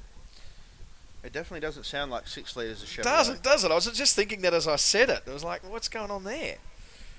Maybe an old entry? I'm not sure. Maybe a change of motor at the last minute, not telling us to make us look like fools. Or maybe it is. Yeah, maybe it is. It didn't sound too shabby at all. Maybe we don't know what we're talking about. Yeah, exactly right. But there was different noises coming out there. 43rd quick there, 5:39 for the Victorians, 5:39. So only a handful left, as you can see on the start line. Should be 2 more guys to cross the line. I'm still trying to get word as to why these guys doing their lap again, as we see the 46. Brett Lewis with Robert Frost from the Northern Territory.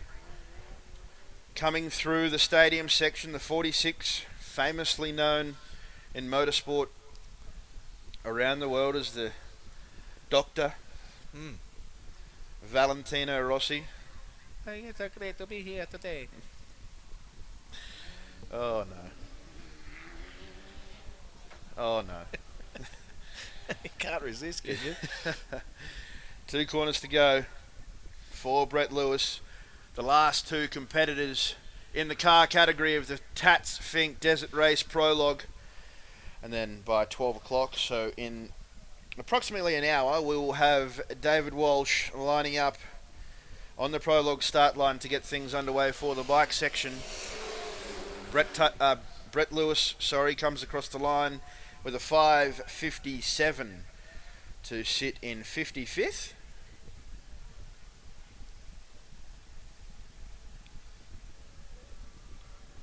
One more car to go, which will be the locals, Corey Greening and Darren Greening.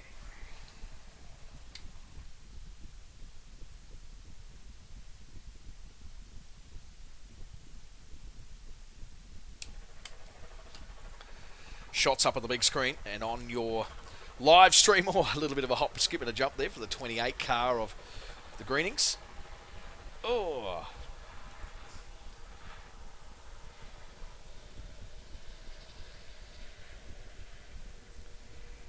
Autocraft Magnum. 2 litres of Toyota on board. That's just getting a little bit out of shape there with tyre power backing.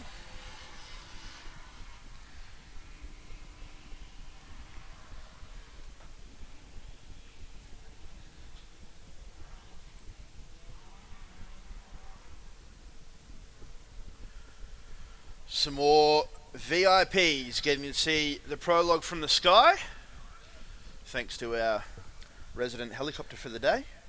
Fantastic way to get up. There's a couple of them actually. Fantastic way to get up and see what's going on from above as we watch the greening combination come around the final corner. The number 28 machine, what can they do? 93rd.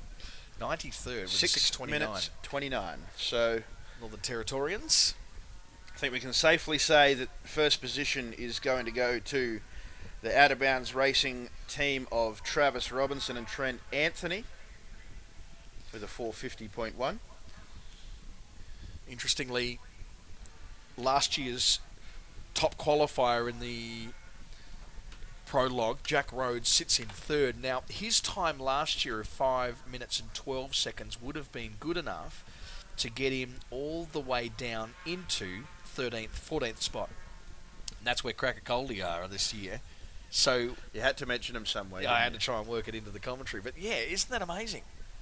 So we're still waiting on intel as to why a couple of the classes have presented some cars to go back through. There's been, I think, about 3 or 4 of them who've had a second run, which I don't recall last year seeing anyone being allowed to do that. So no. I'm not sure what the call is. The time for the 2:30 is not going to be good because they had a conversation on the line after they started with the officials because they weren't sure whether they'd been given the green light or not. So whatever they achieved in the first time around, it's going to be significantly impaired by this second attempt.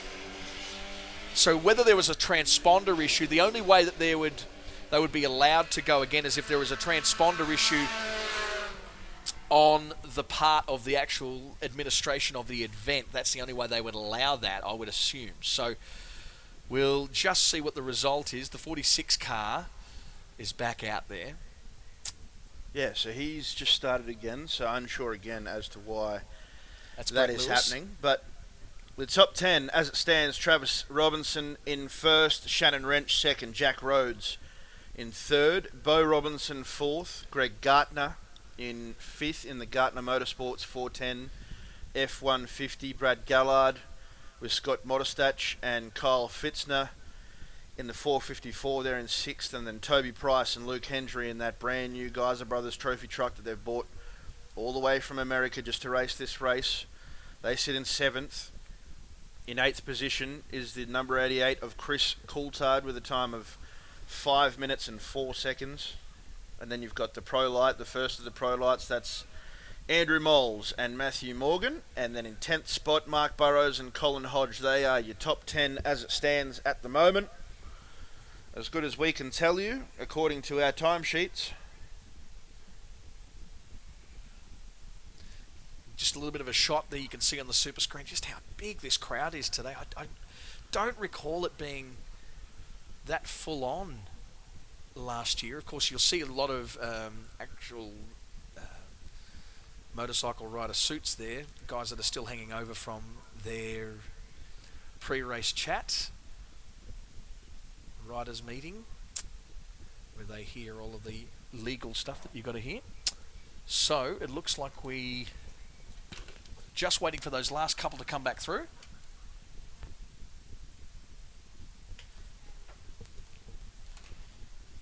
So that means we're only about an hour away from the bikes getting on there for their prologue run, and that'll give us a little bit of a break up here. But what we have done is taken the opportunity to talk with a former 2-time champion in Rick Hall to talk us around the racetrack and what these guys are facing. Now, he covers this from a bike point of view as well as a car point of view, but his insights are fantastic. Check this out. 2-time champion Rick Hall.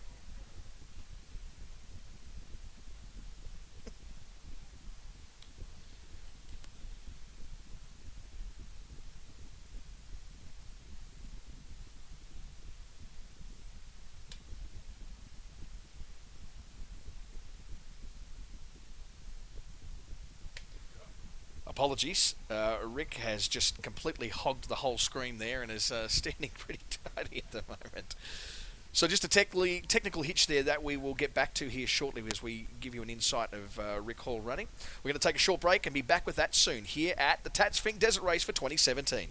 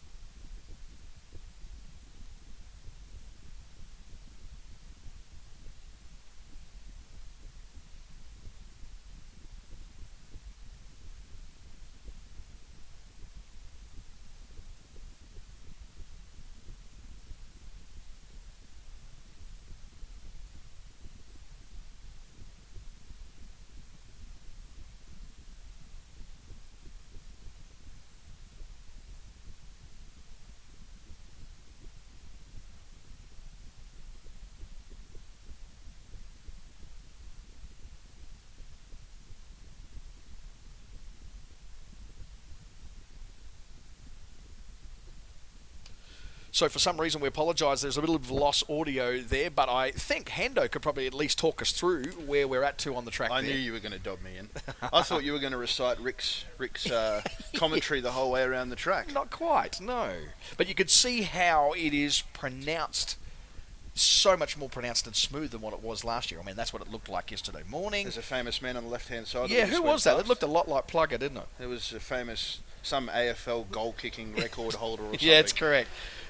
1,360 goals to be precise. All right, here we go. We're in the clay pan, the first bit of the clay pan section, so they go through a couple of tight S's. They'll go through a little creek just after this right and a left, and then head over through another bit of a creek before turning right again. So as you can see, I mean, it looks pretty rough, but we are in a household car.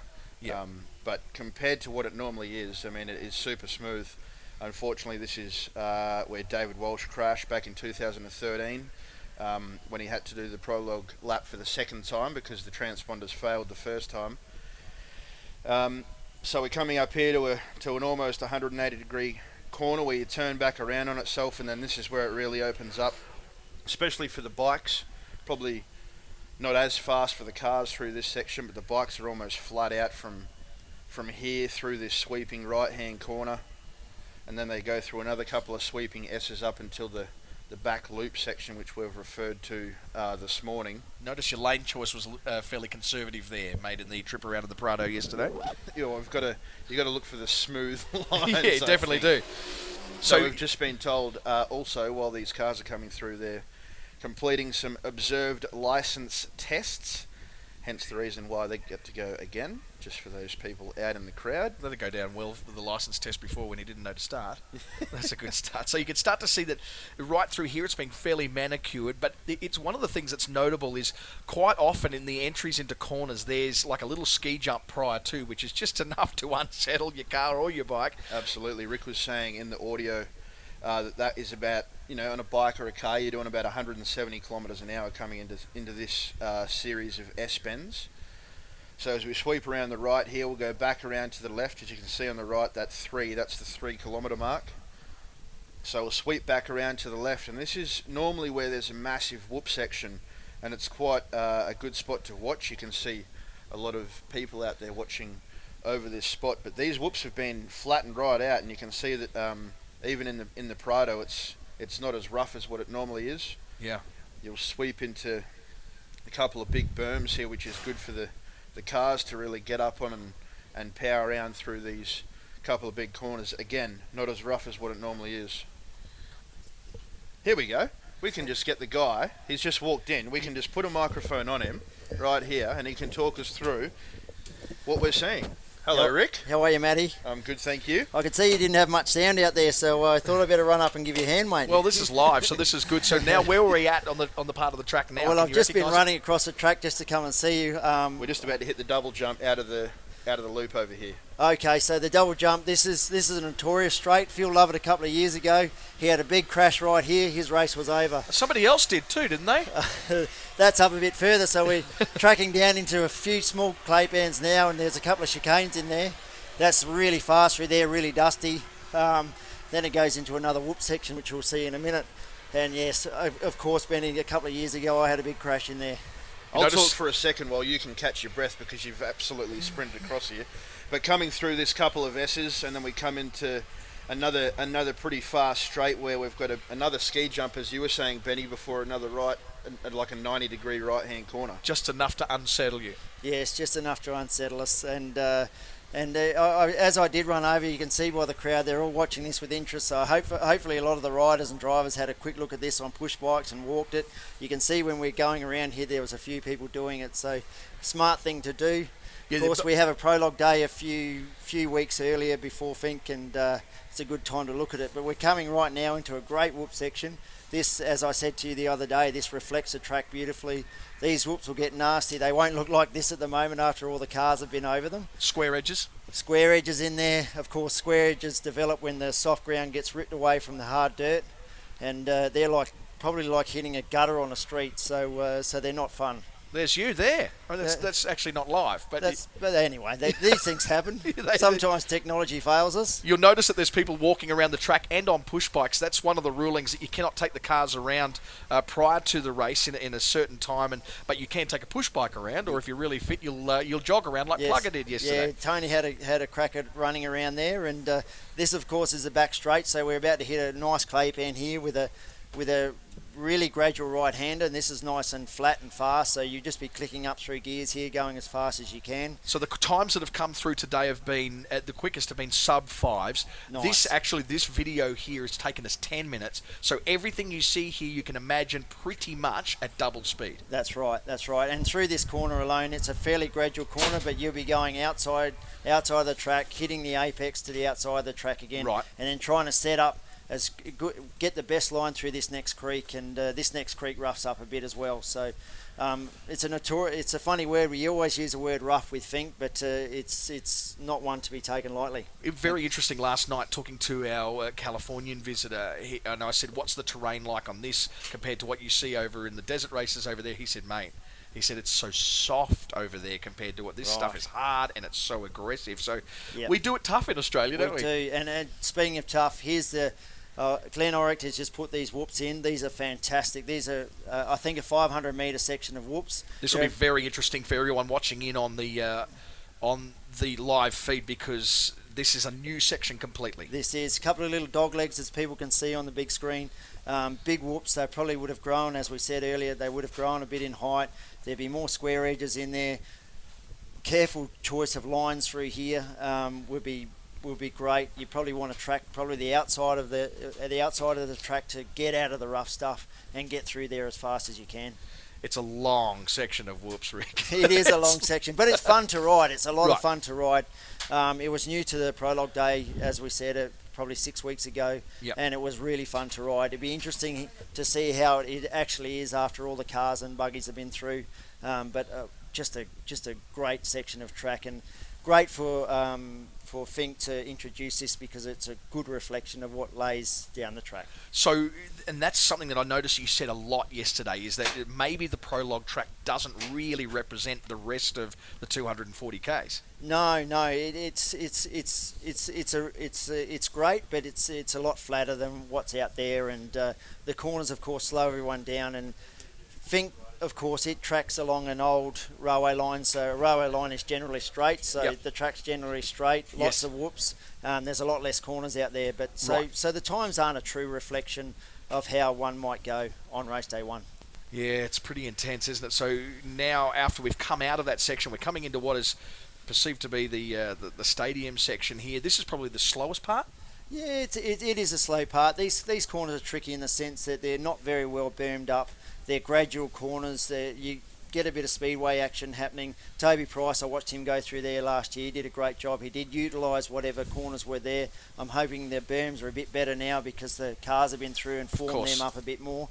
But great for spectators to watch everyone come in. I guess a lot of people would ask the question, why don't you put bikes first when it'd be a little bit smoother for them, you would think? What's the answer to that? Oh, it's just it's the format of the weekend. Day 1, day 2, cars are always safer to race in the early morning light. There's shadows across the track. Bike riders can't pick where the holes are in the track, so it's just safer. More wildlife out there, of course. So at that time, always safer. This is a great big berm corner, so this is one of the last hairpins before the final straight. You'll watch the fast guys hit that beautifully. Nice work, Rick. I have to cut in there, sorry guys. For all you bike riders watching the big screen there, if you can turn around behind you, Anthony Yoffa has the riders briefing about to start, and we'll be back straight after that. Thank you.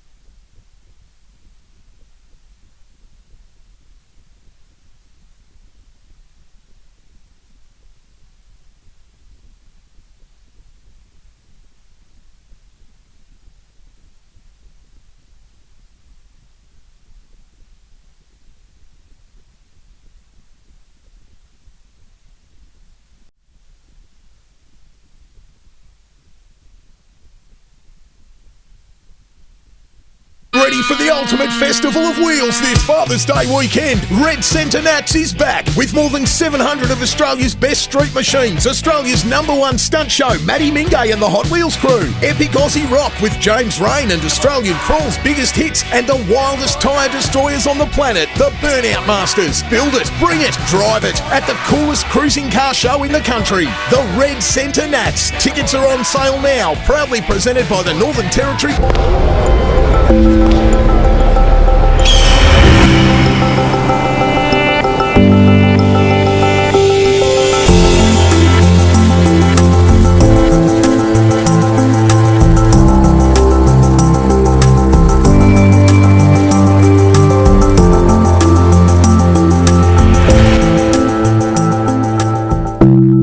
Blue. Drink history.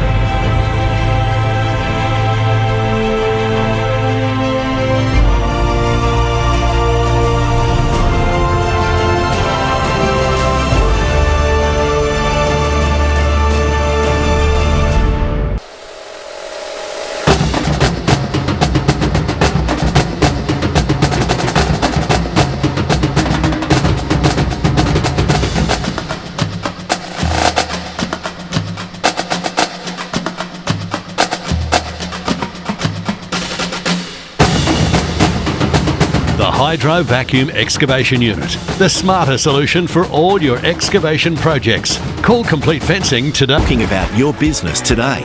Imparsia Television have a great range of opportunities to help expand and support your business, no matter how big or small. We're local like you are. Talk to our professional, experienced and friendly team who know your market. Call and discuss what we can do for you today. Because although we're small, we're big.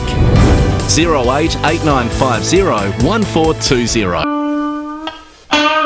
Everything gonna be alright this morning. I'm a full grown man. Wasn't that a man? Hey, child. How good is this? Sitting on the outside. I'm a man. I'm a man.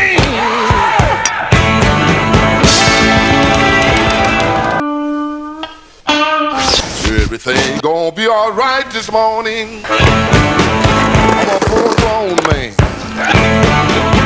Wasn't that a man? Hey, child. Well, he's done it again. Sitting on the outside. I'm a man. I'm a man. That car. Mum called it his second wife. When I was 17, Dad sold his baby to purchase me my first car. In my heart, I've always dreamt of being able to get that car back for him. Dad, I've got something to show you. It's yours. What? Oh my God! Oh, Dad.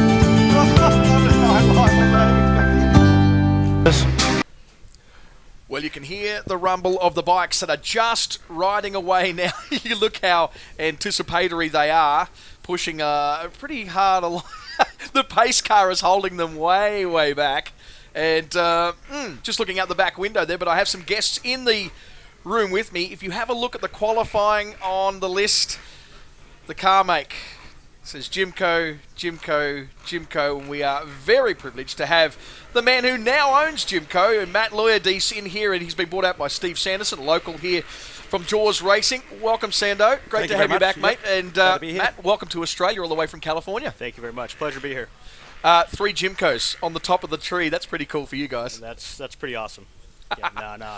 Those guys are wicked fast. I mean, they did a fantastic job, and it's really cool to see it say Jimco OBR, Jimco Buggy, Jimco Aussie Special. So couldn't be prouder. That's cool. How did the relationship go? I mean, obviously you're a customer, Steve. So take us from there. How did you get up the the confidence to say, hey, would you come and drive with me? Yeah, well, Matt just gave me a message a couple of months ago and said he's coming into Alice Springs for Finke for the first time, and he just wanted to know what to do, where to go, and how to approach Finke. And we had a spare car, and I said, well, why don't you come race? And yeah, wow. He jumped at it straight away. He didn't hesitate and said, all right, let's do it. That happens a bit for you, Matt, as far as like going with customers and that sort of thing? Yeah, I've gained quite a bit of experience working with Jimco and then now owning it to drive different vehicles. So in the States, our races are a little longer, and it's commonplace to have multiple drivers. Yep. So I've been very fortunate to be able to drive with many different people over the years to gain more experience, to become quicker. And so when he said, hey, you want to drive it, it wasn't even a question. Yes. Okay.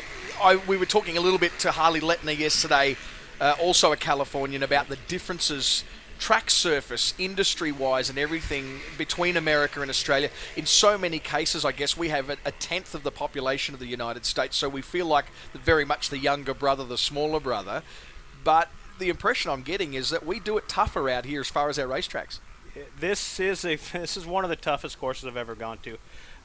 Usually we get 20 miles of whoops, break. Yes. For 5-10 miles, whether it's a dry lake bed, a sandy wash. This is 240 kilometers of non-stop whoops with maybe a second to catch your breath. Yeah. So it's just relentless. It's never ending, and I can't wait to run the car down it. It's amazing when you say relentless, it doesn't stop, and then you can't wait. For a lot of guys, we just go, gosh, this is all too hard. Steve, how many times have you seen it? Best finish of 6th, I believe, and I think 7th or 8th last year. Yeah, that's correct, yeah. How have you seen the track change out of all the years that you've done it? The track, it varies every year. Like last year we had the privilege, it was wet. Yeah. So we didn't have the dust. This year we're going to suffer with the dust. They do spend a lot of time with the grader on the track to try and take out some of the washouts and everything else like that. And that in itself can also change the track as far as making different ruts and everything else like that. So the track is always forming, developing, and this year me and Matt did a run on Wednesday, and it's going to be a tough track. Yeah, it is. It's rough. There's holes, big whoops, long whoops. Mm-hmm. Yeah, it's going to be good. How do you? Let's just ask the most basic question from the point of view of negotiating whoops.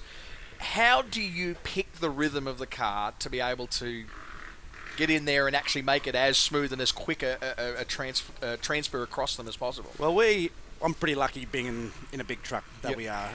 We don't really look at that. Right. I'm more looking where the next corner is, and right. especially in the whoops. We don't want to be turning too much in the whoops. We want to be hitting them as straight as possible. So I'm looking a fair way in front to see how big the corner's coming up. Whether I can straight line it or set the car up. So we're not really looking at the holes in front of us. Yeah. The car just takes it. If we slow down, we can pick up speed again straight away. We are very lucky in the car we have to be able to do stuff like that. So. Yeah, very interesting. Yeah, happy with your prologue time? Oh, very happy. That's my best prologue to date. Still 16th. It's not the greatest prologue, but for me, I'm wrapped. So puts us in a good position for tomorrow. We're normally pretty quick on the way down, so hopefully we can kick a few people off and get back into the top 10 and then battle it out on the way home. I'm sure he said pick a few people off, not kick a few people off. It might have sounded like kick. Maybe the car in front of me, I might have to be his first target. It's going to be straight for me. Put a target on the back of it. Matt, it must be interesting from the point of view of your rise through the family business in Jimco and now owning the business. Is this an insight for you as a company owner for the needs of Australian customers there? Yes, absolutely. For years, we've been sending cars down this way, and Mom and Dad have come here before. A couple guys from the shop come down shock tuning, but I've never been to Australia, never been to a desert race over here. So I was always kind of going in blind, This will give me first-hand experience on what the race course is like, what the cars need, and try to take that knowledge and apply it to our next cars that we build. It's an ever-evolving game. I mean, the next car is always different from the one we just built. So any knowledge we can gain from the run from here to Finke and back will help, definitely. I think that's something that I'd personally like to monitor throughout the weekend. I'd love to have you back a few times over the weekend to be able to just chat about what you're seeing and what you're going, man, we need, as soon as I get back to the workshop, we need to do this, and this to get ready for Australian customers. Yeah, no, absolutely. I'd love to. Fantastic to have you here, guys. Steve-O, from a local point of view, best wishes, mate, and hopefully you can pick a few of these other guys off and do Alice Springs proud. Well, it's a big day, and Finke's notorious for destroying cars, and we do have a strong and fast car, so that's what we rely on, and I think we're going to have a good weekend. Yeah, it's fantastic, Matty. Thanks so much for coming up, mate, and welcome to Australia. We hope you're enjoying our hospitality and Steve's hospitality as well. It's a privilege to have you here. Yeah, no, thanks for having me up here. I mean, the fans last night was unreal. It was a lot of fun. Seeing all the kids running up, giving them stickers and posters and stuff. It's a great atmosphere, and really looking forward to the rest of the weekend. Fantastic to have Matt Laodice in here from Jimco, and he's come over as a guest of Steve Sanderson from Jaws Racing this weekend. Some interesting insights. Sometimes we feel like that younger, smaller brother over here in Australia, but the impression we're getting from our American visitors is, man, they do it as rough and as tough and as well in Australia as anywhere in the world. We're going to take a short break and we'll be back very, very soon. The first of the bikes will be probably coming across from their first sighting lap here of the prologue. We'll catch up with them straight after this. The Finke Desert Race Committee and club members congratulate and thank all our sponsors for getting on board Australia's greatest desert race. Not only is it the premier off-road event in the country, it is pulled together by a voluntary committee with enormous community support. It is the generosity of sponsors that keeps costs down and assists us to promote it far and wide. The Finke Desert Race Committee acknowledges the 18-year unbroken naming rights sponsor in Tatts. Tatts have invested in excess of $750,000 in sponsorship since 2000, and together we have forged a strong sporting partnership. The one thing that the Tatts Finke Desert Race has maintained since it started in 1976 is that it allows anyone to enter. Whether you are the best in the country or just in it for fun, all competitors strive to achieve a finish. It is with the help of our platinum sponsors that anyone can have a go. We acknowledge the following: Alice Springs Town Council, Central Comms Alice Springs, the Community Support Program, Imparja Television, Lassiter's, Lion, Northern Territory Major Events Company, You Bet, and our official radio partner 8HA. The Finke Desert Race Committee would like to show great appreciation for our gold sponsors, who provide key services and expertise to support the running of the event. As Build NT, Chubb Fire and Security, Telstra, Ram Hire. With a race of epic proportions, it is the smaller sponsor that gets targeted by competitors hoping to ease their entry burden. A proportion of these also support the event, and we are grateful for their contribution. The club now asks you to support those who support the event. Think of that the next time you're ready to make a purchase. We'd like to thank the following sponsors and supporters: Acuna Springs, Alice Equipment Hire, Asprint, Complete Fencing, Wholesome, National Australia Bank, Red Centre Technology Partners, Thrifty, Yiparenya Shopping Centre.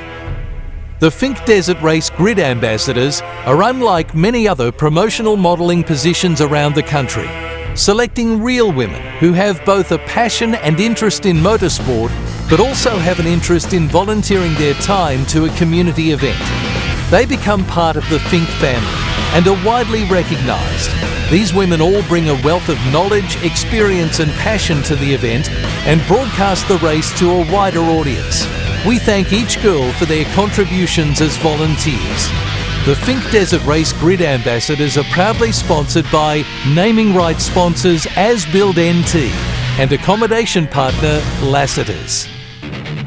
The football ground where the Finke Desert Race Committee goal scorer. 7th attempt for plugger Tony Lockett here at Finke 17. 7th attempt. 7th, yep. What would bring you back to this? Oh, I don't know, mate. It's just a challenge, I think. I mean, I just love riding, riding bikes and whatever. And it's just a great atmosphere, great place to be this time of year. And the weather's great, mate, out of Bowral. It's a bit ordinary back home, but no, he's great. People are great, and yeah, just a great week of the year, I reckon. Go back to 08 when you made your first attempt. How differently do you approach it now? Oh, no, pretty much the same. I mean, I'm down the back half, mate, so I'm just doing my best down there and finishing, you know. So, but you know, once again, it's just great to be involved, and mate, you know, this year record number of entries, I believe, so about 600 odd bikes and that. So, mate, it's going to be a bit happening out there on the track on Saturday and Sunday, but yeah, I'm looking forward to it. The sense of accomplishment, you've done that 6 times. Can you describe it? Oh well, I mean, yeah, as you're coming back on the, on the way back on the Monday, and you're looking at each bonnet, you know, you get down to the 50k mark, and you know you can sort of smell home a bit from there. So it's a good feeling once you sort of get that 2/3 of the way or three-quarters of the way back home, and knowing that you with an ounce of luck you're going to finish the race. But yeah, it's a long, hard ride. But you know, it's a good Finke Desert Race, the 2017 prologue day. We've got all the bikes, all the cars lining up today. We're just starting off now from the start where the you sit and wait for the amber and then wait for the green, and then your Finke Desert Race will start right then. Be careful not to jump on the amber. There will be a 5-minute penalty. So once you get past that, you've got the green and you've got the go, and this will dictate your times for starting on day 1 on the race to Finke. It's a great looking track this year. It's been beautifully prepared by Glen Oricht. It's been really well watered. The first straight is 5th gear pinned. You've got a couple of little dog legs, there's a couple of little jumps. We're hitting one right now. It's very bull dusty, so the water's going to be great, although through the day that bull dust will kick up a fair bit, so it's going to play a bit of havoc for the riders that don't win the start, and even riders that win their start and catch the slower riders out on the track. We're going through one of the big long sweepers at the end of the start straight now. Again, this is going to chop right up. It goes into now a 90-degree turn. This will be where everyone has to slow down, try and utilise whatever berms are formed by the cars, and then direct them down towards the next section, which is through a small chicane, and then through a small creek, and then another 90, and then another 90, and down the next straight. We're going around here at pretty good pace here in the Toyota Prado. Matt's doing a great job, but the boys will be trying to do their damnedest to go as fast as they can without falling off. We remember in 2013 that David Walsh had to rerun his prologue, and it was his year to take, and of course he crashed on his second run at that prologue right here, which is about 2k's into it. So dreams can be lost on this track in a year that you're meant to win it. Again, this is daunting, particularly for first timers, because if they're not used to racing motocrosses, this race or this time trial will be something really different to the actual race itself, where you've got time to settle into your bike, get used to everything, and just have a nice ease into your race. So this is flat out from the word go to the time you cross the finish line. We're going to the next big sweeper I was talking about earlier. This will take us onto another straight, really flat clay pan type straight with a couple of chicanes.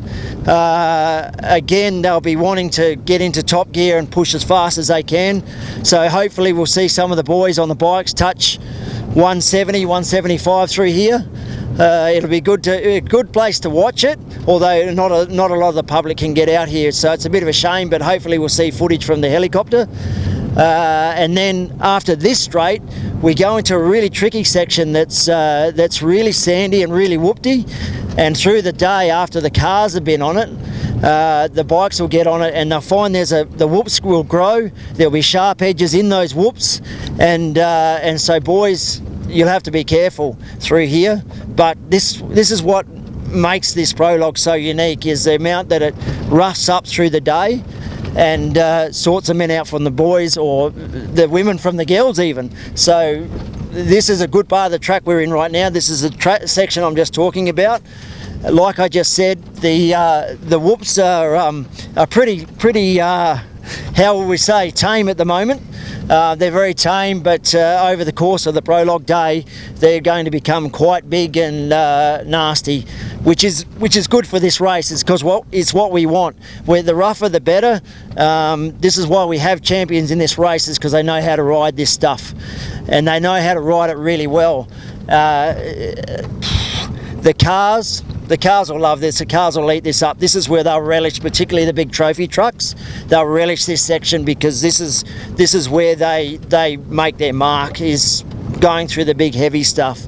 You'll see the UTVs not go so well through the rough stuff, as well as the quads will love the flat sections of the track, but they won't particularly like the big heavy whoops. If there were more whoops in this prologue track, it'd be probably even better, but like I said before, Glen Orrick's done a unique job of preparing this track, and it's, like I said, it's been well watered. We're just going past some guys now that are having a quick look at the prologue track. Very smart thing to do. That'll improve their knowledge of the track, and if they get stuck in dust, they won't be such a guessing game for them. We're now tracking down towards down another straight towards the back set of whoops. So they're also very sandy. On the day they get a lot bigger, and of course look out for those square edges because they can haunt you. There's a little jump just before this 90-degree turn, which Matt did beautifully, by the way. This section here, there's a couple of sharp edges here. Guys get caught out all the time. It's like all sections of the prologue track, it's really fast, so if you bite the dust, you're going to bite hard, and if you get up, you've done well. I've hit the deck here before, and it's not fun because while it's sandy, it's quite hard, just a couple of inches beneath the surface.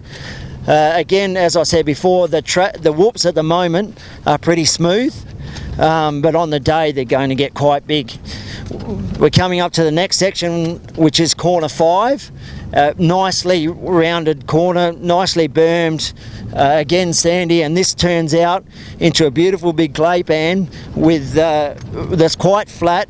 It rarely gets, because it's so hard, it rarely gets rough, and there's a nice big sweeping bend halfway down this straight. And the big boys, and most of the big boys will not back off for this. They'll keep a 5th gear pinned. They'll throw it into the corner. They'll just hold it flat. They'll ride it like a Grand Prix track. They'll try and use the outside of the straight, apex the corner, and then the outside of the straight again. And that's just a smart way of doing it. After this clay pan corner, which we're going through now, we drop into a creek. Again, on the day, it gets really rough. That's a theme with this race, is rough. Unfortunately, it's rough and dusty this year, but rough is how we like it because that's how champions are made. Through a creek, and then we're stepping out of the creek right now and into another left-hander, and that looks down what is now a really new section of track. It used to be 4 or 5 big sweeping turns, beautifully built up berms around them, but now it turns into a whoopty straight with a couple of little dog legs in it. So this will be as fast as these boys can go through here. These whoops are quite large, so that the trucks and the bigger buggies will love this. The faster guys on the bikes, they'll be trying to double these whoops through here. They'll be 2 as much as they can. I doubt any guys will want to be going any slower than that in order to get the best time they can. With the jumping up and down of the car, you can see, I don't know if you can see, but they're great whoops. They're perfect for Finke. They're a great reflection of Finke, and they've done a fantastic job forming them up here.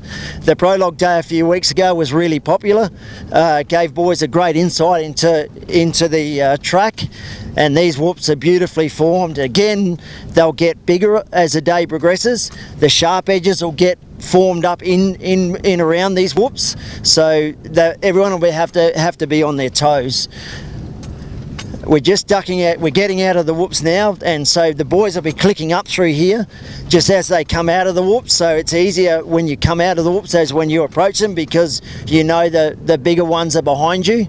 And we're coming into some big sweepers which are just near the finish line of prologue, so forearm pumps going to be prevalent here.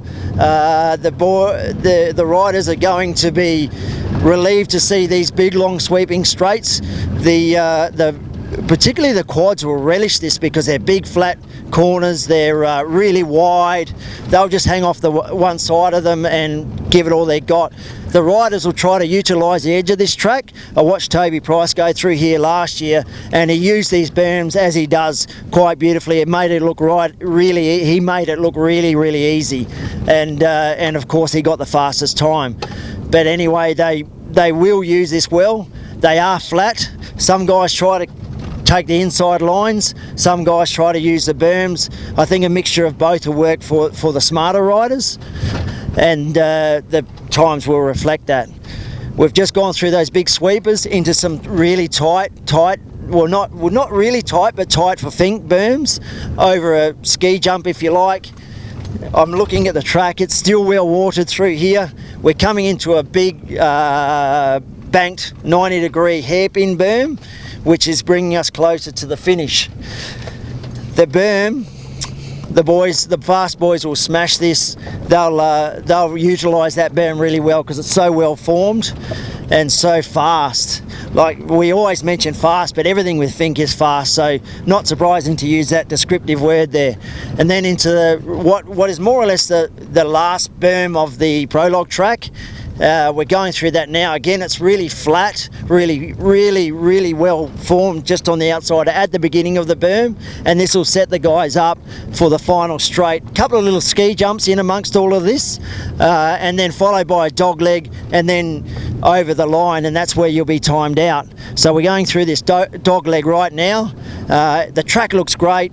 And there's the Tatts Finke Desiree start-finish line, and as we cross that line, they're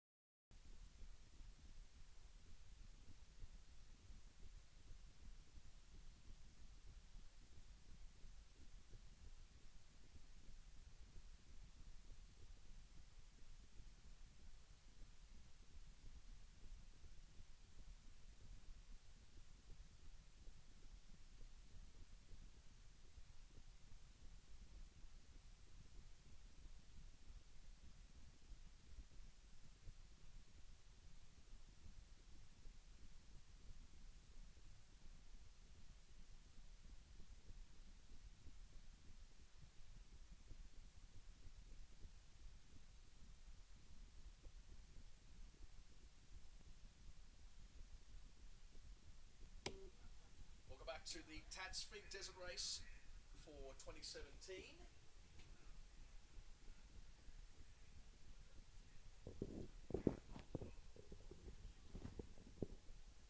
We should be on.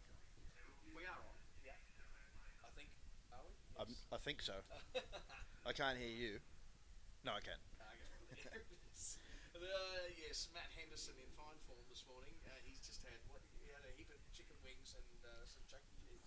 About 5 beers. Yeah, really. Yeah. Smash them down. No, not really. We're just admiring the photos coming up with the bike type and where they're from and how many Finke starts they've done. What a great idea by the committee this year. Yeah, that is fantastic, and they've just got some software where they've just loaded up the stats and the photos, and they've come up a treat there. So the local photographer. Yeah, local photographer.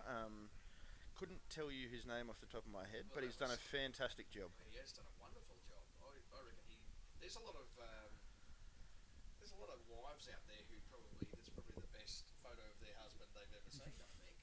So Ivan Long gets a look up there. 5 Finke starts on the Husky. Good to have him back. I think we might recap the car top 10. I think we should do that too, just to give you an idea. Now, give you a little bit of context in the sense of times. So last year, quick time for bikes was 7 seconds quicker than, beg your pardon, no, it was 14 seconds quicker than quick time for cars. So to give you an update, let's go through your top 10 as a little bit of a form guide for what we've seen in the four-wheel division at the moment. The West Australian is sitting on the front. Yeah, Travis Robinson and Trent Anthony had a really good prologue run this morning. They've put it on pole with 4 minutes and 50.1.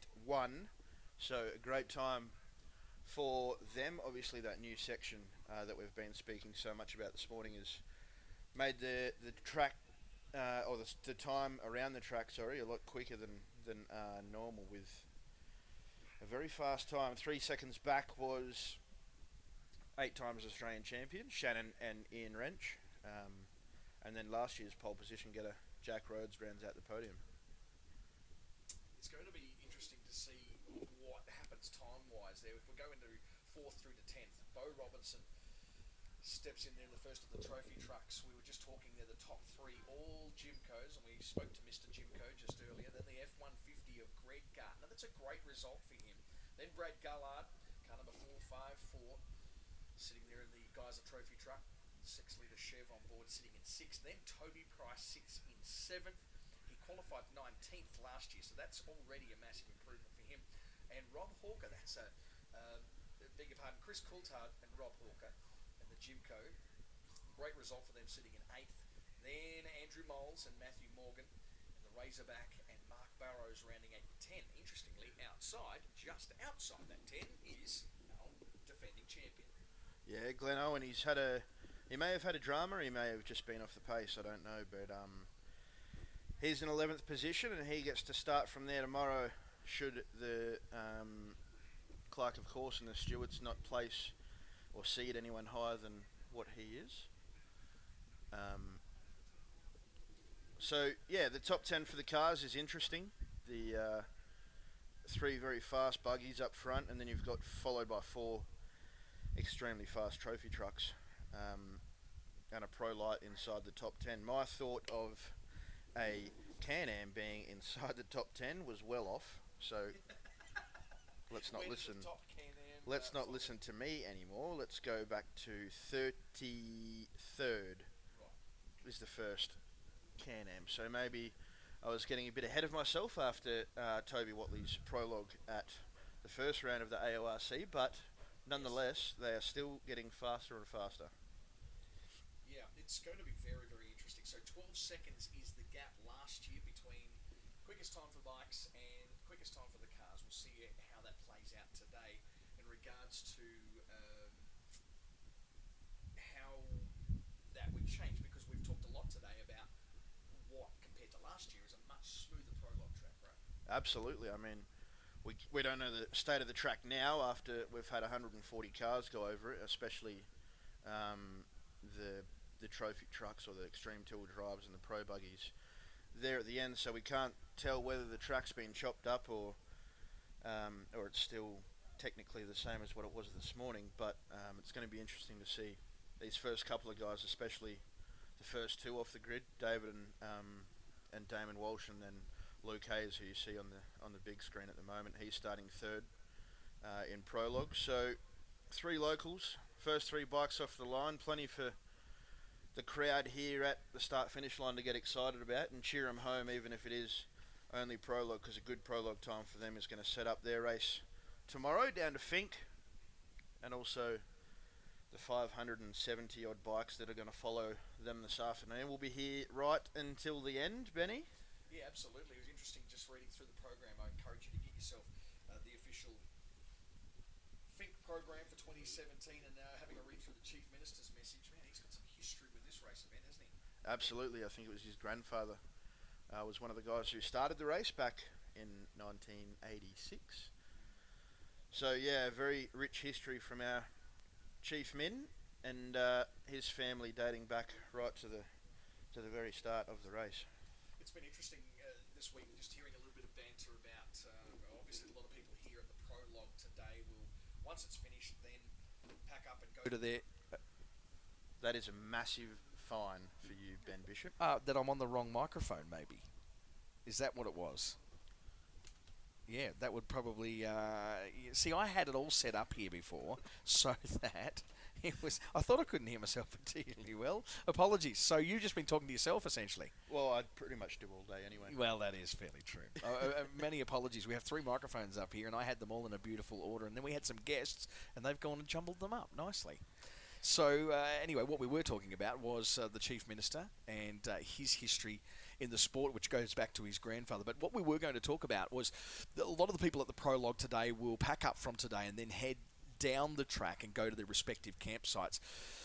There is such a high reliance on the trackside campers to do the right thing when it comes to what you do with your campsite. You've got to understand it's not Crown land. This is actually people's land, and we just cannot afford. One person could be the one that stops this race purely because they don't act responsibly and clean up their mess after them. So if you're here today and you're heading down the track, make sure that you do the right thing, clean up after yourself, and don't be the reason. Yeah, don't be the reason is the tagline that we've had now, and just pushing that along, because one person's stupidity could stop a race that obviously...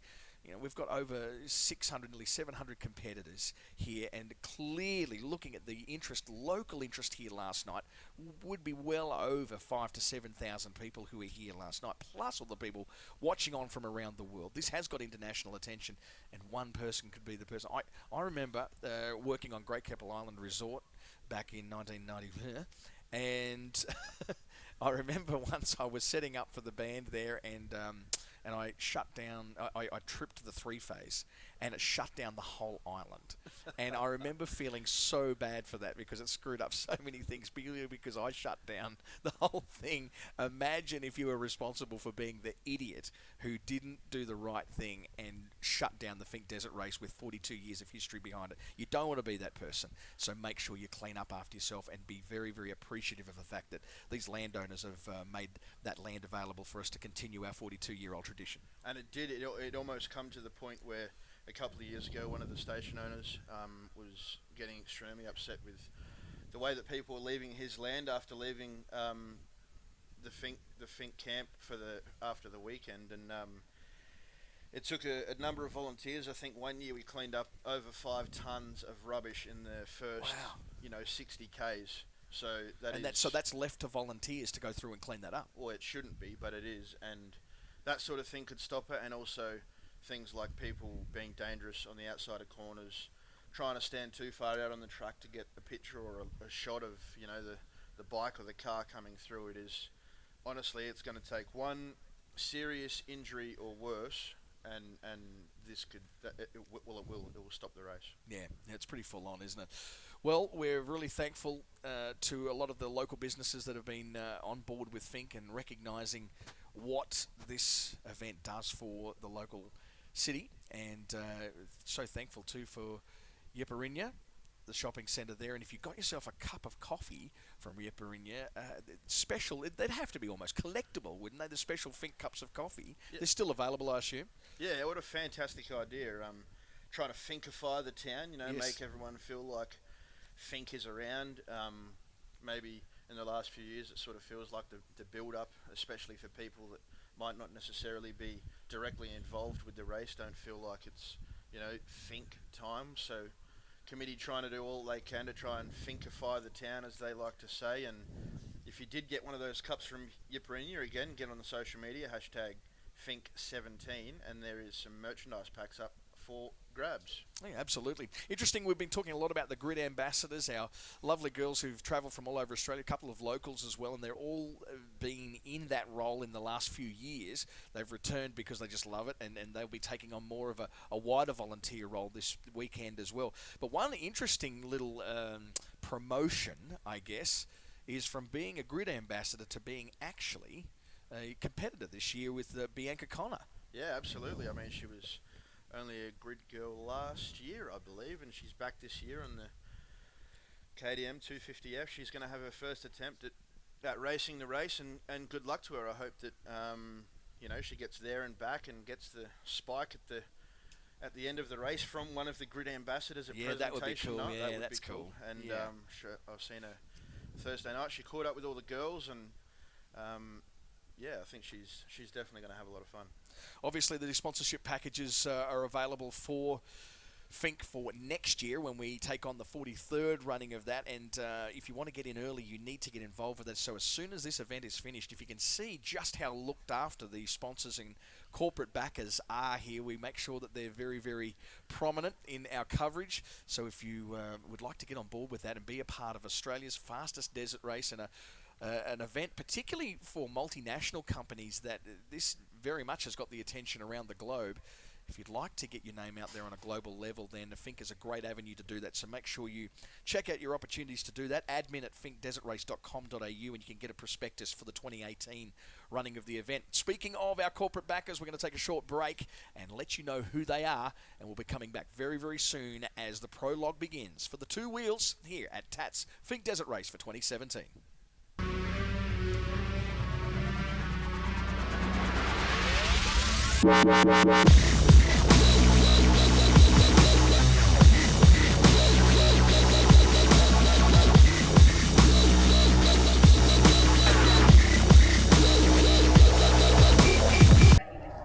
What do you think they're talking about? Who knows? Hair, shoes, makeup, girly stuff. Doubt it'd be anything we're interested in. They definitely don't look like they belong on trackside, that's for sure. Look, check out that 350 LS1. You can't compete with that kind of torque. Sure, raw power, but a 3.5 litre turbocharged V6 definitely has the upper hand. Maybe, but let's talk about reliability. With turbo spinning at over 100,000 RPM on a track that rough, anything can go wrong. A naturally aspirated V8 is unbreakable by comparison. Yeah, well, that's all well and good, guys, but let's talk bikes. Who in their right mind's going to ride a 450 in this race when it's clear the 500cc 4-stroke is what you're going to need to podium? Yeah, totally. Who wants to be revving their bike hard through those whoops?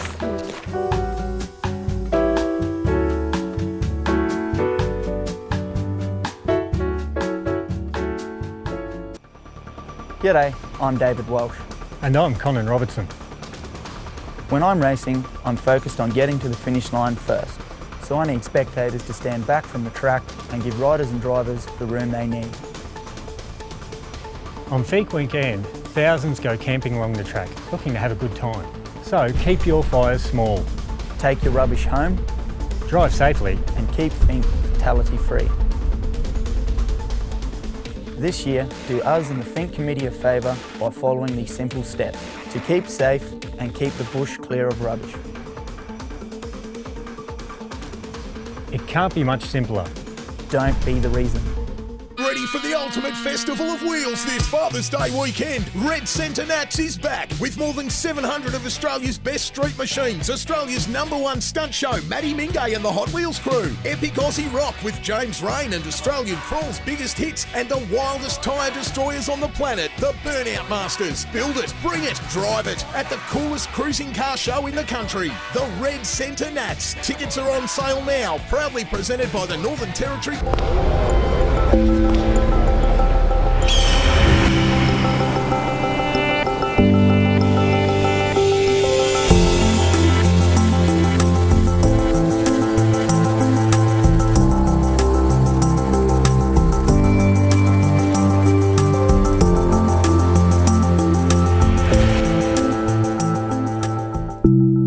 Blue. Drink history.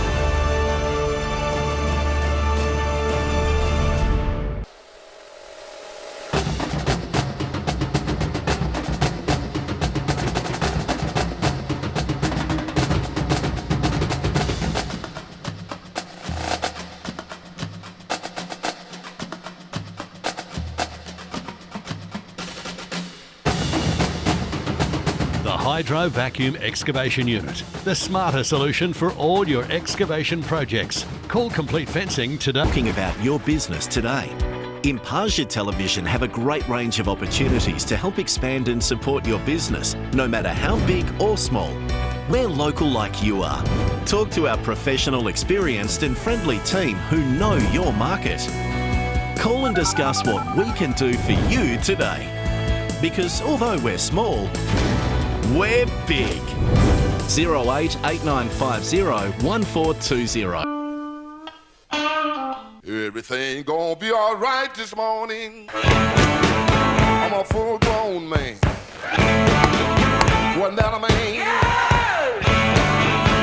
Hey, child. How good is this? Sitting on the outside. What's this? Yeah. I'm a man. I'm a man.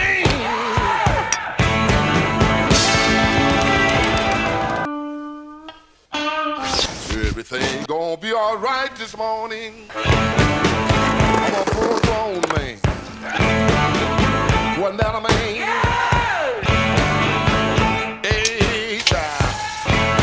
He's done it again. Sitting on the outside. I'm a man. I'm a man.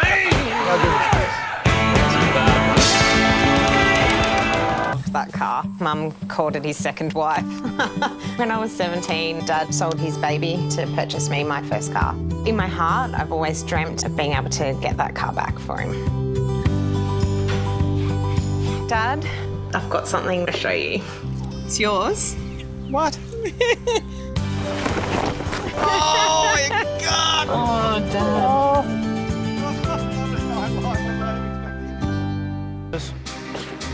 Don't lose that. Here at the Academy, we've been busy coming up with more ways to bet. Brew. Like our customisable multi-builder. Shorter price. Shorter.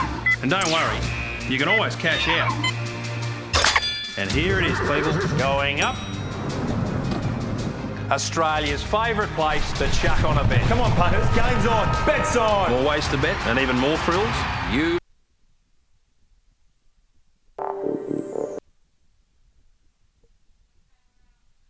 Welcome back to the Tatts Finke Desert Race for 2017.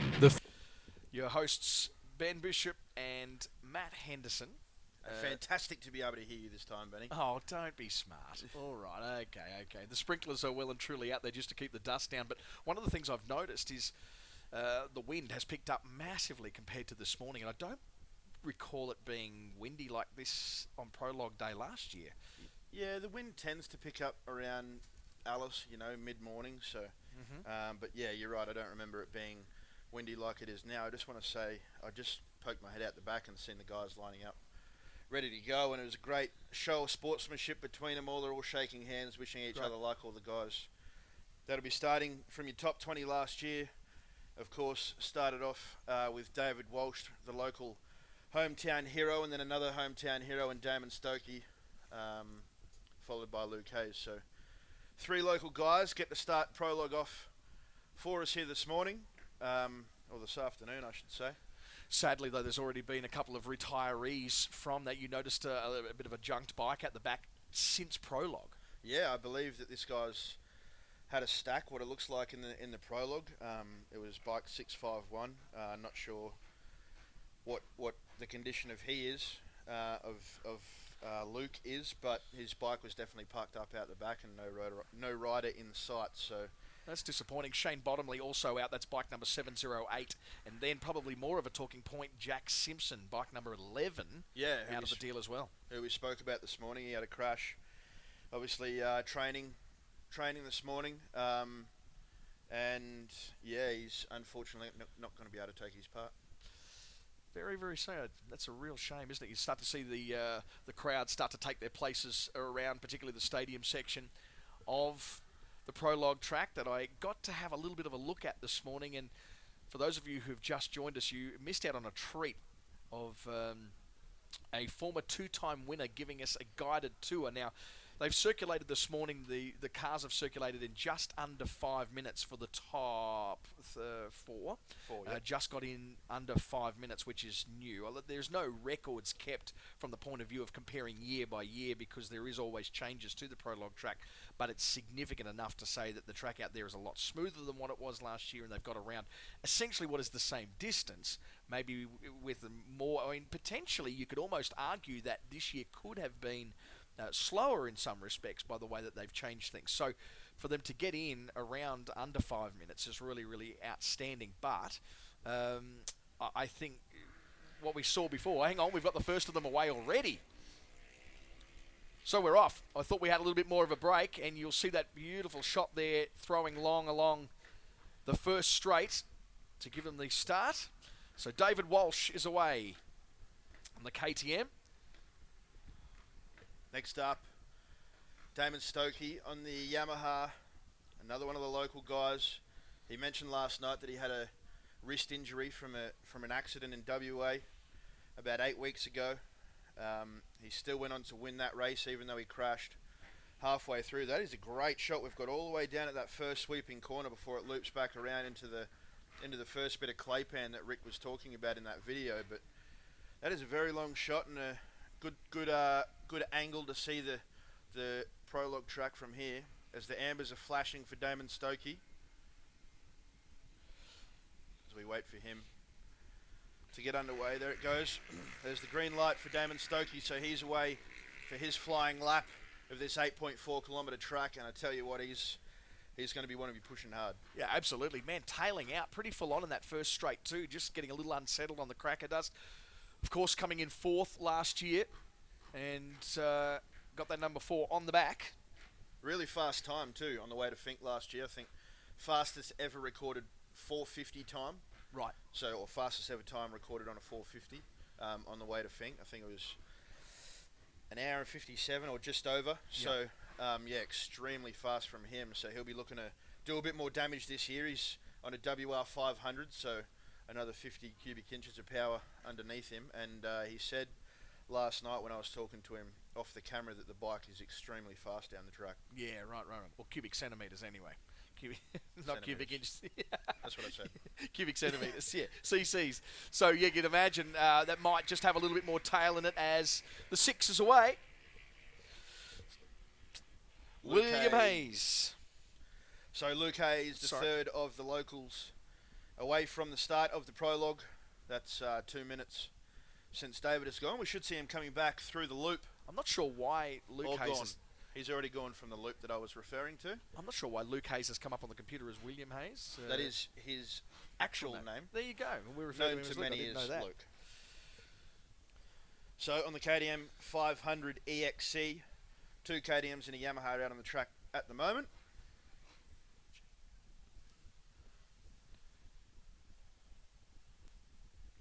So the amber lights have come on, ready for the 4th competitor to get away. That'll be Todd Smith on the Honda, sorry, number 7 from last year, from Condobolin in New South Wales, a former winner, 2013 King of the Desert, which ironically was the last time Toby Price didn't ride a bike in this race. Yeah, is that right? Wow. Ryan Cossins is going to be up next from Numurkah in Victoria on yet another Honda. So the majority, Hondas and KTMs there, with the odd Yamaha being slotted in. Interesting to see what happens with the race of makes that we keep our eye on every year as well. Absolutely. We should be seeing David Walsh come back towards us very shortly. There he is. He's going through that whoop section down the fence line that we've been talking about all day so far here on Saturday. It's prologue day, the 2017 Tatts Finke Desert Race. Looks pretty quick through that whoop section, Benny. Yeah, absolutely. Man, I'm just so keen to see what these quick guys are going to do in relation to the car times. That's the biggest thing I'm keeping my eye on at the moment. Ryan Cossins from Victoria on the CRF 450, number 8 from last year. He's away at 12:34. As we wait for our number 3 bike, he is into the stadium. He's got about 3 corners left to go. Will we see a local post the fastest time here this afternoon to be able to send it on its way tomorrow? He's into this high banking left-hand corner, the first corner really that we can see from our position in the commentary box. Slight cross up there as he just gets across one of the ski jumps. Ginger entry into the berm, and this is going to tell the tale now. So he gets it out, shakes it out wide. Yep. He'll go wide and bring it back right on the apex and try and get as much time as he can. Wow, that's aggressive. Look at this. And the numbers are going to come up. This is going to be telltale. Wow. 4:55. 4:55. So a super fast time straight up. 5 seconds slower than Travis Robinson in the car. Yep. We will make mention of that, but yeah, very fast. Very interesting. Very interesting. So that's 3 seconds faster than Toby was able to do in the prologue last year. He was obviously P1 in the prologue last year, but 3 seconds faster than that, thanks to this new prologue track that Glenn Orick and his team has prepared for us this year. Damon Stokey into that high banking left. Look at the ruts forming for the berm there. They're able to slingshot out of that extremely fast. Damon Stokey doesn't look like he's riding with a broken wrist. No, it's just bizarre, isn't it? Albeit, thankfully, his left wrist. It'd be just almost a little bit too much to ask if that was his right wrist. But we got a picture of it on last night, actually. Let's see what the numbers come up with. 5:03 for Damon Stokey. Does that surprise you? Not really. Right. I mean, his hand is hurting. He's made no allusions to the fact that his hand is hurting, and he said to us last night he really wants to get there and back inside the top 20 so he doesn't lose that spot for prologue next year. Right. He knows that the wrist isn't 100%, so he's just doing the best that he can this year. Realistic expectations for Damon Stokey, the second bike through so far in the Yamaha WR 500F. Waiting for the next bike to come in now. Luke Hayes, prologue 12th last year. Probably not his strong point, this shorter format around the tighter sort of stuff. So it'll be interesting to see where he can place himself. He obviously, as I said, went from 12th to 6th last year in the race. Gets very sideways through there. Very speedway bike as he gets it right down and clips the apex, gets a little bit sprayed out there as well. Wonderful shots as he comes across the line. Can he settle in there somewhere? in that top 3. He comes through. Luke Hayes third with a 5.06, just 3 seconds off that of Damon Stokey. So the KTM have got the pieces of bread on the Yamaha sandwich here at the moment with the first 3 across the line in prologue. Next up, Todd Smith making his way through those couple of sweeping left-hand corners before he doubles back on the right and goes over that ski jump where a few of the car guys got a little bit crossed up over this. There's a bit of a bump coming off that before he comes into this high banking left-hand corner. A really good corner by the looks of it for the bikes. Probably not as quick for the cars, but these guys are on the limit through these corners. You just have a look at that on that last turn there, the mid berm cushion that's formed right in the middle of it there. You don't want to skip over the top of that. So let's keep our eyes on the 7. Here comes Todd Smith now on the CRF 450. Laying right back on it to put as much weight on that back tyre as possible, and that is 4th quick at the moment. So they have come across the line in order of their procession at the moment. Todd Smith grabbed 4th. 5 minutes 12, that's very interesting. That's 6 seconds slower than Luke Hayes. That is something that I probably wasn't expecting from Todd. I was probably expecting a little bit quicker from him. Here comes Ryan Cossins through the double sweeping left-hand turn before he comes back onto the right. We've seen all the way up to number 13 go as number 14, Mark Grove, is on the line about to take his part in the prologue. Oh, very crossed up. Man, you have a look at the witness marks there on the start line. Man, he has moved over by over, almost possibly 1.5 meters, 2 meters there. Absolutely. It's really sort of caught him off guard coming out of that starting rut there. So, of course, so far we've had the 4 guys come in, and then after that we've had Ryan Cossins, who's just about to cross the line now, then Caleb Oryx left, Nathan Trigg, Kent Collins and Mark Grove as Ryan Cossins comes around in 5 minutes 24, so that puts him into 5th. So David Walsh's time is looking extremely fast. Yeah, that's interesting, isn't it? Very so interesting. Is that giving us some sort of indication then of how much change that the prologue track has endured as a result of the 4 wheels?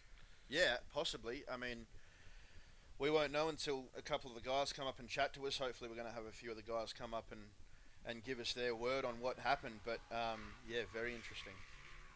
Full on. That's some surprising stuff coming up here at the moment as Caleb Warwick, the next guy to come in. He's switched back to the 250 4-stroke this year. He's not on the 450. He's gone back to a smaller bike, but, man, this guy can ride, and I wouldn't be surprised if he puts this in the top 10 by the end of the weekend. Caleb Have Warwick. a listen to this thing scream across the line. Oh, gosh. That is right on the edge, isn't it? So Caleb Oryx, 6th quick. 5.24, and that almost equals the time of Ryan Cossins. So we're back into the tenths and hundredths there, the difference between those 2 guys. And that's the difference between a CRF 450 and a CRF 250 with Caleb Oryx and Ryan Cossins. Next guy through will be Nathan Trigg from Mildura in Victoria. This guy is riding a 300cc 2-stroke. Yeah, wow. Next off the line was Rodney Faggoter, former Australian Safari champion and long-time competitor in this race. WR 450 Yemi for Faggoter.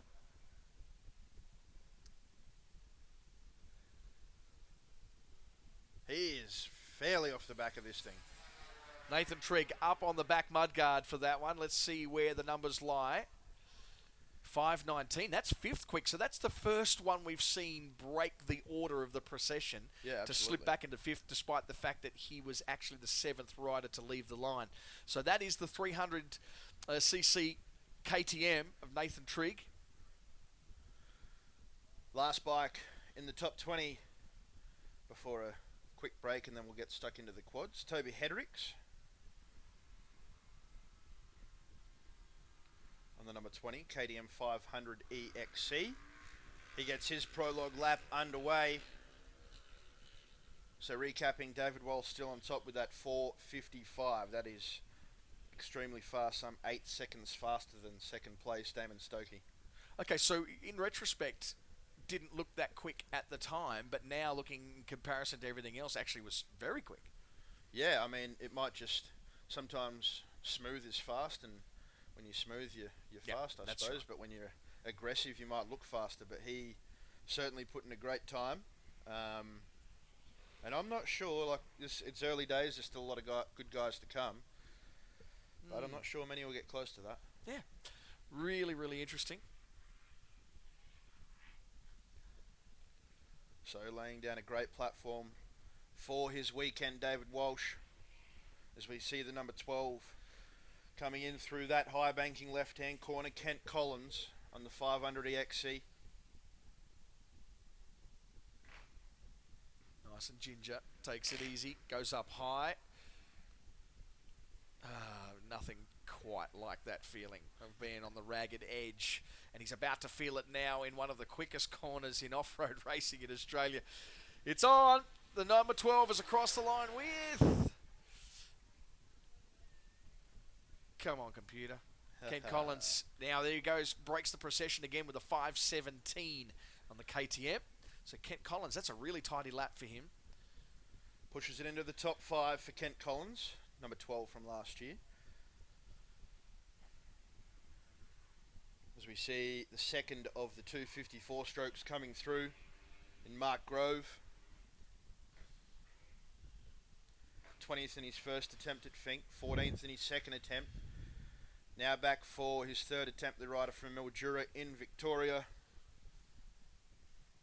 And all 3 times he's ridden the 254 stroke, so his bike of choice.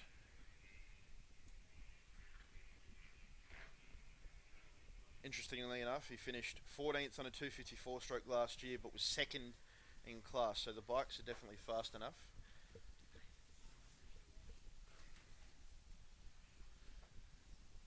As we wait for Mark Grove to come across the line, we'll check what his time is on the CRF 250. As we wait for that time to come up, 5:29, so he slips into 9th position, and we are joined in the commentary box by none other than, well, we have the other undisputed champion, Benny, of the Yipper in Your Pit Crew Challenge. Oh, yeah. Never mind the racing side of things. Yes. These guys Yes. won the Pit Crew Challenge on Thursday night and collected a cool $500 check. Welcome, Ryan Cossins. How are you guys? Very good, very good. A good lap from you. I think you're sitting there 7th at the moment with a 5:24. So a Perfect. decent lap. Yeah, I backed off in a few spots that I probably shouldn't have, but nerves get you a bit that way sometimes, so got a nice sprinkle here at the end, cool me off.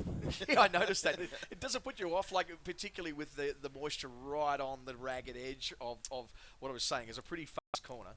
There's actually probably a little bit more traction in it, to be honest. Yeah, right. The water holds the dirt together. Sure. Yeah, the only thing that when the water hits your goggles, you can't see anything. Yeah. But yes. being that it's straight to the finish, it really doesn't matter too much. Yeah, okay. So we were obviously speculating. We had a great insight this morning with Rick taking us around the track, albeit at half the speed of what you guys do. Those 5-minute times, it took 10 minutes for him to explain the track. How ragged does it look compared to what we saw on the screen this morning? Look, it's very similar. It's very similar. A lot of the corners are polished. Yeah. So the buggies will often polish the inside of the corners and push a bull dust berm up to the outside. Right. So there's a lot of that. But other than that, it's not as rough as I had expected. Really? Okay, that's positive. Yeah, for sure. So how are you feeling now? You've got the prologue out the roads. How's the confidence? Oh, I'm ecstatic. I just want to I've been waiting to get this out of the road for weeks. It's a bit like they tick the list, they tick the box, and then you can relax. That's right. This is the scariest part for me, so I can't wait for tomorrow. It's fantastic, mate. So there's a general... you were just about to point something out there, Hendo? Yeah, I was going to make mention. I mean, the last 2 times your prologue time might not have been as good as what your speed is down the track, so you're feeling confident about, having the speed down the track to be able to make up a bit of time? Yeah, for sure. I'm yet to prologue in the top 10, so I'm usually further down the list after prologue. Yep. And it hopefully I can gain some spots tomorrow. I'm pretty confident that I will. That's great. Very good. While we've been talking, we've seen a couple of guys come across the line. Andrew Gillum on the 500 EXE, he posted a time of 5 minutes 30 to put himself into 10th And then Rodney Faggot just crossed the line on the WR 450 with a time of 5 minutes 40 to put himself in 11th. So you still held your spot there in 7th, Ryan. Perfect. Yeah, so I see what you're saying. It's almost like, okay, you've got a little bit of an edge than what you had last year. Then there must be a confidence building. Yeah, for sure. It's hard to say. Every year you get more confident with the prologue track. Yeah, sure. You get, being from Victoria, I don't see a lot of it. Yes. So it's every year you get a little bit more confident in it. Yeah, that's great. Well, best wishes, mate, and we hope you go well tomorrow. And big day ahead. Well, big 2 days ahead, and we wish you the best of luck. Thanks very much, guys, and good luck to all the other competitors. Very good job. Ryan Cossins up here in the box having a chat with us. We appreciate his time. I guess a lot of these guys are looking for that opportunity to just, I guess, do stuff other than just wait around, because you can just pick that nervous energy, wasn't Absolutely. I mean, he seems super pumped to get that lap out the way, and now he gets to relax tonight, maybe go back to a little bit of maintenance on the bike and get ready for a big day tomorrow. Very cool for him to qualify in the top 10. It's the first time he's done it by his own admission, so that's very, very... Well, there is still a few bikes to go. Oh, yeah, but there is, yeah. So far in the top 10, I mean, you'd have to think that he's going to be inside the top 20 by the end of the day. So that's a good start for him, and yeah, we wish him all the best. We've got a few of the quads off the line, the Class Y bikes, which is the 45 and over quad riders. Absolute lunatics, some of these guys. You're saying it in the nicest sense of the term. Absolute nicest sense. Yeah, they are crazy, and everybody just sort of knows it, don't they, really? In fact, the guys themselves know that they're on that ragged edge. So we did miss one. Toby Hedricks on the number 20, the KTM 500 EXC, posted a time of 5 minutes 32, so that puts him into 11th. Out of the 12 finishes so far. Yeah, interesting. The Y98 and the Y99, I'm going to leave you to pronounce those guys. I reckon I've actually got just them. have to take off for a bit, so if you can call them through. Vittorio Bonici and John Maragazidis. Very good. Very, very well done. Now and then, our illustrious switcher Tiff is switching to shots of the crowd, so keep your eyes on that super screen. And if you see yourself up there, make sure you give us a little bit of a wave, and don't forget, right throughout our social media, anything you do, hashtag Fink17, even if it's a photo of whatever food you're eating, hashtag Fink17, so it goes up as part of our album that's building beautifully. A couple of more guys have just left us on the line. That's Evan Brooker and Paul God. Just want to make mention that I didn't see Jerikai Andrews leave the start line. He finished 15th last year. Yeah. We had Mark Sladdick pull out last week, so he wasn't going to be taking his place on the grid for prologue, but Jerikai Andrews is an interesting one. His bike was here last night, so I'm not sure what has happened there. Okay, well, we might have to do a little bit of research down in the pits then to find out what the deal is. Jerikai Andrews, a local boy, and there was 6 locals who actually made it into the top 20 last year at Fink 16. So just keeping our eyes now, just entering into the stadium section. So the first of our quad riders from the Y class, which is class 10.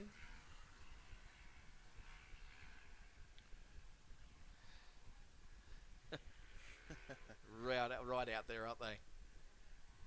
But these guys are having an absolute ball. The weight transfer is a totally different game on a quad to what it is on a two-wheeler, isn't it? And you just see the way they're trying to negotiate that. Like, that is just so physical. Because you're not just... on a two-wheeler, obviously, you are the pivot point of the bike. And so you lean that way, etc. But this thing here, you're also using your body weight to counteract the weight of the wider stance of the actual bike. And it's, man, it's a lot of hard work. Those guys... I've ridden a couple of them, and they are the scariest thing. Oh, they are. So you get caught in a rut, and it pulls, it pulls you to the side, whereas a bike, it's not as much. You got 4 wheels pulling you rather than 2. But we see... the first of the quads coming across the line. Numbers are up. That was the Y98, I believe. Yep, Vittorio Bonacci, a 7:02 for him. And the Y99 coming across the line as well. He had a time of 7 minutes 13. He did. To put himself into 14th. He did a very good lap. He did. He was good.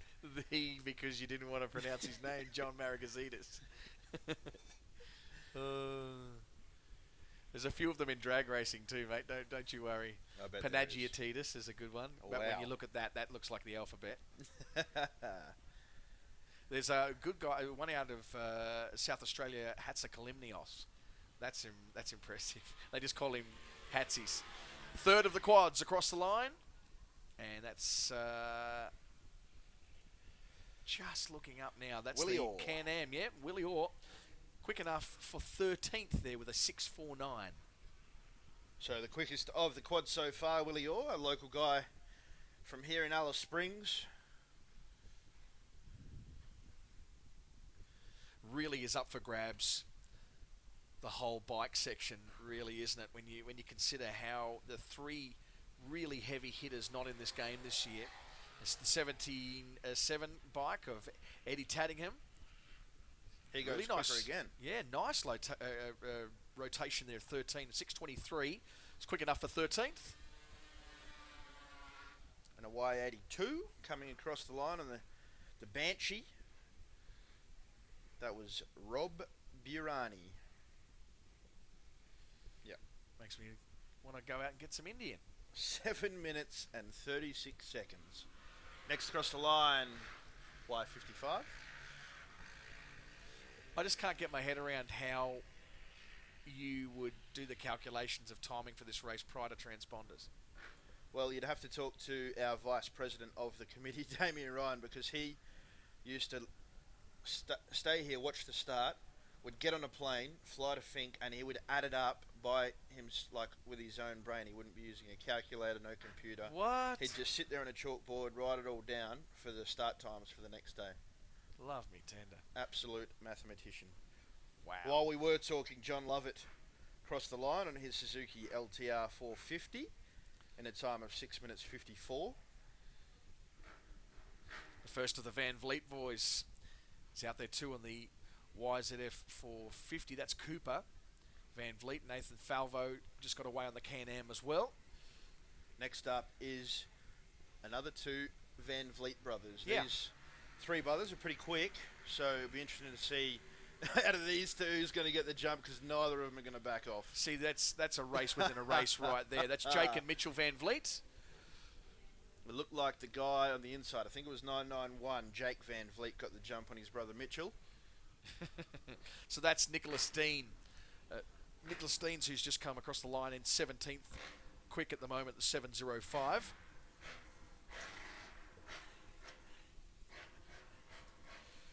As one of our former Finke heroes has just stepped in, and Glenn Orick took time off the grader to come and join us. You're puffing, mate. What's going on? Oh, too many laps around the start-finish line. What are you doing now? All the grader work's done, buddy. Surely you can sit back and cross your arms. Looking after the gate entries, looking after ambo crews, making sure they're sorted. Just local track watering still, and pretty excited for my son Kayla, who had a good run this morning on the 250, number 9. Yeah, he did really, really well. He was saying earlier, one of 6 local guys to finish in the top 20 last year. I mean, it must be interesting for you to be able to be so heavily involved with the back end of the actual event, and then the boy's got some talent. Yeah, it's been pretty exciting. The track's changed a little bit this year. Same alignment, except for a new set of whoops. There's a kilometre of whoops here on the eastern side. Yes. It's a new feature in the race this year. So the comments I've had is that it's been race friendly and very rideable, but it's just a new feature on the race for prologue day and then on race day too. So just giving them a taste of what it's like further down the track. Yeah, exactly right. And we've heard a lot about that. Rick was telling us that it's more of a picture of what the rest of the racetrack is like, and that's a fair call.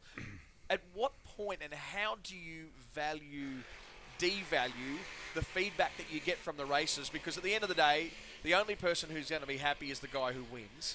So you would get both sides of the coin when it comes to feedback about the prologue track. Absolutely. The drivers as well as the buggy riders, I get comment up and down the track, from about March onwards. It's a break-even thing. I'm not worried about roughness, but I'm worried about track safety. So I concentrate with track preparation on width of track, that the corners are rideable, that there's no dangerous trees near the edges of the track, and also that there's no big monster square edges or washouts in the track, so that in dust it's still relatively safe as long as competitors handle that throttle hand. That's up to them then. That absolutely is. We'll just stay with us, Glenn, because we'll talk some more, but a couple of updates on who's come across the line. Yeah, absolutely. Colin McFarlane just come across the line on his Can-Am 450, the YO4 machine. He did a time of 6:28.14, so I think that he is second in class at the moment. He's just snuck in there below Willie Orr and above Eddie Taddingham, and a couple of other guys, Gavin Fawcett, Anthony Smith, Paul Gotti and Evan Brooker, all crossing the line in the last couple of minutes. So Glenn, to what degree do people get critical of what you prepare? Are they usually quite, positive and thankful for the time you put in, or do people get a little bit shirty now and then? Beginning of the year, before I start track work, they say, flatten everything, it's horrible, it's rough, it's a disaster out there. So I do selected sections of grading. The whoops tend to grow over about 5 years from flat back up to fairly monster size again. Yep. So I've got that sort of 5-year window to work on different sections of the track. So by the time I've finished my work, I get the complaints, it's too fast, it's too many whoops are missing, blah, blah, blah. Yeah. But then I know, come race weekend, once 1 million bikes has been over the track, it's all nicely run in, it's sandy, it's whooped, it's rough, it's dusty, and it's going to be a challenge for everybody. So I've been doing it for 15 years, track preparation. So I take on board the comments and just give my wise comments back and say, wait and see, mate. Come back in a few weeks' time and have another crack. But from about February onwards, when people start coming up to have a look at the track, depending on what weather events we've had, our last rain this year was February, a lot of washouts on the track, up to 1 metre deep. We lost big sections of the track, even sections of whoops with washouts straight down the track through the middle of whoops. So there were large sections that I had to cut down with a grader and bring back to level so that it was safe and rideable. So it's a very enjoyable thing to be up on a big grader flattening the track and thinking how it's going to look at 150k an hour, and because a grader runs at about 8 kilometres an hour, so I've got to try and picture how the track's going to look at warp speed. So I really enjoy it, and then I get thumbs up from the riders when it's good. I get thumbs up from the riders when it's bad and it's a challenge. So it's fun. Yeah, absolutely. You can never please everyone, but no matter what, that is the name of the game. Is that it's everybody's got to ride it. Everybody's got to race it. There, then at the end of the day, yeah. One of the sections to watch this year is extreme dust through Maryvale, which is around the say 80 down to the say 82 about the 130 kilometre mark is extremely dusty because it's limestone country. Right. Once riders get back in the desert oak and the red sand country, the sand particles are a little bit less dusty and it tends to drop a little bit quicker and you can see a bit more. But long as this breeze keeps up, it'll be an awesome event out there, and people are going to have to ride their 100% to survive it, I think. You touched on an interesting point just before you go, that the two different surfaces, you've got the limestone country and back in the desert. Is there any other different foundations that they have to negotiate? Sure. The first 30k out of start line here is on the Todd River and Roe Creek floodplain. It's a grey, silty sort of soil.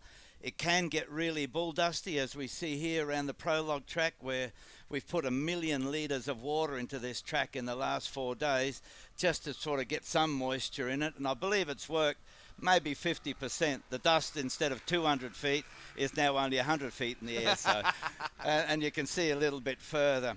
But once you get past this silt clay country and you're into the red sand dune country near the off-road club, it's quite a change in the flat hard pack into the sandy whoops.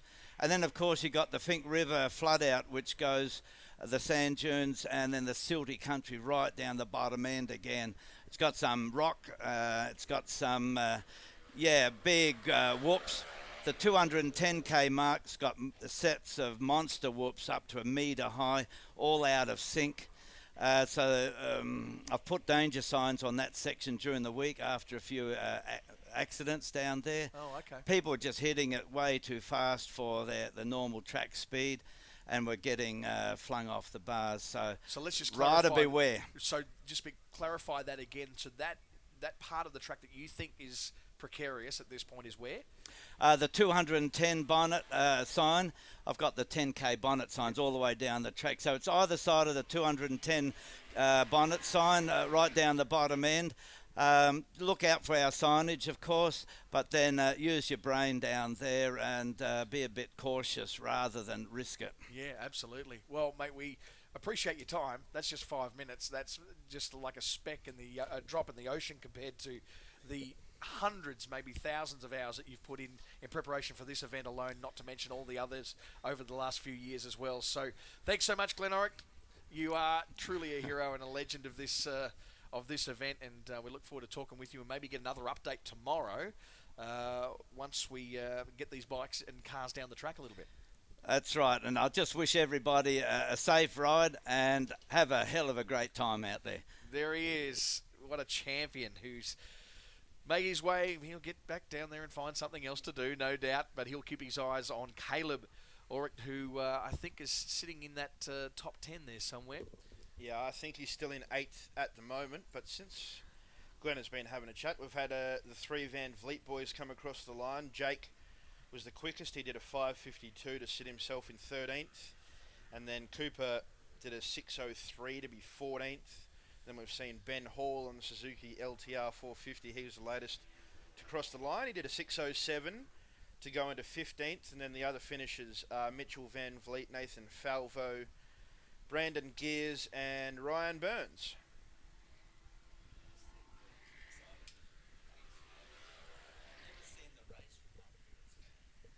Look good. And he's just chock full of enthusiasm, that guy. He's just unstoppable. Great shots on our live stream and big screen as well. Caleb. Right up close, ready to see the start as the H78 gets away.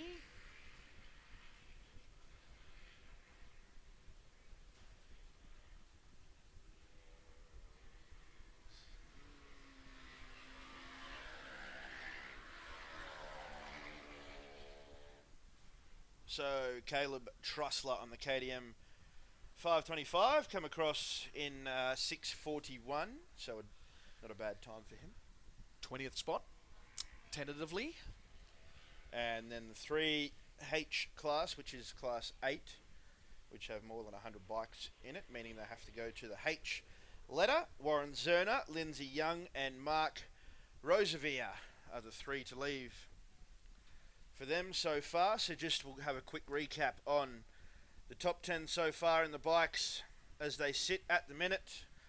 David Walsh on top of the timetables, Damon Stokey in 2nd, Luke Hayes in 3rd, Todd Smith 4th, Kent Collins in 5th from Mount Gambier on the KTM 500cc, Nathan Trigg in 7th, our Yipper in Your Pit Crew Challenge champion Ryan Cossins sits in 7th, Caleb Orick in 8th, Mark Grove in 9th, and Andrew Gillum in 10th. While you were chatting to Glenn, I got a message from Isaac Elliott, who is competing this afternoon, that Jericho Andrews actually fractured a vertebrae a few weeks ago. Oh, wow. Interesting to know that he hadn't been put down as a DNS or a non-starter. Or maybe he was and we just didn't get the message. Yeah. I'm not sure how we missed that one off the old radar, but anyway, you can start to see that really consistent haze of dust now across the whole track. It's interesting as they're starting to let 3 bikes at a time go. There's They're running over now. There's obviously some fans want to get a shot of someone coming across the line as they're running across from the farthest part of the stadium entry. Seeing the They'll family. try and get him. Yep, that's the cool. crew come in. It's what the Finke is all about as he comes across the line. That is the 922. Will let the family or the crew know that we're trying to get a photo of him once his time comes up, and I'll keep padding away. I think it was the Suzuki 922. There he is, Lachlan Bailey, a 623, so 19th position at the moment. Not a bad time from Lachlan on the quad. For you guys down there trying to get the photo of him on the fence line there. Next up across the line was Dale Arnold with a time of 6 minutes 40. Also on the Suzuki. As we see, the bikes are taking off thick and fast now, and this is where that haze of dust will just sit 100 feet in the air, as Glenn described to us. As opposed to 200 feet.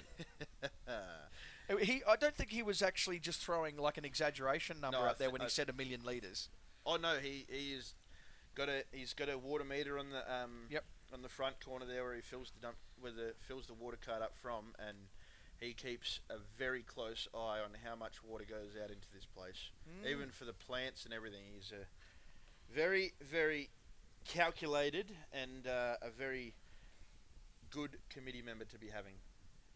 Man, you can't even water down, pardon the pun, his enthusiasm's through the roof, isn't it? Sure is. Looked like the 906 there of Michael Leask coming across the line, doing a few snakies, as they say. Oh, Lesky. Lesky, sorry. Michael Lesky. As soon as you said Leask, it got the got my attention really, really quickly when you said Leask. Of course, a surname synonymous with Mr. Motocross, Jeff Leask, who one of the things he did that was amazing was 1978, from memory. Was it 79? He was he won the Australian Series in the 250s, 125s, 250s, and 500s all in the 1 year. Incredible. Jeff Leask got a champion, one of the main guys in KTM these years. In fact, I wonder if Leasky's out here as part of the KTM crew. He is normally here for this race, as we've seen on that last grid. David Schwartz, a former Dakar competitor. Off the line. Jeff Leask, if you are in the vicinity, we'd love to have you up in the commentary box for a bit of a quick chat. That would be magnificent. As we said, the bikes leaving thick and fast now are into the Class 8, which is the 45 and over veteran category on the two-wheeled motorcycles. And there is exactly 106 of these guys. Wow. Okay. And that's the age? Yep, 45 years and over. Okay. Which is really cool, because these are the guys who are probably in that stage of life. And I know this is a wild generalisation, but it's the stage of life where, you know, they've got the mortgage under control.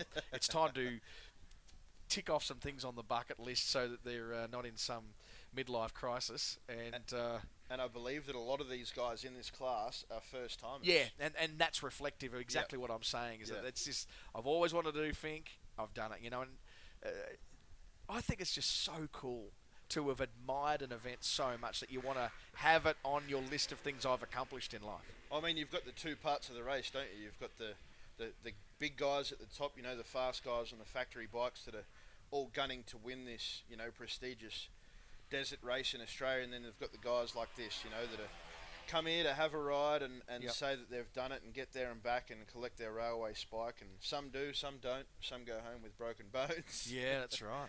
And that's almost part of the boasting rights, isn't it? Absolutely. It's one thing to say that you completed Finke, it's another thing to say that you didn't complete it and you've got broken bones to show for it. I tell you who we might have coming up soon, we do have coming up soon, is the second of our former Kings of the Desert. Oh. Darren Griffiths, on his bike that he won Finke on. He calls it Black Betty. Yep. Because it's blacked out KTM 530. The old school model, number 871, so he'll be up in a few grids' time. As I said, one of the two kings of the desert racing on the bike this year. As we see Lindsay Young and Warren Zerner come across the line. So Warren Zerner had a decent time there, 6 minutes 13. Puts him into 16th spot as we speak.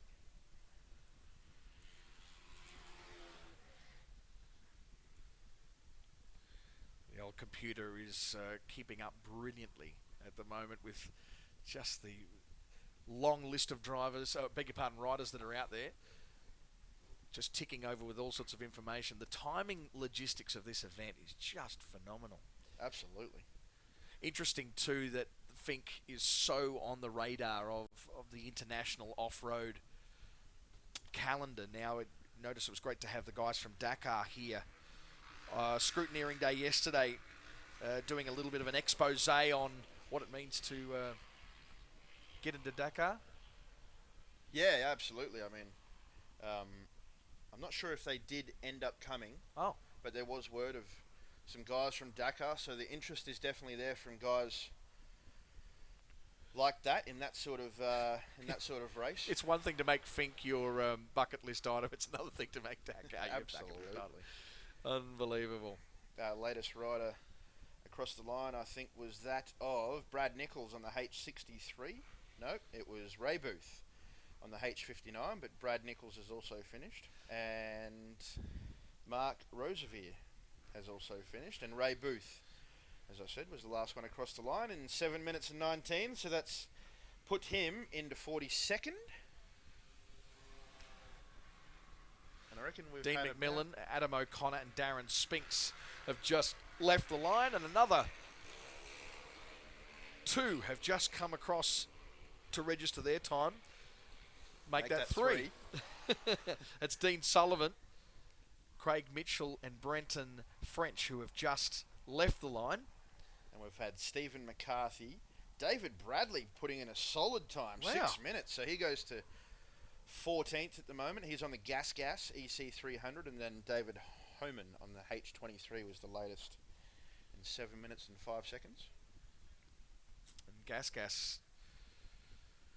their associations with trial bikes as well. The interesting, don't see a lot of them around, do you? And David Homan, KTM 525.705 to place him in 41st in his class, or overall, beg your pardon.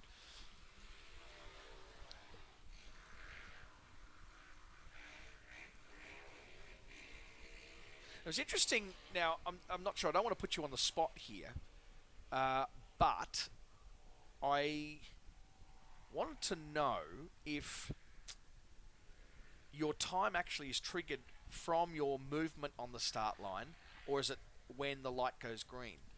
It is when you cross the transponder loop. So the transponder loop, I believe, is about 5 meters in front of where they actually start from. Yes. So it isn't when the green light goes, it's when you cross that loop. So that hence the reason that would explain why some guys actually hold back a little bit and maybe let a faster rider go and get off the start line, just giving a little bit of breathing space to get off. You do notice that a little bit. They just wait a couple of seconds after the light goes green. They're coming through in quick succession now. 6:40 there puts 27th spot up for David Schwartz. Joe Andrus was there in 48th spot on the KTM 450.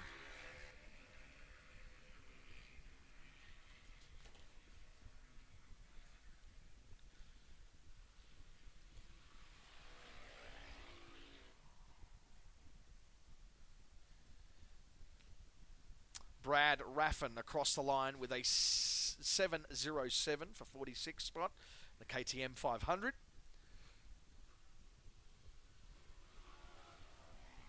$6.93, the Yamaha just across the line as well.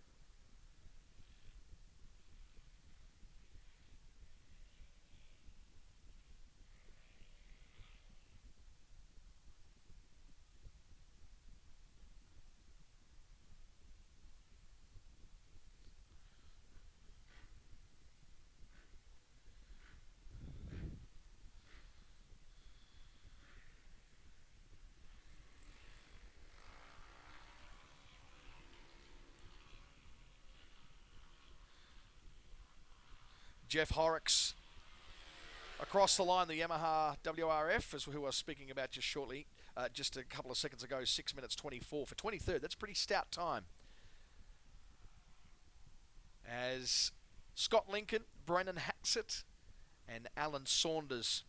3 different makes there in that last leave. The KTM, a Honda, and a Sherco.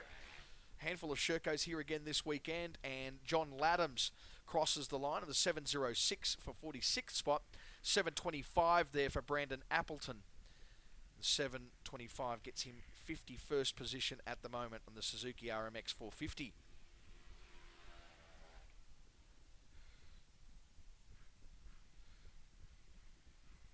Michael Todorovic, Sherco 300, 643. That's not too shabby either, 31st.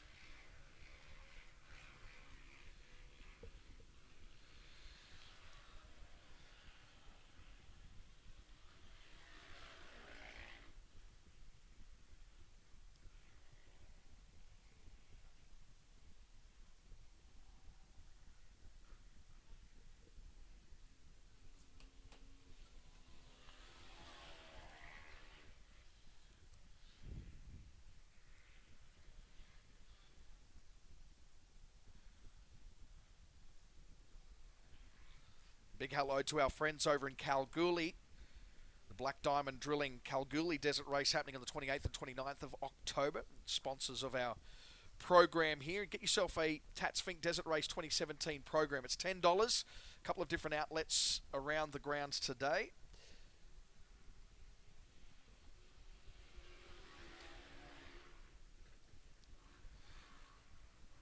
So Matt McIntosh has just gone through, as has Edward Stanley and Roy Chamberlain.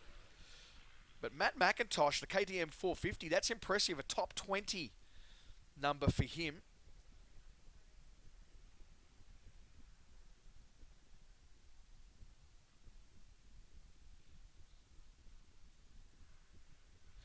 He just gets slipped down to 21st then by that last effort from Adam O'Connor. The KTM 500. 6 minutes flat is good enough for 15th spot there from O'Connor. Nice work. Robert Morrison also came in just after that with a 702 for 48th position in a Honda CRF 450.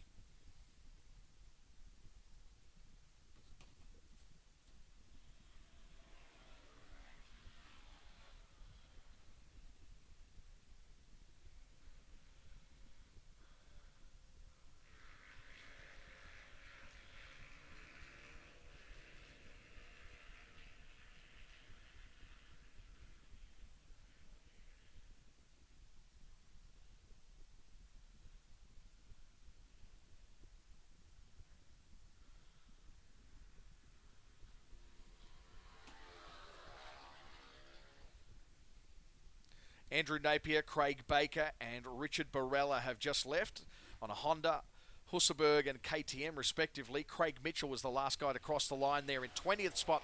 So there's some decent quick times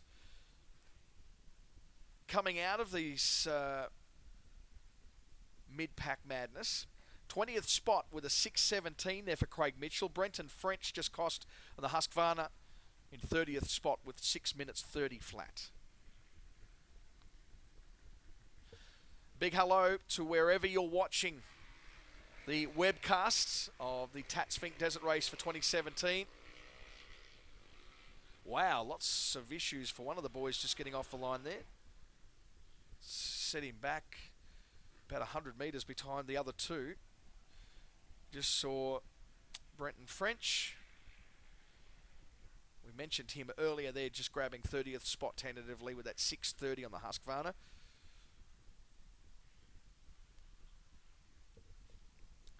Big hello to our friends from Northern Territory Major Events, assisting us with pretty decent sized dollar in-kind sponsorship for this weekend. We really do appreciate their backing.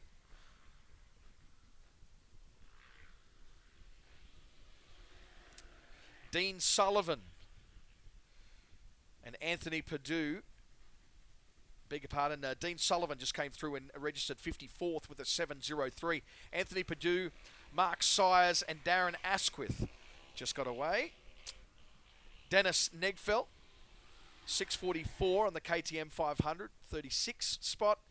Another KTM just got off the line there with Neil Doyle and Jason Flory on the Honda CR 500. Jason Hayes just crossed the line there in another Honda, a CRF 450 for 64th spot. But look at this, Steve Gunner has just taken 17th spot with a 604 on a Honda CRF 450 and a KTM 530. There for Darren Griffiths in 19th spot with a 611.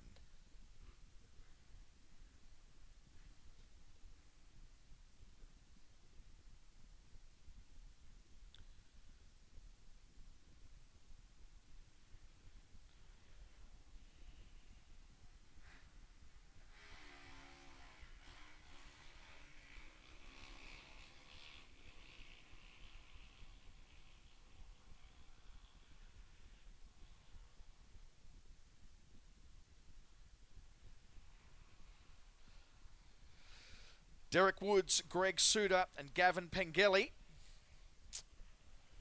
off the start. A pair of Husqvarnas there in a Honda as Paul Walker registers an 813 for 75th spot of the KTM 350.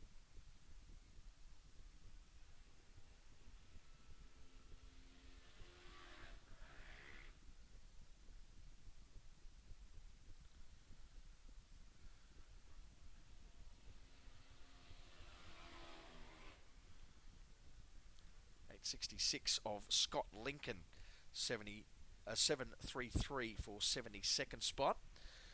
Not too far off, and we'll get a chance to have a chat to Damon Stokey and take in what his thoughts were as another crosses the line.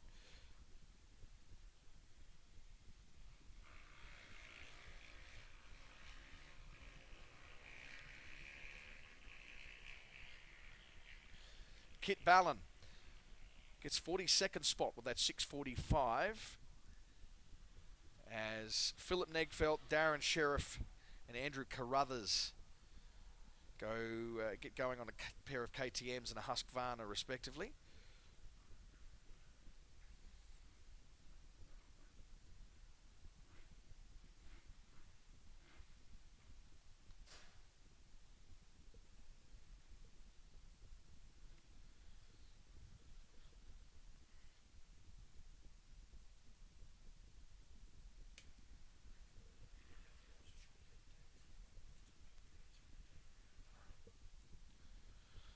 So David Forbes registers another Yamaha in there, WR 450F, 67th spot with a 711.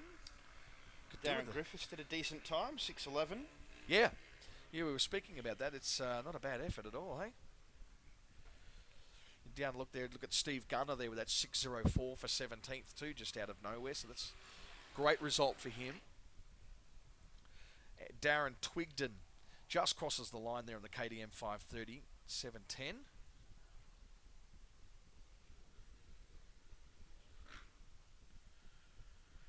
So the bikes are running thick and fast. Look at them coming in through the stadium area here, Benny. We've got a couple coming across the line almost together. The race is on for the finish line. Yeah. Between these two guys. Make that three. Yeah.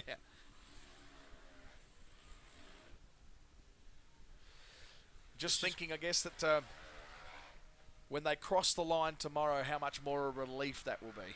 And then Monday. Monday, there's going to be some very, very sore men, as we've seen Darren Twigden, Andrew Nicholson, Brett Shaw, and Richard Burrell across the line. Those four bikes. Another one just crossed the line there. I didn't catch his number. We'll wait for it to. Man, that's a decent charge from Richard Barella. He's had to deal with a few passing situations there as a result, hasn't he, to get into that spot, coming through in a gaggle up in the high 70s and 80s and then slotting in 50th. 51st, in fact, so he's come in. Richard Barella.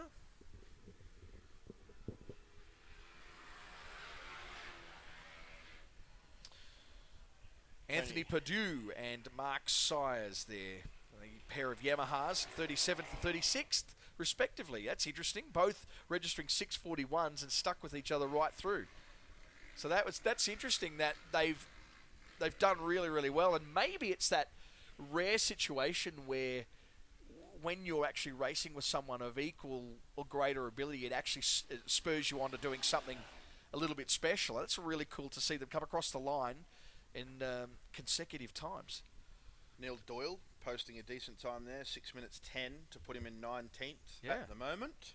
Yeah, that is impressive. So leading class 8 or H is David Bradley. He's the first in class at the moment, right behind Jake Van Vliet, who's in 13th. So David Bradley's in 14th position.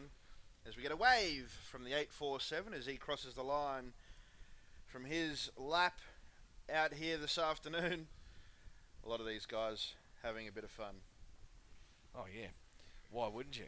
And I tell you what, this track is very fun compared to what they're going to encounter tomorrow. Yes, oh so positive, Matt Henderson. Oh gee. So the veterans continue. These are the guys who are 45 years and over. And when I used to race push bikes when I was a kid, cycling in the velodrome, and they used to refer to veterans, and it's like, man, those guys are so old, and now I'm just 1 year off. 1 year off. Glenn Vernham just comes through, grabs 63rd spot there with a 7.02. How good is this one? Gavin Pengelly, 25th with a 6.19. It's getting very, very tight there in the low sixes, isn't it, to where you get positioned. And every second actually counts now. It's going to be interesting to see where these guys end up at the end of the day. Mm.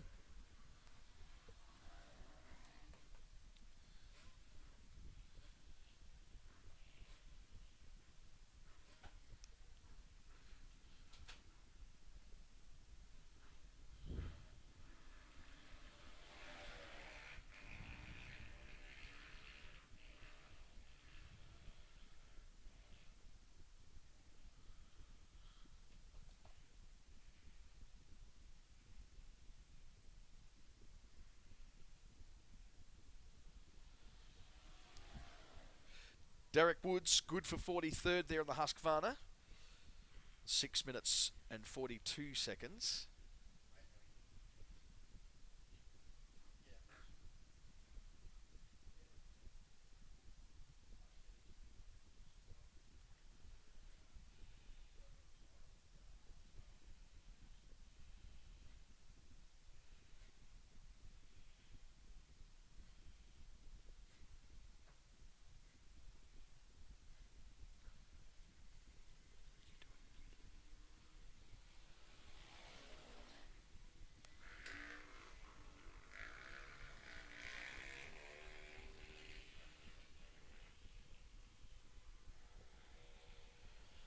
So Greg Suter comes in 82nd on the 83rd on the 844.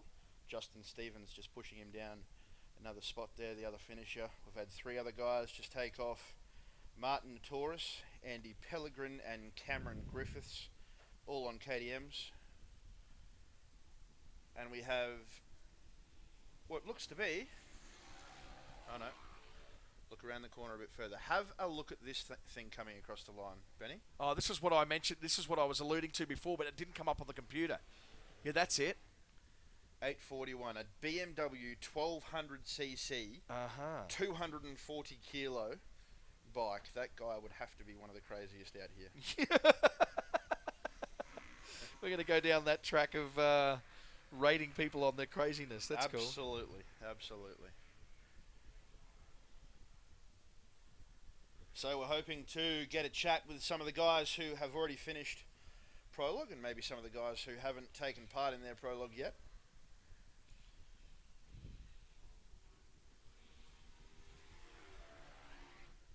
The 834 crossing the line.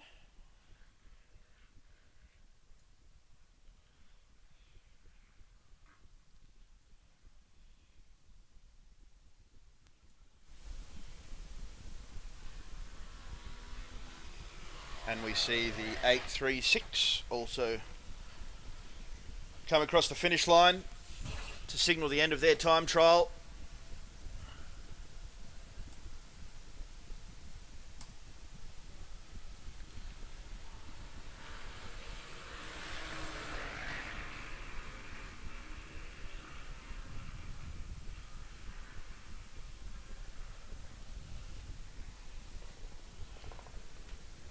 the cackle of the chopper. Taking more guests around, and there'll be a fair bit of action out on the racetrack compared to when the cars were out there with much greater gaps between them, but there'll be activity pretty much everywhere you looked over the racetrack at the moment. So David Walsh is still sitting at the top, Damon Stokey, Luke Hayes, Todd Smith and Kent Collins, the boy from Mount Gambier, sitting in 5th at the moment. Great effort from him. I think 12th last year, is that right? Yeah, yep, number 12. Oh, that's right. Yeah, there's year. his number sitting right next to it. I was thinking the number was on the other side of the computer that we couldn't see, but yes, that would be it. Nice work. And Caleb Warwick and Mark Grove, the two guys on the 250F right next to each other, so that'll be a bit of fun if they get to start next to each other and take off on the run down to Finke. Andrew Caius, the 85th spot there on the KTM 450. So is there anyone outside of the top 20 that you're a bit surprised about? No, I think we'll probably see that once we start getting into some more two-wheel guys, once we start going down the classes, remembering we still are in the 45 and over guys. Once we start getting down into the class 7, there might be a couple of quick guys in there. We've seen obviously Andrew Gillum and Rod Faggoter from last year made it inside the top 20 from class 7. Once we start getting 7, 6 and then onwards from there, class 5 and class 2 will have a lot of fast guys in it. Yes. So it'll be interesting to see how those sort of fast guys in those classes go later on this afternoon. Wow, that's looking like hard work off that start line now. We have a very special person on the next grid, Benny Bishop. Do we? But I'm not down there. One, Tony Lockett. What a champion. About to kick off his prologue on the 804. Just wishing the guys next to him good luck. Yeah. Gave him a bit of a nod. As you do. They probably don't even know who it is, do they? Look at I mean, the size of him. He is he is so tall. Man. I had a photo of that I put on my social media yesterday, just having a chat with him and it was literally that. I said, amazing who you find walking along the road in the desert, and it was. That's how it had happened. We got a chance to interview him and have a chat about his love of this event, and quite a lot of people commented on just how thin he looked, and man, he is just so fit. So while we were having a chat there, we had a top 40 entry there from Stephen McGregor on the KTM. 39th. 71st was Anthony Chapman there on the Yamaha YZ 450.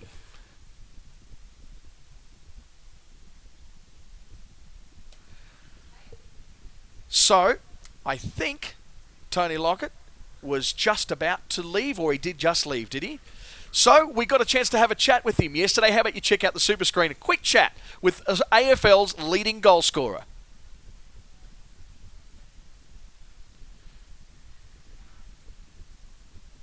On the football ground where he is AFL's leading goal scorer. 7th attempt for plugger Tony Lockett here at Finke 17. 7th attempt? 7th, yep. What would bring you back to this? Oh, I don't know, mate. It's just a challenge, I think. I mean, I just love riding bikes and whatever. And it's just a great atmosphere, great place to be this time of year. And the weather's great, mate. Out of Bowral, it's a bit ordinary back home, but no, he's great. People are great, and just a great week of the year, I reckon. Go back to 08 when you made your first attempt. How differently do you approach it now? Oh, no, pretty much the same. I mean, I'm down the back half, mate, so I'm just doing my best down there and finishing, So, but once again, it's just great to be involved. And mate, this year record number of entries, I believe, so about 600 odd bikes and that. So, mate, it's going to be a bit happening out there on the track on Saturday and Sunday. But yeah, I'm looking forward to it. The sense of accomplishment, you've done that 6 times. Can you describe it? Oh, well, I mean, as you're coming back on the, on the way back on the Monday, and you're looking at each bonnet, you get down to the 50k mark, and you can sort of smell home a bit from there. So it's a good feeling once you sort of get that 2/3 of the way or three-quarters of the way back home, and knowing that you with an ounce of luck you're going to finish the race. But yeah, it's a long, hard ride, but it's a good Finke Desert race. Yes, 1,360 goals in his AFL career, and we were only talking the other day about when he took that record of 1,300, how it was just all appropriateness went straight out the window, and the whole field just got flooded with people running on to congratulate Plugger. And he's out there on the track now doing his prologue. We'll welcome him back in about 6 minutes' time, no doubt. In the meantime, while we were playing that, Tim Dixon, Andy Pellegrin, Martin Notaris all came back. 1/16th and a couple in the low 70s there. Lee McDougall, Ricky Potts and Darren Carpenter also registered times there up in the top part of the order there. Jonathan Pitts just entered just outside the top 40 at 6 minutes 39 of the KTM EXC 500 in 41st spot. Someone brings home a DRZ 400. Now that will be a bit of luxury on the way down. Oh, wow. In the rough stuff it might not be very nice, but the comfy seat I reckon would be a bit better than some of these race bikes have got. Comes with drink holders too, doesn't it? Herbert Duff has just made his presence felt there. 10 minutes 55 for 122nd spot. The Suzuki that we were just speaking about. He's the man. He's on a bit of a leisurely drive, isn't it? Leisurely ride. John Sheena? Yes, as opposed to John Cena. Oh, you knew where I was going with that. Yeah. So John Sheena on the KTM 300 is into 63rd.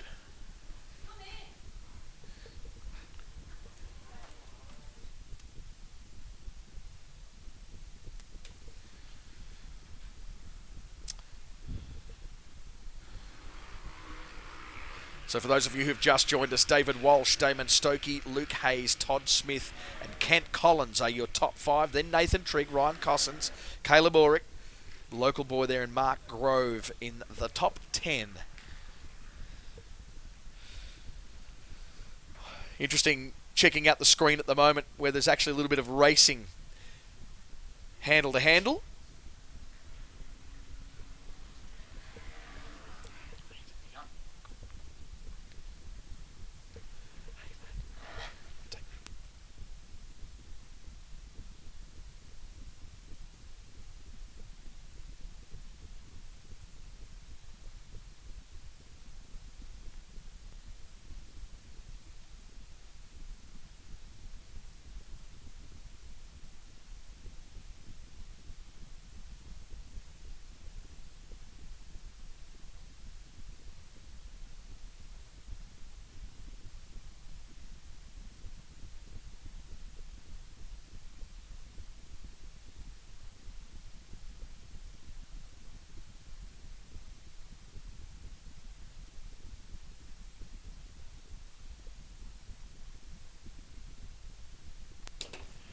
As we see a few more bikes coming across the line, Michael Turner there on the 8:05 posts a pretty good time with a 6:13 to put him into 23rd position. Joining the commentary, getting a quick photo before they have a chat to me over the loudspeaker. I've got local hero David Walsh and of course the Husserberg rider Sam Davey. David, I'll start with you. You've posted your time. You're some 8 seconds faster than Damon Stokey. The lap was a good lap? Yeah, it was very clean. Sorry. Yeah, it was very clean. No major mistakes. I just felt really smooth. I almost probably felt like I should have pushed it a bit harder, but when I heard the time that he's announced, I was pretty shocked. Yeah, absolutely. I mean, it's fair to say you've had a lot of pressure from local people and the media and things like that, which you've probably seen a lot of, and that would have been good to get out there and just get rid of all that and finally get on the bike and do your business. Yeah, look, finally got to ride. It's the build-up for this event is ridiculous, you know, because it's such a unique race with only being run once a year, and you know, obviously the hype around the joint, and it was just good to finally get on the bike and stop doing all this talking and start riding. And it's good to see 3 local boys up in the top 3 at the moment. So you and then Damon in second, your teammate Luke Hayes in 30 would have been happy with his run. Oh, look, he's done an amazing job, you know. Look, he was, you know, I'm sure he was pretty nervous, so was I, but, you know, he's come out and he's really smashed it. And then, you know, for Damo to post a time like that, you know, with a pretty banged up hand, you know, he's a freak, and you know, all the riding and racing he's done this year is definitely showing through. And you know, I'd be, you know, stoked if me and Damo could sit like that and start tomorrow together. Yeah, absolutely. And Sam, over to you. Welcome. Thanks for coming up and having a chat. You're back with the Husserberg team this year? Yeah, back on the Husky this year. Bit of a change from Husky? the Sherco. Yeah, a bit of a change from the Sherco last year, but we're feeling really good, so we'll prologue later on in the day. Yeah, 3:39, I believe. Yeah, 3:39, we're late in the day. So you get to experience all the bumps and square edges that a lot of these guys out here having a go now are leaving, as we see a few more guys come across the line. Michael Turner, Jason Harvey, Stephen Baker, Matthew Tisdale, and Tony Lockett has finished there with a time of 7 minutes 27 to finish in 111th at the minute. Have you been doing much riding up and down the track? Yeah, I've been up here for a couple of weeks now, so I'm starting to feel really comfy. Like David said, it'll be good when the race starts tomorrow. I'm really looking forward to it. Sick of all this talk and whatnot. It'll be good. He's worse than me. He's been expected to win, the poor fella. But yeah, he's obviously absolutely killing us at the moment, and best of luck to him. And you've got in your prologue group, Josh Green. Should be an interesting battle with him. Yeah, it should be a good drag race actually. Unfortunately, with the dust and that, I don't think whoever's going to get the start will end up being the winner of it. But it'll be good if I don't get the start and try and tag on the back of him. Because obviously he will prologue really well, being the rider that he is. So hopefully I can stay right on his rear wheel. When you pull up next to him, just call him David Attenborough. I hope you can hear me out there too, Greeny. Speaking of the dust, what you were just talking about there, Sam. Obviously you had no dust to contend with, David, but how was the track? Glenn said that he put over 1 million litres of water on it in the last week. Was it damp, like it's damp in spots, but still dusty? Nah, look, those cars did a pretty good job of tuning through that real quick. But I mean, the work that they've done on the track, it was the best I've ever seen it, you know. Obviously the bulldoze was pretty thick, which, you know, luckily enough for me, being the first bike to start, it didn't really affect. But the corners are really powdery, and you know, you can't really see into the bulldust berms that well, so you're going to hit them, but you're just never too sure what edges or what's in there. But you know, the guys that did the grading work have done an amazing job. The track is, you know, it's the best I've ever seen, so it was really fun to ride around. We should do a motocross meet out here or something, because it's good fun. Speaking of the track being graded, Sam, you would have not had much of a look during the reconnaissance lap with the amount of dust? No, it was definitely hard to see, but it's changed a lot, so to get the head around it, because of the last 2 years how rough it has been, it's really hard to get in your head that you can go fast here in sections. But like David said, it is the best that I've ever seen it. Even with that little bit of water in patches, it is helping a lot. But yeah, the cars did do a good job of getting rid of it for us. Oh, very good. Best of luck to you guys. Thanks for coming up and having a chat. David, you're in P1 at the moment. Sam, you're coming up later on this afternoon, 3:30.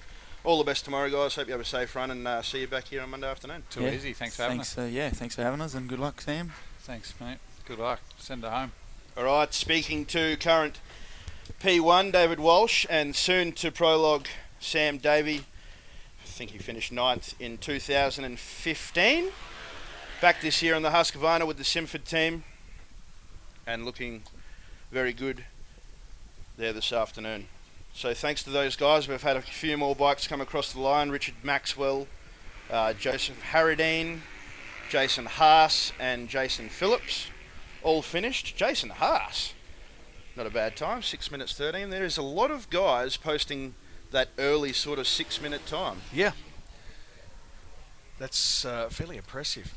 Some interesting insights there from Sam Davey, and who's yet to run, and from David Walsh, who has caned them, got himself up the top spot there. It's interesting in talking about Sam's reference to the pressure that's on Dave, to, you know, everyone's saying you're going to win this, you know, and just, man, I hate that sort of pressure of expectation, you know. Absolutely. There's only one way down, you know. It's well, we're going to get a sprinkle of guests throughout the afternoon to get their insights on the track, and there seems to be a theme created, that is that the track is in really, really good nick. They were really quite impressed with it, so maybe not quite as much damage from the cars this morning as we may have thought. Yeah, maybe just taking a lot of the moisture out of some of those corners, like what David was explaining. There's There was obviously moisture underneath the surface this morning, but the cars have brushed that to the side, and the bull dust corners are the hard bit to pick for the bike riders at the moment. A couple more guys coming through. Troy O'Connor doing a 6:08 to put himself into 20th position, so a decent ride from him. Damien Flavel and Brett Manuel, the other two guys, coming across the line while we're having a quick little yarn there, Benny. We spoke about Luke Hayes as well. I mean, he must be super pumped to be, I think he's 11.2 seconds behind David, but sitting in third at the moment. There's still obviously a lot of guys to come, but he'd be pretty happy with where he's sitting at the moment, I think. Yeah. Oh, what do we got here? What's happened there? Not sure. A couple of the guys just sort of got a little bit distracted by something. I didn't see any hands in the air, or unless they jumped the start a little bit. Yeah, I'm not sure. One of them's just got off the gas and got out of the dust a bit, I think. So maybe one faltered and it distracted the others and looked like he didn't get the go-ahead. I'm not sure, but anyway, is what it is. Across the line there on the Honda CRF 450 was the 774 of Warren Axel. A 706 to put him in 97th. Schmitch on the 250X. As well as David Kerm and Nathan Knight. Coming through to finish their lap. 784 coming over the line as well. They're coming in thick and fast now. Yeah, they are.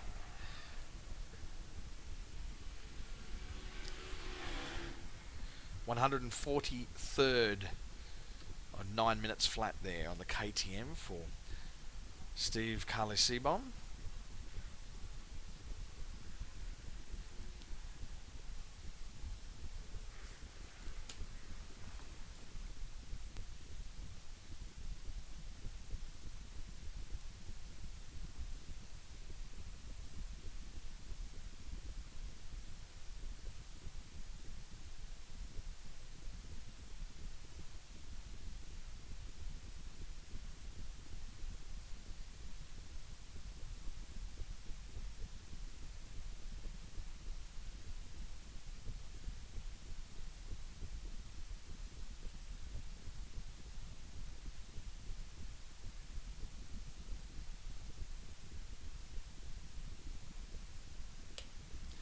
Jonathan Day on the Husky, 8 minutes and 2 seconds for 140th there. Scott Baker, Will Carnarvon and Darren Lesio just left the line in the Yamaha and a KTMs.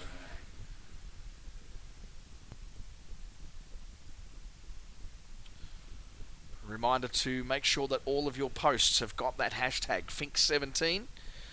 Make sure it's part of that. And if you're sitting there on Instagram, it's probably a good opportunity for you to check out that album and see all the different photos that are coming up.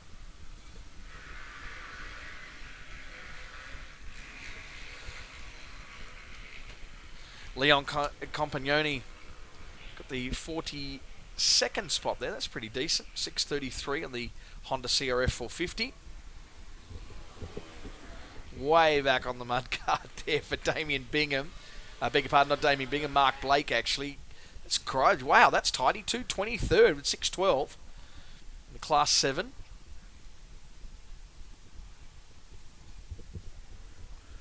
Oh, gee. Oh, man, that looked aggressive. A couple of out-of-shape moments there coming out of the second last berm.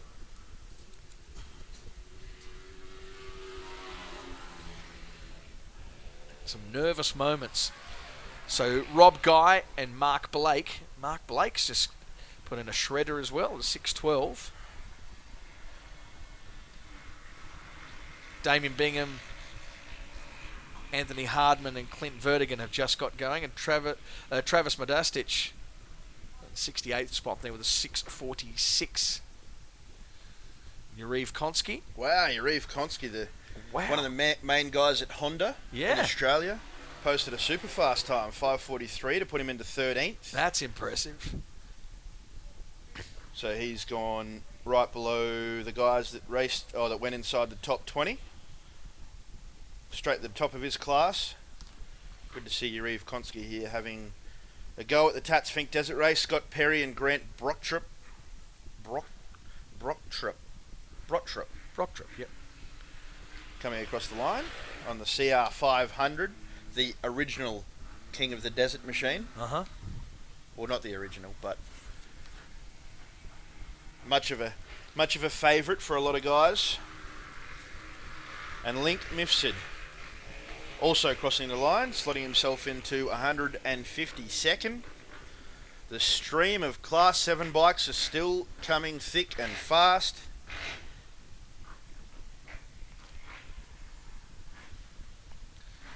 Scary to think that this would be the division that I'm in.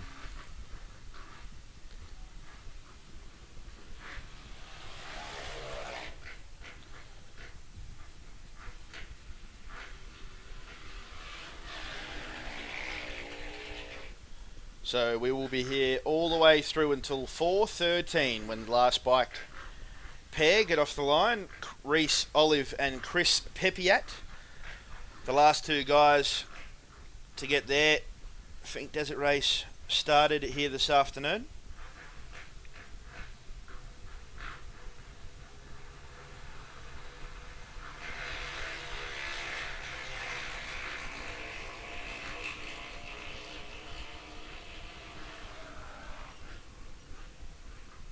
So a couple more guys, Kane Burns and Peter Green, coming across the line. A decent time there for Kane Burns with a 6 minutes 22. Puts himself into 36th. And Greg Forrest with a 740. Sorry, Greg Forrest is number 743 with a 702. His time to put him into 98th at the moment. Of course, this will all change as the bikes come thick and fast into the finish area.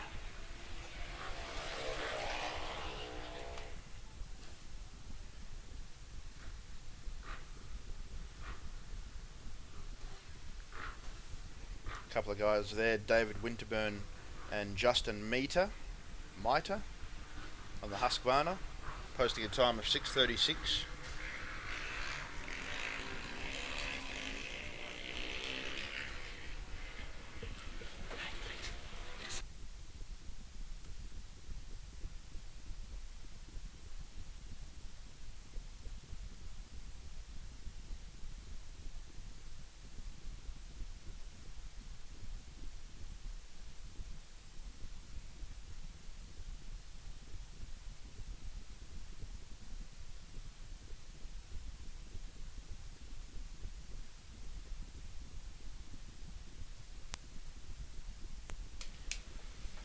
Frank McKerrow on the Yamaha WR450 coming over the line in 7 minutes and 5 seconds to put himself into 104th position. Speaking of Yamahas, we have the main man from the 3-6 Motorsports team doing the rounds of the AORC and then dropping in to do the Finke Desert Race. Josh Green, welcome. How you going, mate? Good, thank you. You we're just talking to Sam Davey, guy who you're prologuing against later. It's going to be a battle. He says that the guy that gets the start is the one that isn't going to eat the dust for the rest of the lap. Yeah, pretty much. It all comes down to that first few hundred metres, I think. So, you know, I've done a lot of motocross, so I'm pretty confident. I'm just going to give it my best, and hopefully it doesn't beat me. Absolutely. It's somewhat of a big straight up to that first sweeping bend when you double back around on itself. So it's going to be quite a drag down to there. We spoke to David Walsh as well. He's sitting on top of the time charts. He's got a 7.5 second lead back to your teammate Damon Stokey. Damon will be joining us soon, but David set a pretty quick time for this afternoon. Yeah, no, definitely. He's pretty happy with his time. I don't think he had the best lap he's done, but you know, he's happy enough, and sitting seconds are definitely a good position to be in for tomorrow. Absolutely. He's made mention of the sore of the broken wrist that he's got, which has hampered his efforts in the lead up. But your preparations coming into the race? I mean, yeah, we're busy. You know, Nationals 2 weeks ago and Nationals a week after this. So yeah, I'm feeling good. I'm pretty ready. You know, probably the best I've been coming into a Finke. So you know, it should be good. Yep, absolutely. Two thirds before and a fourth. You missed last year with the knee injury must have been pretty painful to sit there and watch from the sidelines. Yeah, definitely. It was a struggle. I struggled all year watching my teammates and watching events go by that I wanted to be involved in. So it was cool to be here and see the side of things that I don't normally see. And I did the first fuel stop for Bo, so that was pretty cool to see. But at the same time, sitting there and watching them come through was like, oh, I wish I was out there. So yeah, it was tough. A lot's been spoken about, obviously, Toby Price not riding in the bikes, but that must be the furthest from your mind. I mean, you've still got a whole heap of guys that you need to beat, really, don't you? Yeah, I mean, for sure. Toby's was one of the favourites for sure, and he's a really, really strong guy out here, and I've raced him for, 10 odd years now, so he's always been the guy to try and beat, and it still doesn't change the fact it's still a long race. There's still 5 to 10 guys out there that can be on the podium, and just got to treat it like I do every other race and just do my best. Absolutely. Well, we've seen Travis Robinson go 4 minutes 50 in the car this morning, and David Walsh so far the only bike to go under the 5-minute barrier. The new whoop section along the fence line. Have you had a look at that? Yeah, I actually got to do the ride a few weeks back, and it was a pretty cool section, pretty fast. So, but in the sighting lap today, it was definitely a lot different after all the cars and a bit of water's gone into it. It's a bit fluffier, so it's probably slower than when we rode it. But yeah, it's definitely going to be cool. Well, thank you very much, Josh. Thanks for coming up and having a chat. We wish you all the best. Hope for a safe run down and back tomorrow. You've still got the prologue this afternoon, but I'm sure you'll ace that against Sam Davey. Going to be a tough race, one to hang around for. 3:39, I think, is the kickoff of that little battle between Josh Green and Sam Davey. So if you're here in the precinct, it's going to be one to watch, and we'll see who gets the upper hand and gets the better start for tomorrow. But all the best, and we wish you, as I said, a safe journey down and back, and we'll see you on Monday afternoon. Brilliant, thank you very much. Yeah, looking forward to it. I'll just get down and back, and we'll have a bit of fun Monday night. Absolutely. All right, thank you, Josh. Thanks for coming in. We've seen a few more bikes come across the line. We've had Anthony Hardman, Douglas Sutherland, and Lincoln O'Connor. Josh Green joining you in the commentary box. We're going to try and get a few more guys to come up and say g'day as they finish their prologue, or even before they start it. We'll be back after a short break, and we'll keep calling the bikes across here on Saturday, the prologue day for the Tatts Finke Desert Race.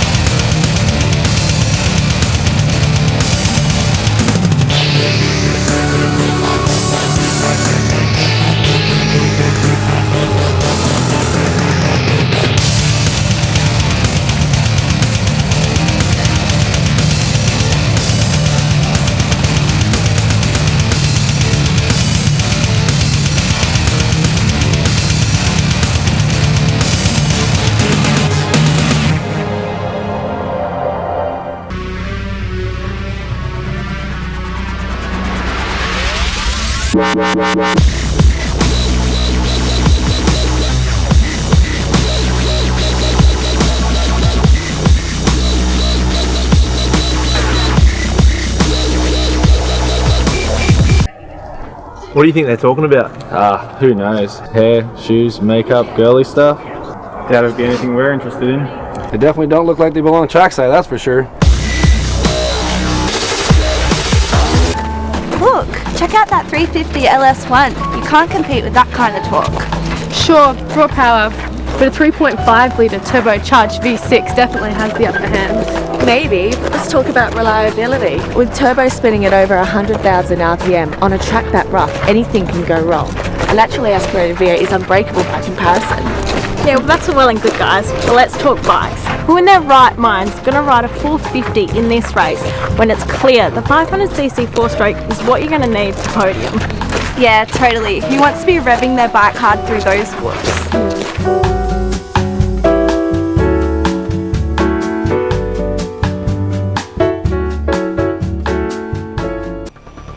G'day, I'm David Walsh. And I'm Colin Robertson. When I'm racing, I'm focused on getting to the finish line first, so I need spectators to stand back from the track and give riders and drivers the room they need. On Peak Weekend, thousands go camping along the track, looking to have a good time. So keep your fires small. Take your rubbish home, drive safely, and keep Finke fatality free. This year, do us and the Finke Committee a favour by following these simple steps to keep safe and keep the bush clear of rubbish. It can't be much simpler. Don't be the reason.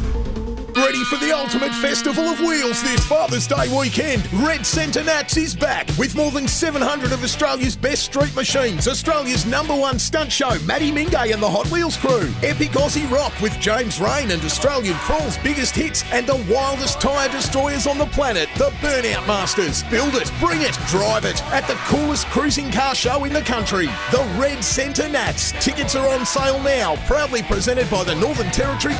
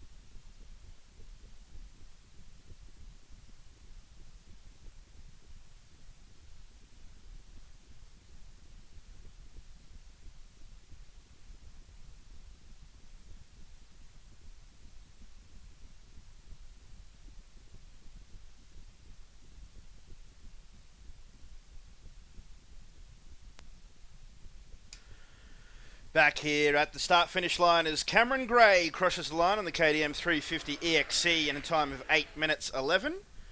Slot himself into 182nd. We see Stephen Boucher and Richard Neagle come across the line as well. We've had Tian Lamb, Kevin Lonsdale, Simon Arthur, Darrell Anderson, Aaron Heath, all come across the line while we're having a short break.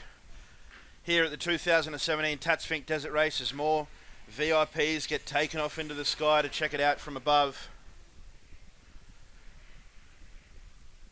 Plenty of bikes out on the track now. We're down into the Class 6s. So we'll be getting close to having a look at a couple more of the guys who are in contention to win this race coming up very soon in the next class. They'll be getting themselves ready as Nathan Stevenson on the Yamaha YZ490 comes across the line in a time of 7 minutes 13. Nathan Kelly crossing the line to put himself into 74th with a time of 6:43.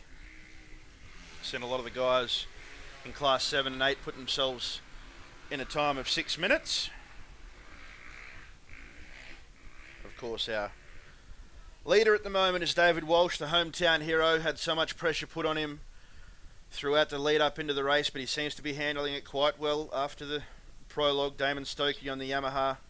The WR 500 in second, some 7.5 seconds behind.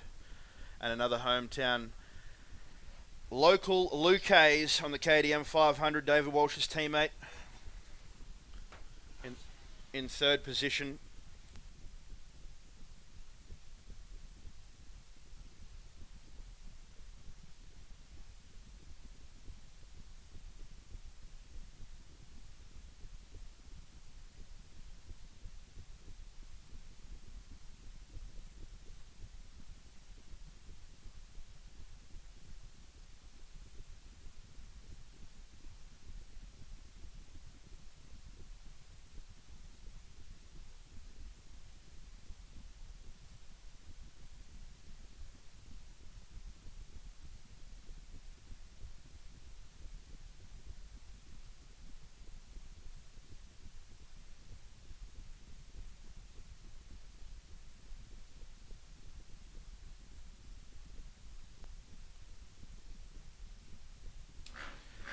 Well, as if this race isn't hard enough, some people go out and decide to ride a 1200cc BMW 240 kilo bike.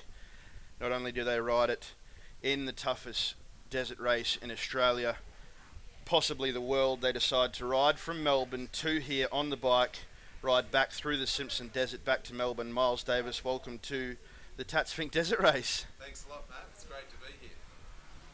Try that again. Thanks a lot, Matt. It's great to be here.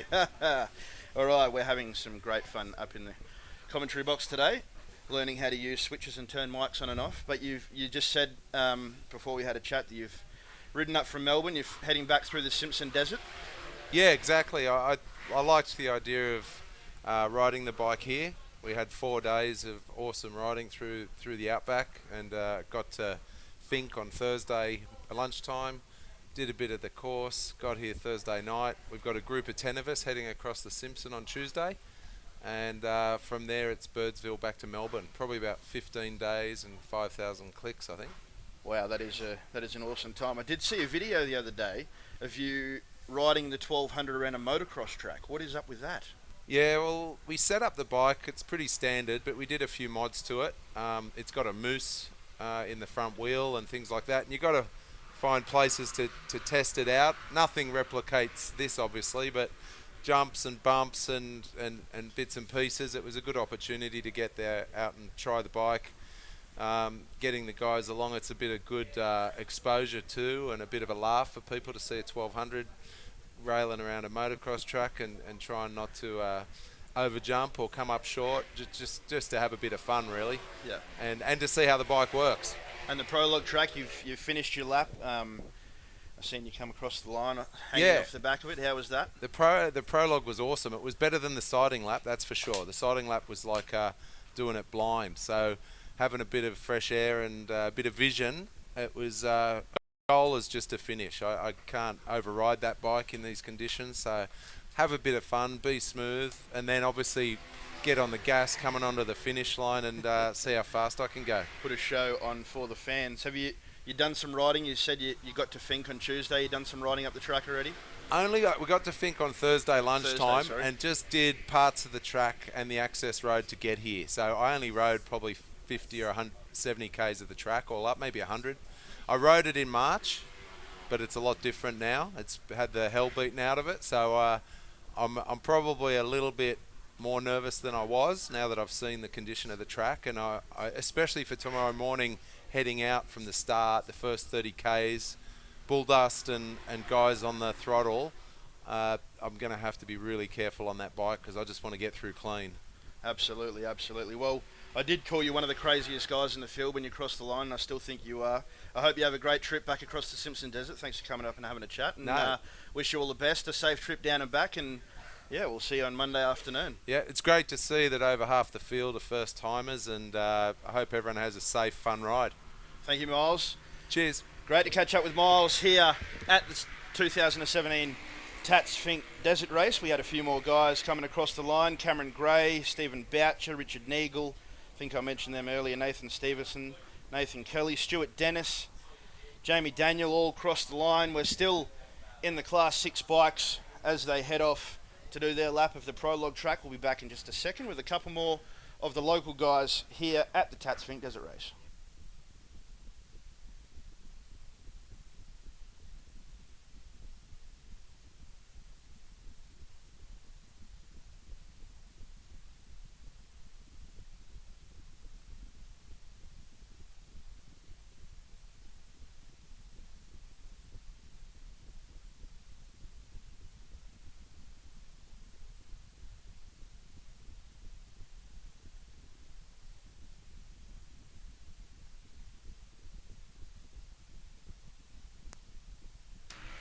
Few more of the guys taking off for their lap of the prologue track. We're still in the club. Yeah, I've never been much of a prologuer in the past, so yeah, pretty satisfied with being up in the pointy end this year. Still a few guys to go, so hopefully we can hold on to that position, but would be happy nonetheless. You had a pretty dust-free run. Yeah, mate. Yeah. Obviously, there are still some very fast dudes to come, so you know, possibly the results could change. But for me, you know, I've never actually prologued inside the top 10 before, so yeah, I had a wicked clean run. It was great having a dust-free run. The last time I raced, I had to battle with the dust a fair bit, so yeah, no, just stoked to get a good clean lap in. Absolutely. And the other guy sitting next to you, another hometown hero. You've parked it into 8, but you were on a 250F. That thing was absolutely screaming through here, Caleb Orick. Yeah, thanks a lot. Hey, I had such a good time out there, and I just no expectation coming into this year. It's been a long time since I've been on a 250, and made the decision to ride a 250 at the end of last, and I'm really enjoying it. It's a new challenge for myself, and getting back to the roots of racing. Absolutely. You've parked it actually on the grid at the moment next to Mark Grove, who's also on a 250F, so it'd be pretty cool to see 2 of the 250Fs right up at the pointy end take off together tomorrow. We had your dad up here before. As soon as you finished, he's come up and he's, oh, how's Caleb? And he's looking at the screen, but we were talking earlier as well, he's done a magnificent job on the track out the back. Yeah, the track, for the weather that we've had lately, it's been very dry, obviously, and but the prologue course for today was set up really well, and all the work that they've done, watering and stuff, it's only made for a better day so far. And yeah, again, I'd like to congratulate Mark Groves with his ride as well, and I think he run a really smooth ride, and hopefully we can go and put on a good show for tomorrow. Absolutely, Luke. It's your first time with the KTM team this year. How have they treated you? How have they helped you with your preparation leading into the event? Oh, mate, it's totally new experience for me. Feel pretty privileged to be on board with such a great crew of people. But you know, everything from you know, for me this time last year, you know, so much of the stress involved was to do with organisational things and making sure everything was in place. And the real thing this year is that a lot of that is catered for, and you know, the guys do all the prep for you, and it's really just about me getting in my zone and yeah, letting me do my thing, which, you know, is a lot easier to do without all the external stresses. Absolutely. Well, there has been some external stresses. A lot of people saying that you're going to be right up the pointy end. You obviously finished 6th last year. You're going onto a factory bike as well. Has that had any influence on your riding so far? Oh, you know, you definitely do feel a little bit of the pressure, I guess, just from the overall hype, and especially this week. You know, lots of people coming up to you and you know, basically telling them what their expectation is or whatever. But you know, it's I find it pretty easy to sort of put a lot of those things out. You know, I just enjoy going out there and doing what I love, and you know, at the end of the day, all those external factors don't really matter. It's just about going out there and racing against the desert, and yeah, having some fun while we're doing it. Great answer, great answer. And Caleb, you mentioned no expectations for you this year. Probably taken a bit more of a relaxed route coming into the race. Has that helped you, do you think? Absolutely. Every time I go out on this 250, I'm having such a good time, and I do wish I had a switch that I could, you know, switch and have a little bit more top speed on the straights, but you can't have the best of both worlds, and this bike's a bit lighter and suits my build of a rider a little better, and I feel very comfortable on it, and that's the best part for me, and I'm just really happy to be out here. And Michael Vroom from Desert Edge Motorcycles, he's helped provide this motorcycle with some Honda Australia backing, and personal sponsors, JWP Racing. They've been with me for a very long time, and Yeah, I'm just lucky and happy to be out here. Absolutely. Luke, give us a rundown now what you do. You've obviously finished, you've got off the bike, you've got changed. What happens from here before tomorrow morning? Oh, I guess from here, mate, it's all just about winding back and yeah, just preparing myself for tomorrow. I don't think I have any real pressing commitments for the rest of the day. It's all about just collecting my thoughts and making sure I'm ready to go in the morning.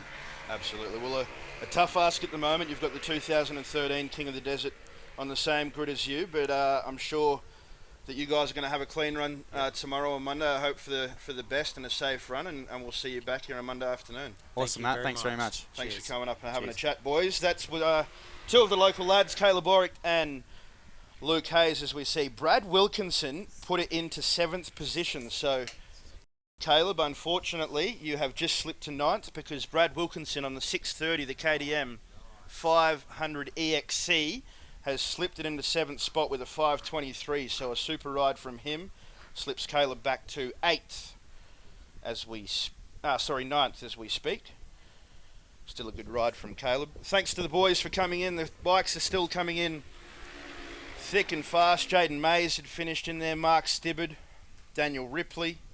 We've got Craig Walker, and Patrick Cooper and Stuart Windsor have just come across the line. The last two of the Class 6 bikes have taken off, and the next grid for the Class 5 bikes, or should I say the first grid for the Class 5 bikes, contains a couple of riders to look out for. And I say riders because I'm speaking of Ivan Long on the X99, the Husqvarna rider from South Australia, and also Megan Rutledge on the X97, the Kawasaki rider. Was her first year last year.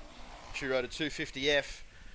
This year she stepped up to the 450, and she's going to be one to look out for. I'm tipping we could see our first top 20 female rider as Adam Elphinstone comes through, 6:28, to put himself into 60th position. We'll have a quick 2-minute rest, and we'll come back with the first grid of the Class 5 bikes.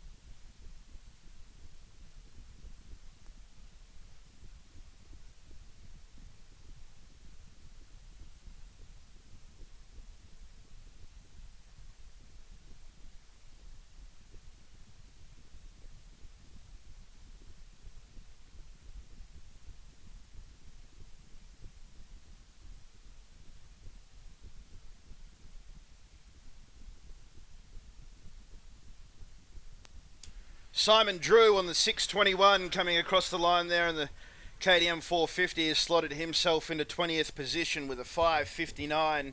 Good ride there from the Class 6 rider on the KTM, Matthew Moore, Jeffrey Woodgate and Russell Fabro also coming across the finish line there as we see the 1-minute board go up for our first of the Class 5 bikes. There's a few contenders in this class that we're going to see kick off within the minute. The dust still hanging around quite a bit. It looks a little bit better than what it was earlier.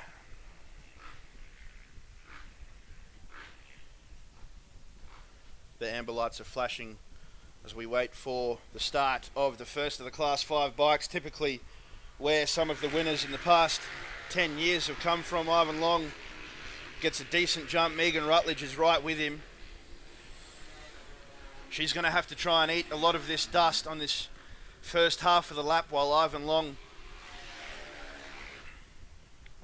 gets the jump on her as we see the KTM there, the Kawasaki come across the line. I think it was the 616.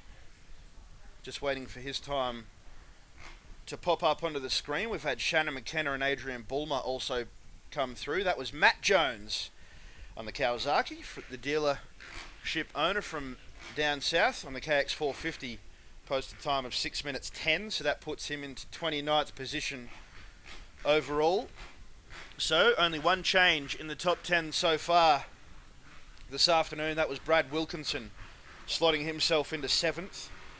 A few minutes ago that we spoke about with a 5:23.3 with a couple more bikes coming off the line. And Jacob Smith, a former podium finisher on the Honda CRF 450, gets his prologue lap underway, the X85. Jason Stewart on the 612 with a 0602 puts himself into 23rd position. The KTM rider from Mildura in Victoria.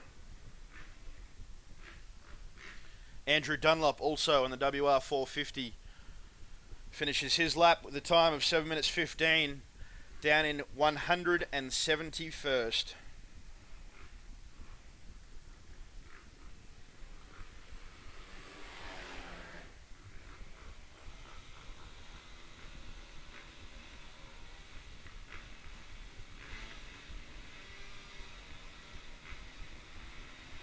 Ivan Long seems to have pulled quite a gap on Megan Rutledge at the back as they loop back around. Could be a quick time from Ivan Long. We'll wait to see what the Husqvarna rider has to offer in terms of a 4 minute 55 that we've seen from David Walsh. Earlier in the day, Damon Stokey sitting second, some 7.5 seconds behind him. Luke Staffrace, on the Husqvarna, also finishing with a 6:43 to put himself in a 91st.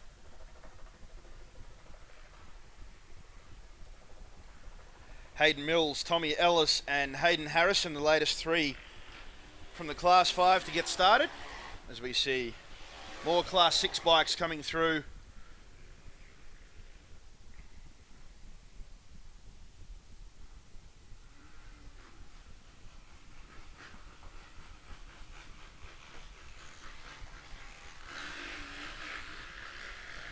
Whoa, big sideways movement from one of the Class 5 bikes getting off the start there as the 603 finishes their lap.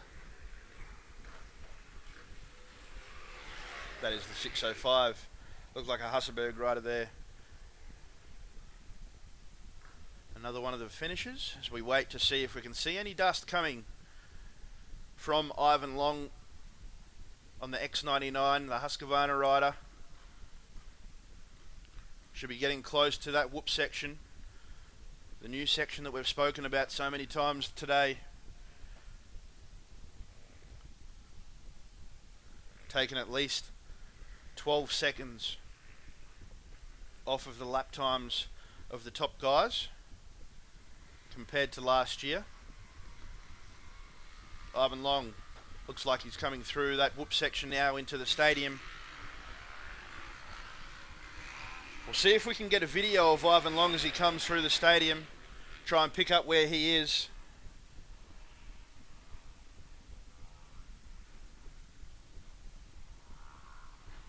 As we wait to see if he can better the fastest time so far of a 4:55.7. There he is there on screen now. He's coming into that right-hander before he'll hit the ski jump. And then into that high banking left-hand corner. Only 3 corners to go for Ivan Long on the X99, the Husqvarna FE 450. The rider from South Australia previously finished in 3rd here at the Tatts Finke Desert Race a couple of years ago when he was riding for the KTM team. He's got a couple of corners to go and we'll see if he can put it on the top step of the time charts. Hits the apex of the corner, right down on the back of the bike. Ivan Long on the X99 does a time of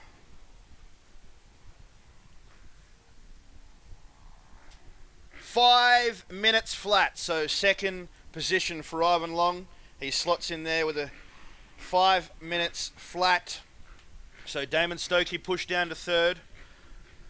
And Luke Hayes down into 4th. A couple of the local guys, they shunt down a position each. So Owen Long on the Husqvarna FE 450 slots it into second position, of 4.8 seconds behind David Walsh.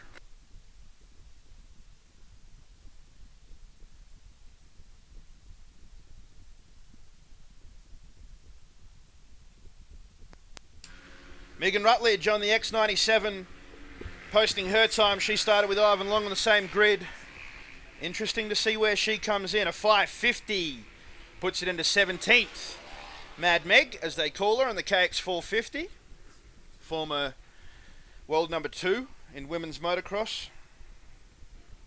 And one that will feature heavily this weekend inside the top 20. Jacob Smith, a 504. So he puts it into 4th position right there behind Damon Stokey. A good lap from him. 3rd place last year in the prologue, Jacob Smith, and then an unfortunate DNF. As we see Nicholas God come across on his Yamaha to post a time of 6:31. So a massive change up in the lineup after those couple of bikes. David Walsh still on top with a 4 minutes 55.7. Next up is Ivan Long with a 5 minutes 0.5. Damon Stokey in 3rd, 5:03.2. Then Jacob Smith with a 5:04.8.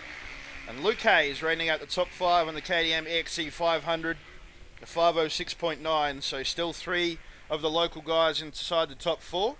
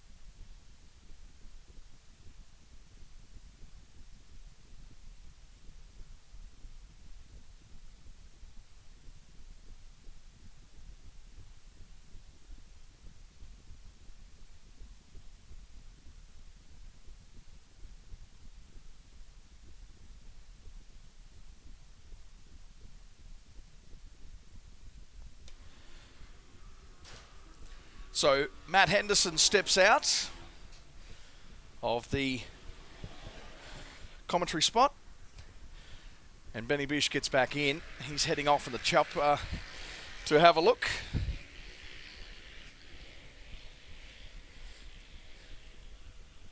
Nice work there from Hayden Mills, jumping into 45th spot there with the 617 on the KTM 450.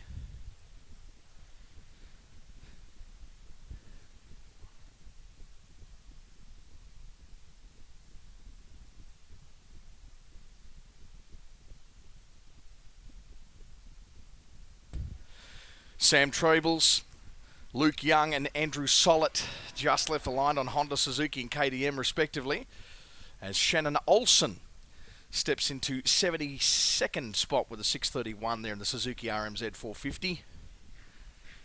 You're starting to see, particularly with that shot there on screen at the moment, just how choppy it's starting to get out there now for the mid-pack. A little bit of a contest too, as one goes down low, one goes high.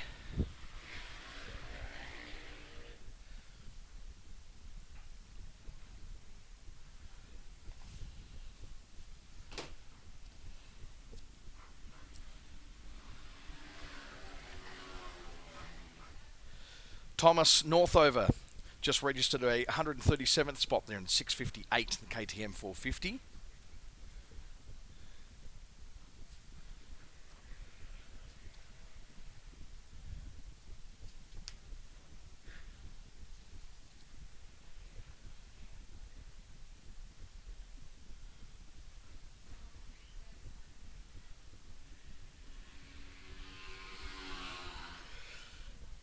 Stephen Maddox, 6:12:30. Oh, someone's off. There's been an off. You see that up on the screen there at the moment. And he's up on the elbow at least to demonstrate that he's conscious, but man, in struggle street by the looks of things there. So the medics will be onto that straight away.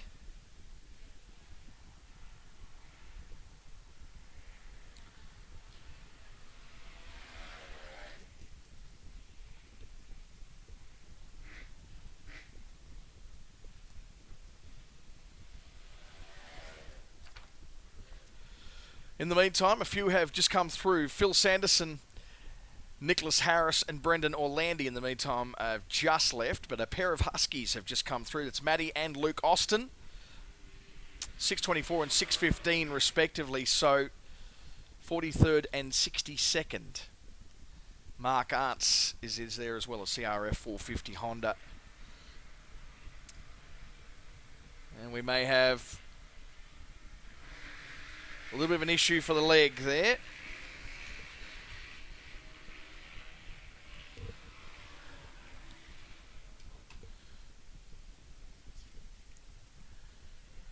Reese Way, Jaden Page and Travis Lawrence set off on their journey around the track. It's just waiting on news there for getting the medics out to try to get themselves in to the place where he is. It's just trying to get around the top side. That's just happened on the crowd side of the second last berm, which is close, the close end to the actual finishing straight.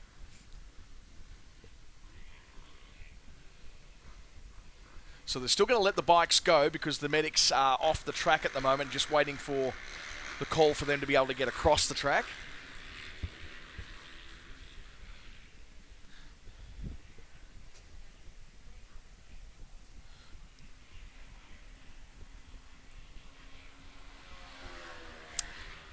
Eddie Hampton and Lee Jones have crossed the line. Yeah, Eddie Hampton there in the YZF 450 grabs 55th spot, 164th for Lee Jones.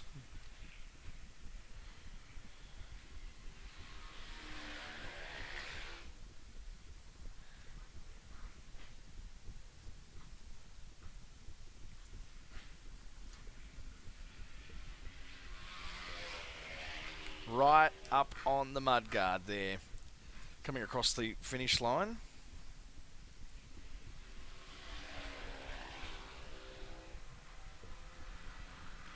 Now finally we've got the ambulance across onto the track.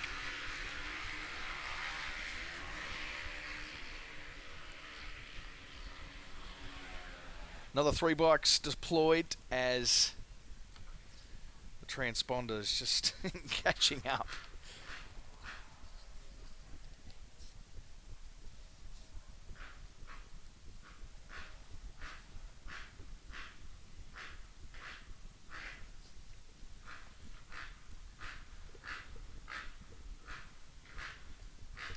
Big hello to our friends from Central Comms here in Alice Springs who've provided all of our communication equipment for the weekend.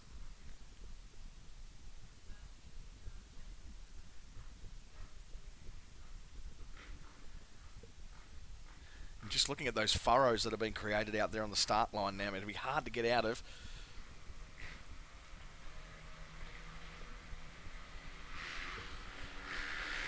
Oh, and they're struggling to get out of it too. You see those shots off the start line. Big hello to anybody who's just joined us on our live stream. There's yet another KTM on its way back to the finish line. After what is becoming an increasingly ruddy little track out there. That's Andrew Sollett, the KTM EXCF 350. Decent ride too. 6:16 has got him into 50th spot there. Sean Ryan Caputo, Ben Stevens and Adam Doonan have just left the building.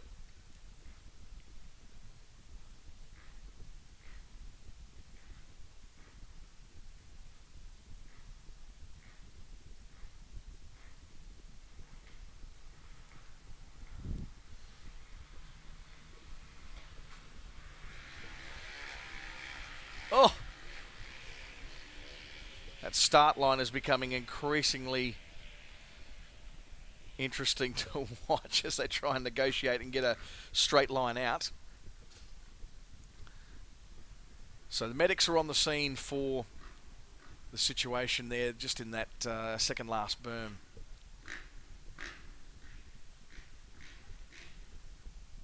Of the stadium area.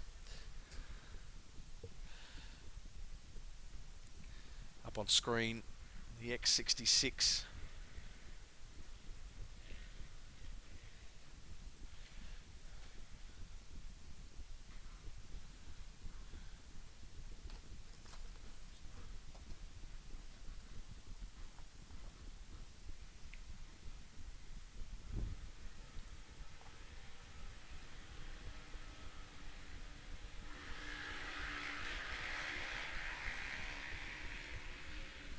Man, it's a great battle at the start there.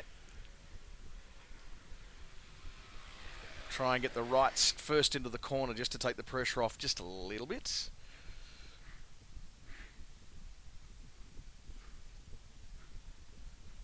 So Tom Griffin, Jordan Atkinson and William Turner in that last trio to get off the line. So we go down through the numbers. Luke Young grabs 259th spot. It's probably as high as the numbers that I've seen so far. So indicating that we're getting close to halfway through the field. Brendan Orlandi, 69th there in the Yamaha YZF 450.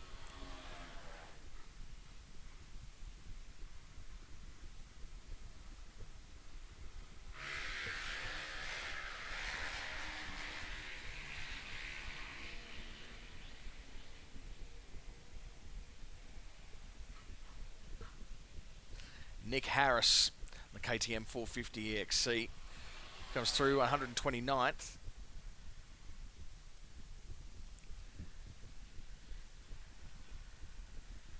Just been upstaged by Jaden Page, who's come through on the Husky and goes into 39th, putting the other boys down to 130th and 70th, as we just spoke about.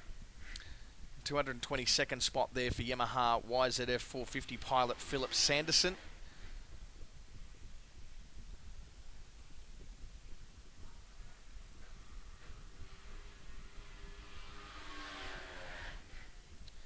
And 91st for the KTM XCF of Reese Way.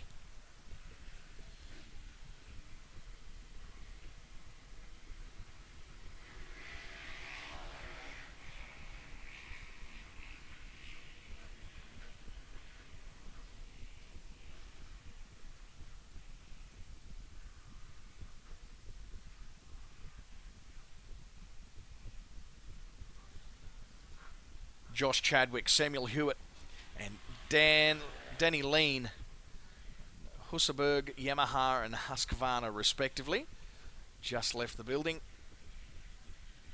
Trav Lawrence, Brody Crane, and Reese Way just came through. 19th for Brody Crane.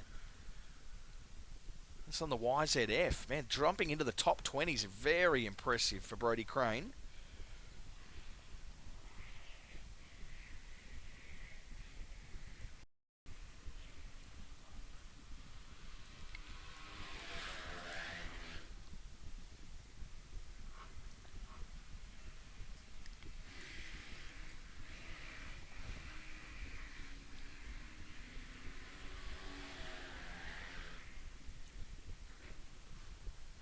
Just see the difference in the body language of these guys and how they get across the line. See the guys that got the right wrist screwed back as hard as they can, and then you've got the guys who are going as far as putting all their weight over that back mudguard.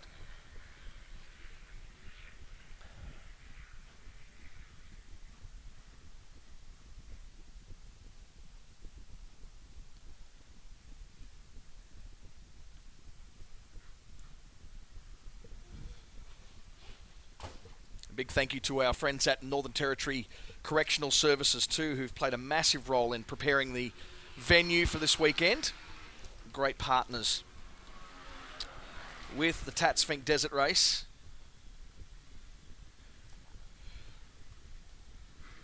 I'm sure the inmates enjoy the opportunity to get out in the sunshine and do something a little bit different too. So great to have them on board.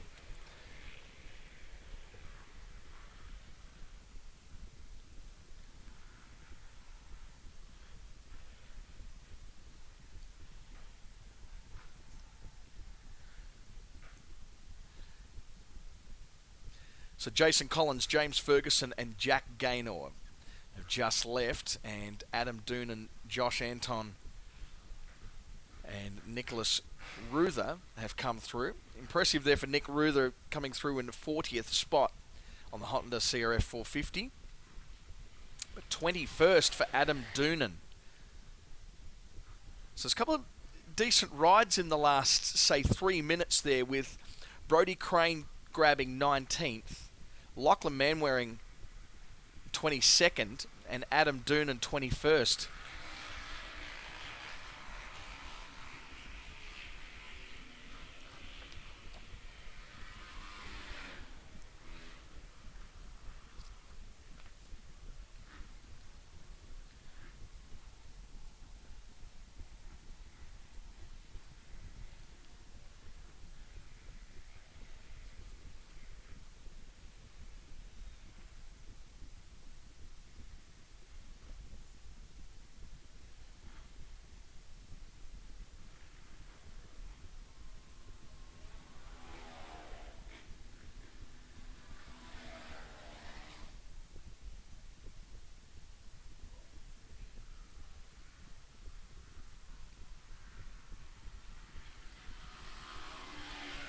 So Sean Caputo, 192nd there on the Honda CRF 450. Dennis Earl and Luke Baker up around the high 90s into the hundreds.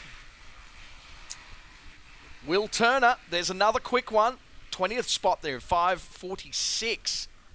Man, he would have passed for quite a few bikes to get through that when you consider the other numbers that are around him. So nice work from Will Turner.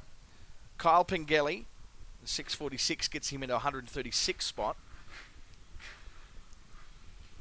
Jordan Atkinson, a 6:09 for 39th.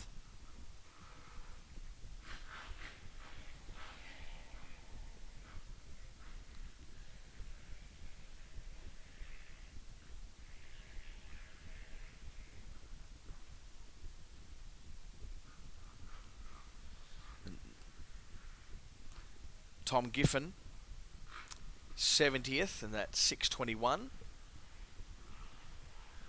And you've got this many riders, man, it really matters. Every half a second matters. Very gutsy effort.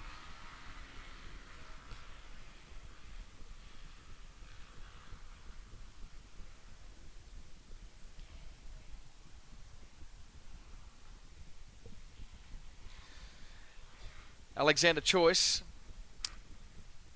Ton Van Wittingen, and Nick Hartman just headed off. Mitch Armstrong's just come back too with the 28th spot, just under 6 minutes, so that's impressive. 5:57 on the Honda CRF 450. Be wrapped with that.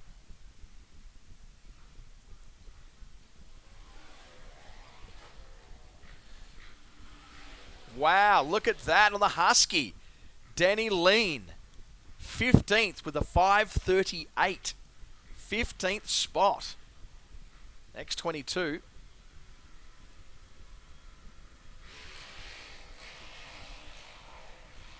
Carl Borchard on the Sherco. 117th spot with his 6:40. Medico's still dealing with the situation there in the second last berm.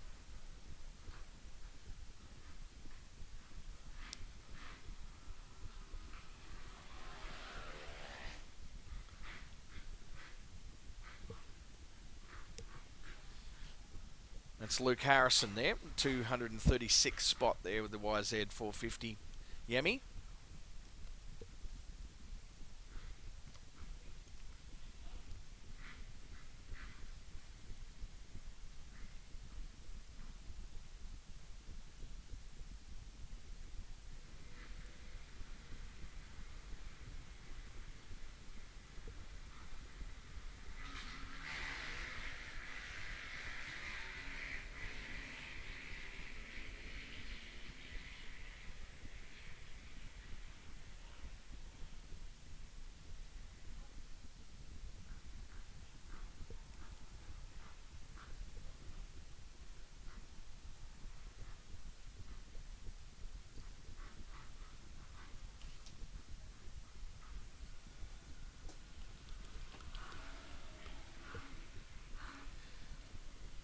Jamie Wilson, Jesse Mackay, and Billy O'Neill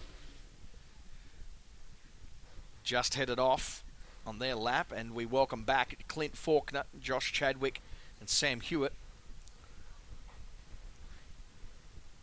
Chadwick and Hewitt settling around the 240th spot, while Clint Faulkner just in the top 100 with that 95th there at 6:31.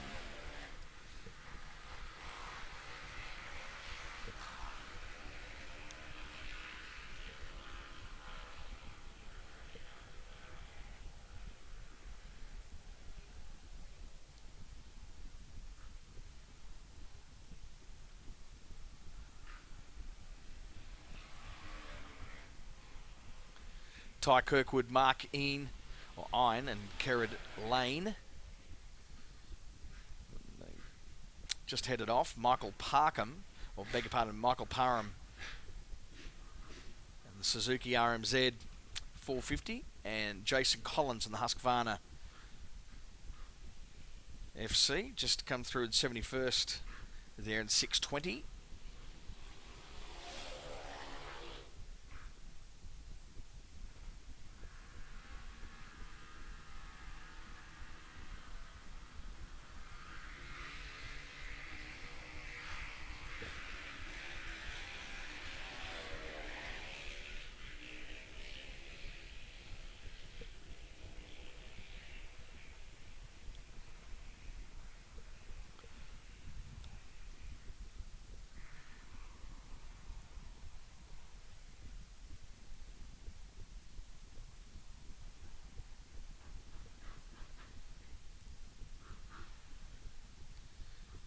Sam Tilbrook, nice work there on the KTM 450 SXF.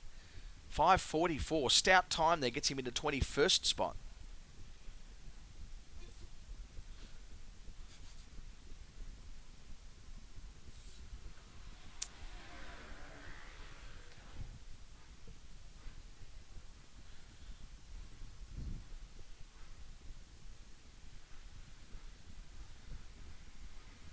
James Ferguson and Nathan Tyler have both returned. Big wheel stand off the start line.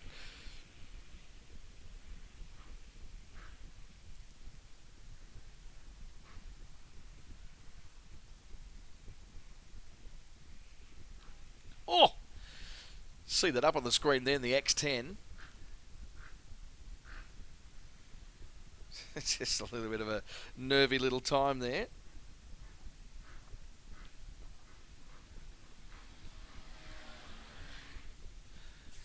James Eldridge, James Katrupi, and Benjamin Miller just headed off as we welcome back Bryce Edwards, 259th, 7:31.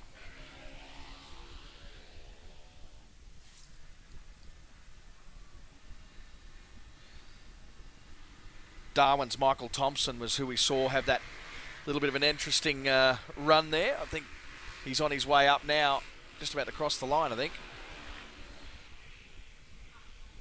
Luke Bruce and Bryce Edwards are home as well. Michael Thompson, 201st there. Nick Hartman, in the meantime, came over just in front of him, 39th spot, 6:02.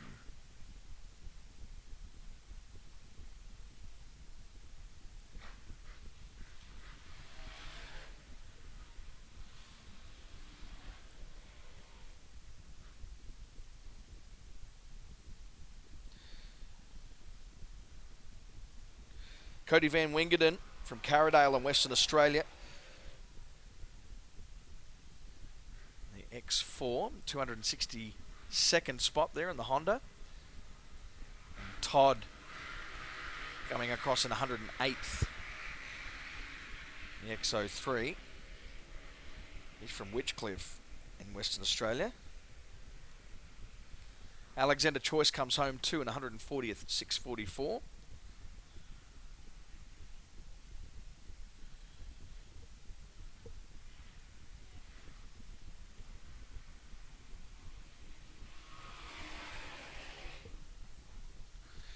Luke Bazant, Brett Donaldson, and Luke Harding have just headed off as we welcome back Peter Mayer and Brendan Lehman.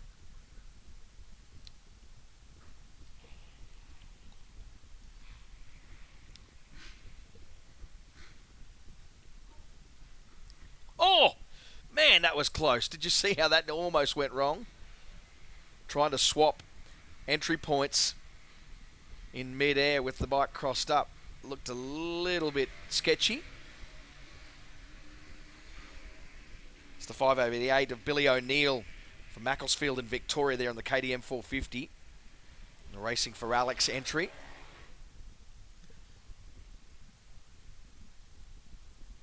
And Billy comes back with a 607 in 43rd spot. And I can imagine if he was going to be that aggressive, I'm not surprised that he's down as low as 43rd.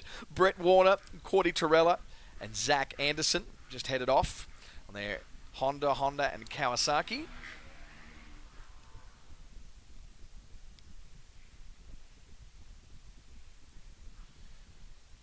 Jesse Mackay returns in the Suzuki RMZ 450 101.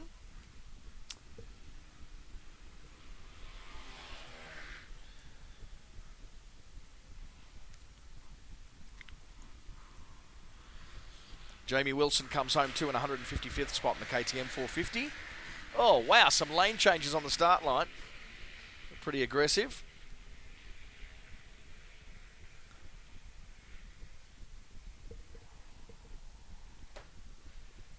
As the Rockstar has returned and will join us back on the microphone here shortly. Jamie Wilson, Jesse Mackay, as Joel Doohan, Graham King and Cody Upton have headed off. Keep your eyes on Cody Upton, that 559 bike, that Honda CRF 450. Maybe down in the low numbers. We saw maybe about 10 minutes ago a trickle of 3 guys that were made their way into 19, 20 and 21st. Wow. Yeah, so just coming out of nowhere. And one of them was on a Husky. Okay. Which is impressive. That would be Mark Ants, Brodie Crane and Samuel Tilbrook. Yeah, that's right. Yeah. Fantastic. James Hean, another guy in there from Alice Springs in the top 20. And Danny Lean, another guy. Danny Lean was really impressive, actually. Yeah. Slotted into the top 20.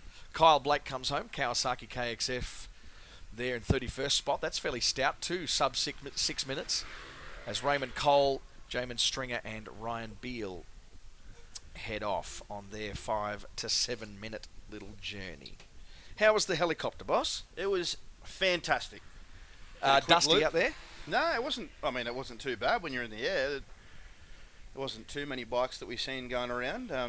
You notice that we have a medical issue over here just next to the second berm. So we haven't identified who that is yet. We couldn't get the number on the bike. But he was actually leaning up on his elbow but wasn't able to walk away from the incident. So, so that's for that we're very thankful. But obviously some sort of leg issue there. Oh, wow. Big time. It's the 575.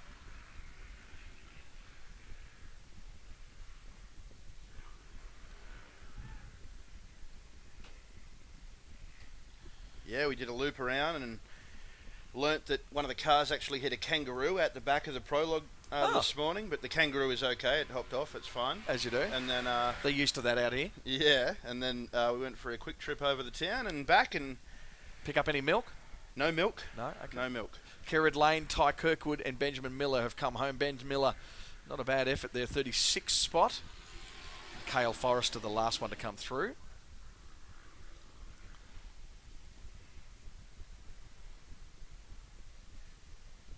So we're still seeing that 6 minute bracket. Obviously, Ben Miller just come through a 6 minute flat and he slotted into 36. So it's still a decent time, the 6 minute bracket.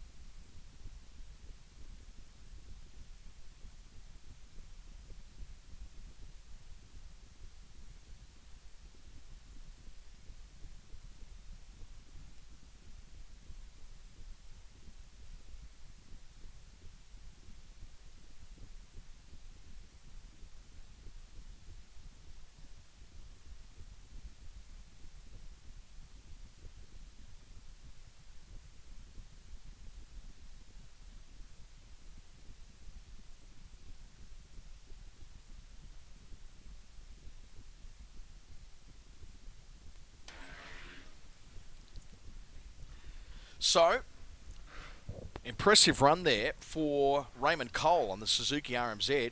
Down into 23rd spot there. 5:47. Ainsley Ross, Josh Lawless, and Patrick Ryan have just set off. Down the list there, Cody Upton, as predicted, was going to be quick. Sub 6 minutes with 31st there. 5:56 on the Honda CRF 450.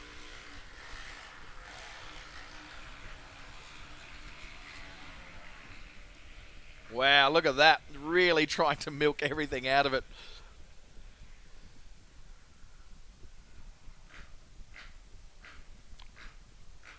Just waiting to find out who that was. Didn't catch the number as he went past, but he was trying to milk that thing for all it was worth.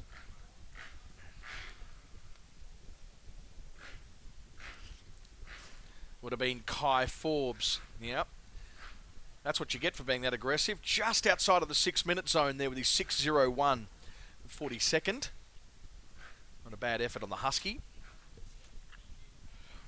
Nice shots back on the start line now as we capture a pretty ginger look at the surface. That'll be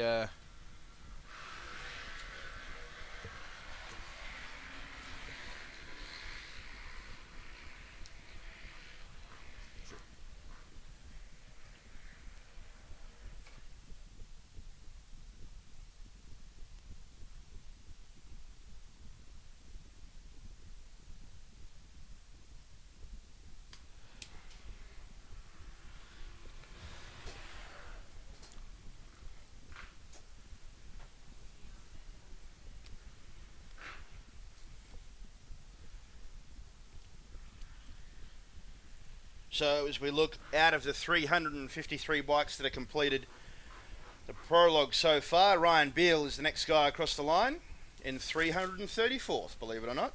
Wow. Time of 8 minutes and 19 seconds. Gives you some sort of indication of where we're at in the running order at the moment too. So just over half of the bikes have gone through. A big welcome to you if you've just joined us on the live stream. Wherever you are around the world, I'd love you to join us in the conversation. Hashtag everything Finke17, Finke 17, whether you're here live at the track or you're somewhere around the world, cozy on your lounge or at your computer desk.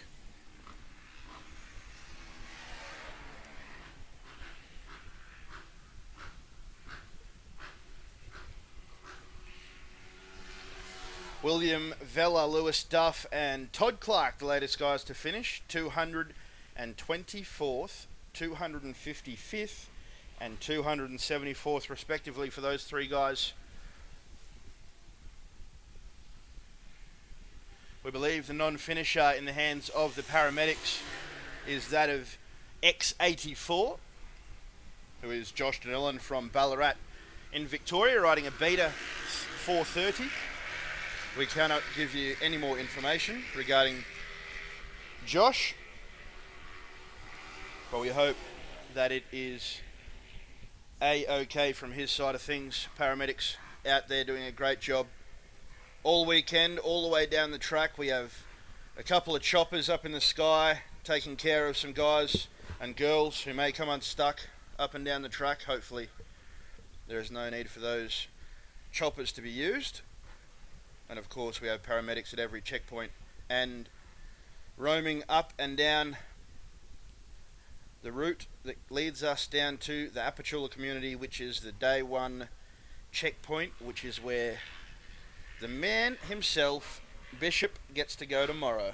Yeah, looking forward to that. It's going to be a good little bit of fun and intense, I think, too, by the time we get down there and get back. Nice wide run.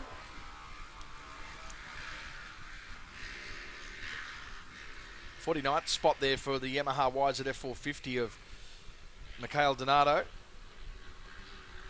Porter John, or John Porter. I think someone might have filled out the form a little bit incorrectly there. 199th spot there in the Husky. Sam Fielding, Jake Larson and Shannon Gabby have just left the scene of the crime.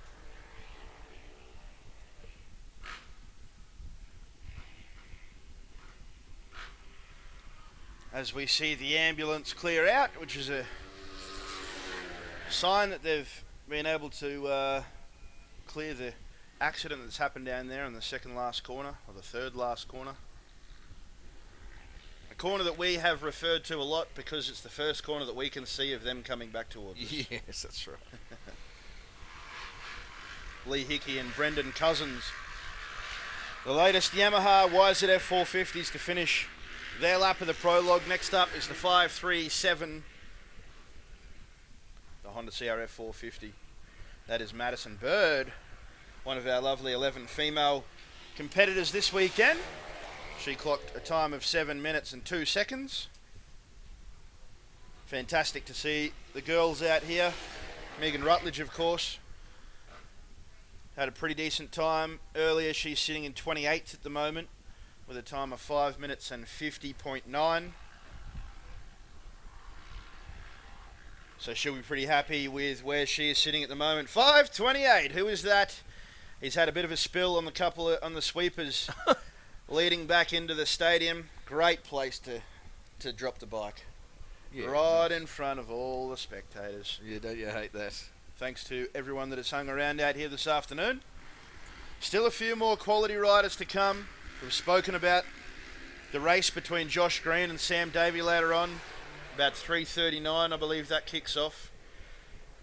Daniel Gordon on the 450X, the Honda CRF. Moves it into 48th with a time of 6 minutes and 3 seconds. Solid time from Daniel this afternoon.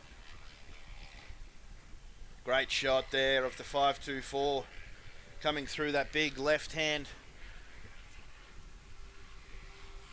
high berm that we can see from our commentary position as the 535 crosses the line.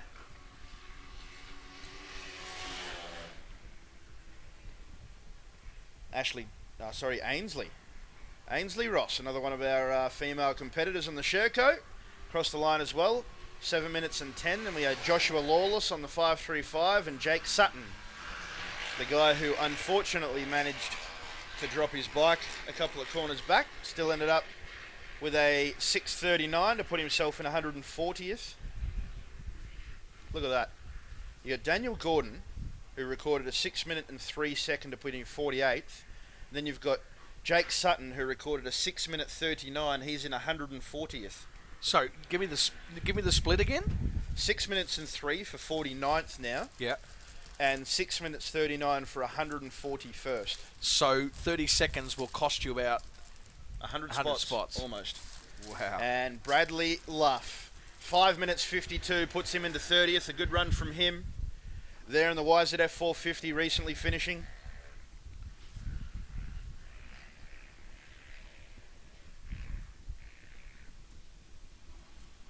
As John Beauchamp, Daniel McDonnell and Alan Henson take on their lap. Jack Collins on the KTM 350. Beg your pardon. He has finished his time of 7 minutes 35 to put him in 315th.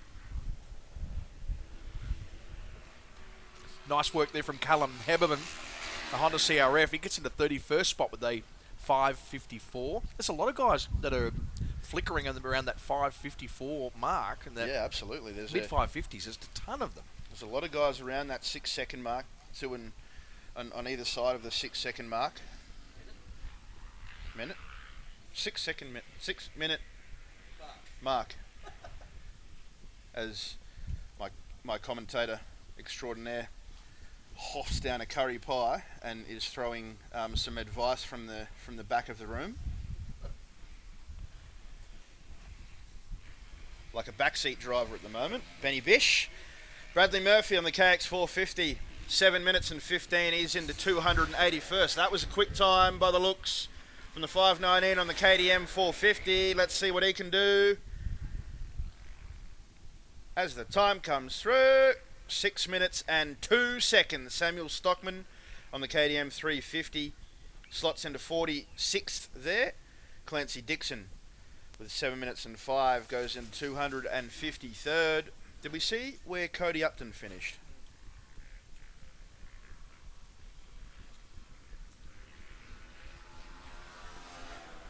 just in the low 30s from memory, 31st, I think. Yeah, there he is, 33rd with a time of 5 minutes 56. 5.23, the Honda CRF 450 crossing the line down beneath us. We really do have the best view. Oh, yeah. Yeah, it is quite nice. I mean, more bikes. Take you out of it, it'd be better, but... Or you could look the other way. You're in the road of the bikes, mate. Next up, the Class 4 250Fs. And we have the son of a gun on the first grid. Bradley Greenfield, of course, son of multiple King of the Desert, Stephen Greenfield. Bradley made it known that he is in it to get there and back. His mother, of course, Giselle Greenfield, the administration officer for the Finke Desert Race, is very, very nervous as she watches from the start-finish line. I can imagine any mum would be. One of Bradley's mates as well, who he's raced against all of his junior career, Nicholas Turner, who ended up in 15th into Finke last year, I think, on a 250F. So he's on this grid as well, so watch out for him. To post a quick time, we've had a few more come across. John de Sluis. Did we not call that name as a navigator before? There was a de Sluis, Van de Sluis before. No, yeah. Not sure. William McNamara, Josh Barkle, David Hansen, Shannon Gebby, and Jake Larson all finishing their time.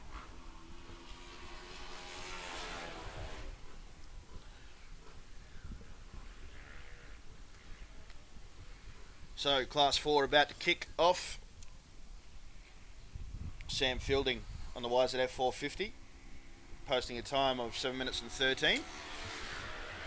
Jake Larson, one of the riders on the beaters, the RR 430.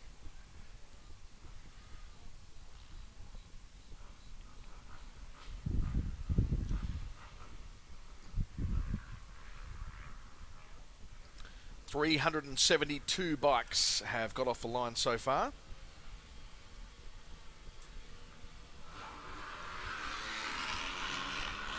So the 250Fs, Bradley Greenfield and Nico Turner have had a very good drag race into that first corner. We can see it on the big screen there. Bradley actually got the jump on him.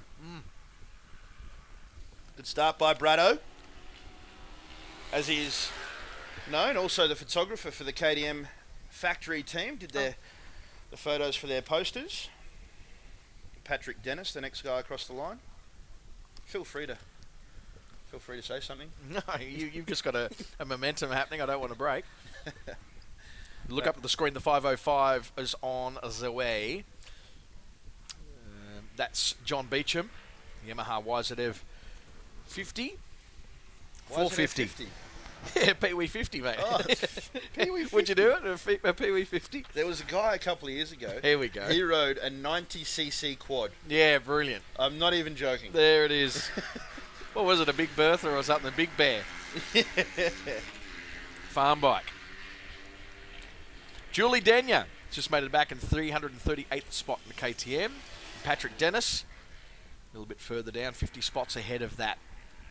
283rd was the Yamaha WR450. The 509 there, Gareth Tyler from Glenrowan in Victoria. Glenrowan, Ned Kelly country. 290th position for him, 7 minutes and 15, and Lachlan Fitzgerald. Also around that mark, John Beauchamp from Cloncurry in Queensland. Well, some would suggest it's pronounced Beecham. Just throwing that out there. I used to think there's some take it as Beauchamp, some take it as Beecham.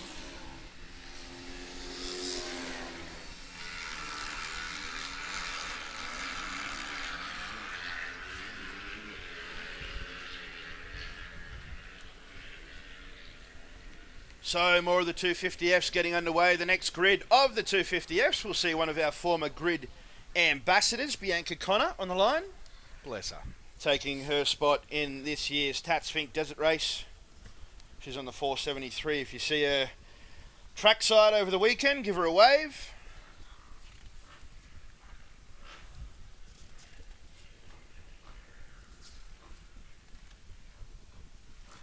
Alexandra Long Jamie Iron and Brad Swan just left.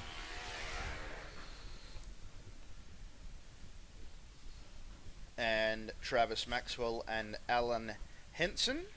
Daniel McDonnell. Joined Daniel McDonnell as finishing. Who happens to own a set of Rangers out towards the west.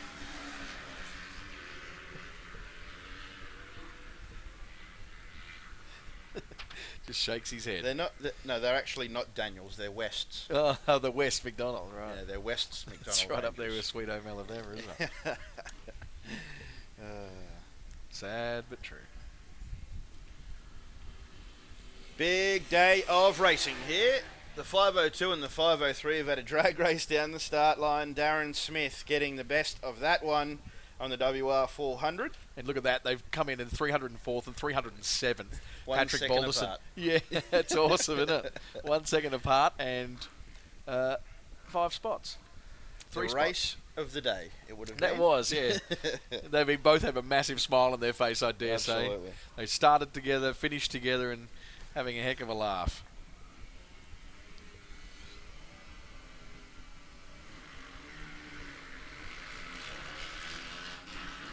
Up on screen, that's Andy Cosco, the Balmain, New South Wales. Every time you say the name of a football team, your voice starts to change somewhat.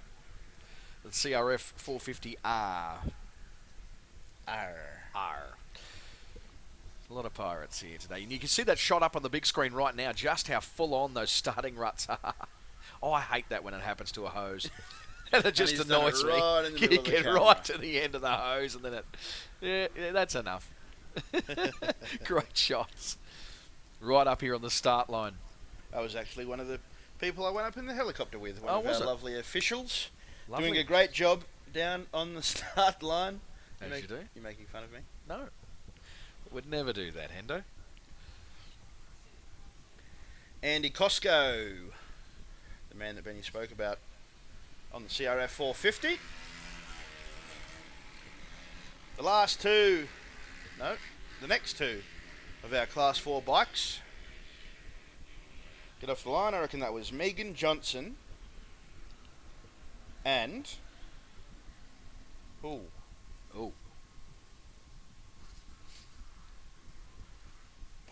Hughes. Paul Hughes and Megan Johnson, the next two, away for their flying lap. Local boy up on the big screen at the moment, Nick Turner, the Yamaha YZ250F from Alice Springs, the GNS Transport entry. And he is hard on the anchors coming into the berm. 15th into Fink last year, had some dramas on the way home. So let's keep our eyes on this time, the 499. Of course, This could be good. Started Oh, on the same gosh. grid as Bradley Greenfield. How's your numbers? We'll wait for it to pop up on the screen.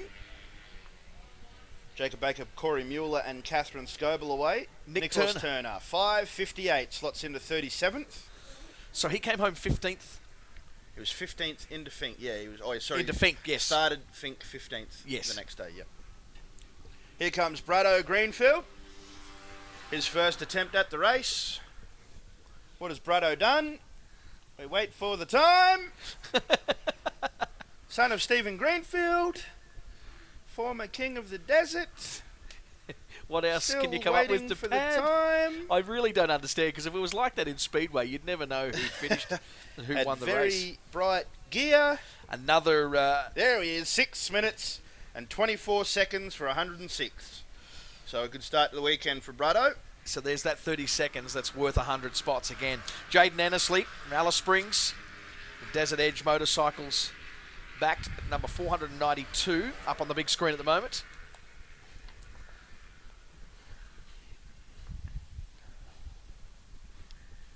First attempt at Fink for Jaden Annesley as well. You just don't expect there to be an actual jump in the middle of a berm, do you? Oh, gosh, that's harsh. Over the ski jump and back. That's aggressive, isn't it? Nice work. Numbers will be up shortly. Mason Pratt, Jaden Annesley grabs 109th. the 625. And Mason Pratt came in there as well with the 259th spot there in the KTM 250. 1 second off his mate Brado Greenfield. So they'll be starting in a very similar position tomorrow, which will be pretty cool to see. 493 of Pearson Kitchen from Yarra Junction in Victoria and the YZ250F. Up on the screen at the moment as another trio leaves. The Class 4 up to 250 cc's, 4 strokes. Looks like the 485 coming in of Brad Swan from Bacchus Marsh in Victoria. Riding for the Matt Jones Motorcycles Kawasaki back dealership. Pearson Kitchen.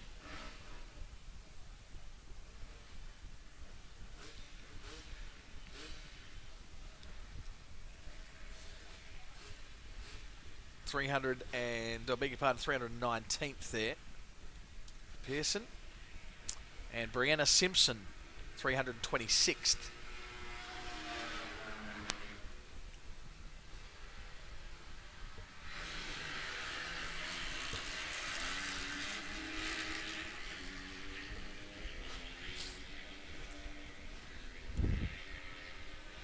Alex Long, another one of our female competitors on the 250F class, finishes her lap in 7 minutes and 6 seconds on the Honda CRF 250.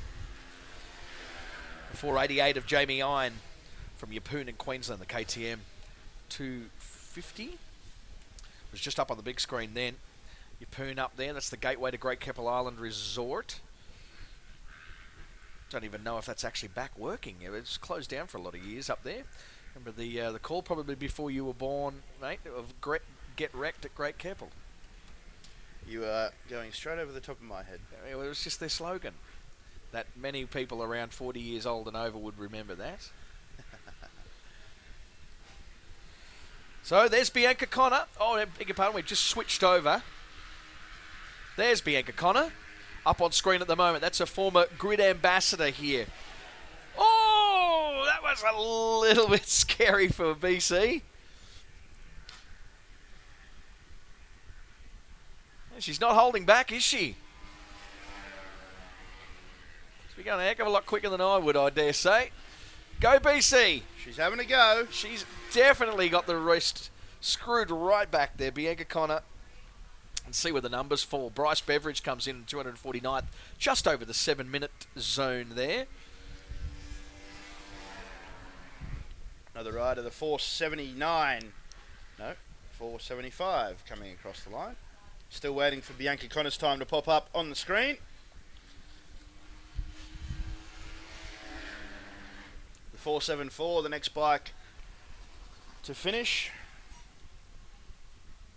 Now we get into a cool class. The 250 two-strokes. Oh, yeah.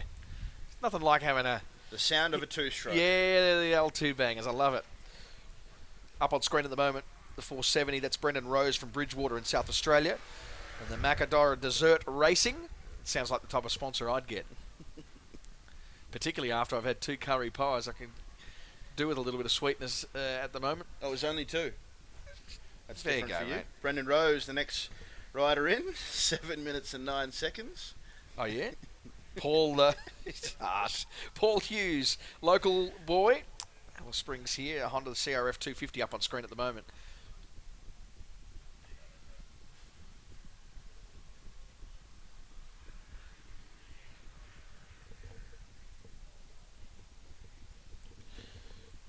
The Honda CRF 450 to 461.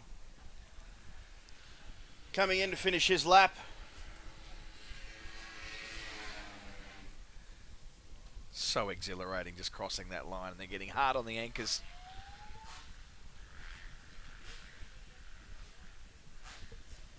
I reckon Glenn Orick will be out on the grader on that start line before the day's out. So I was looking at start times for tomorrow, for those of you who are wondering, when time to come and join us on the start. We'll be getting going in the early hours before Matt Henderson usually gets up. So I don't know how you're going to go tomorrow, mate. That isn't entirely true. I reckon you can switch that on and tell us what you meant anyway. I don't want to say it again. Oh dear, it's starting to get antsy. The tolerance levels are going down, and we're not even riding bikes or driving cars. Brendan Rose, Josh Dent, and Aaron Lincoln have all come home, as well as Dan Johnson. The ruts. Oh, it's full on, man. We've seen some pretty full on stuff over there. Getting extremely sideways. So you were saying tomorrow, Yes. All cars on the starting grid will be by 7 a.m. tomorrow morning, with the first car kicking off at 7:15 on their way to Fink. That's the 434 up on screen at the moment. That's Catherine Scoble from West Swan in West Australia. The Scoble Racing Complete Motorcycle Fitness entry.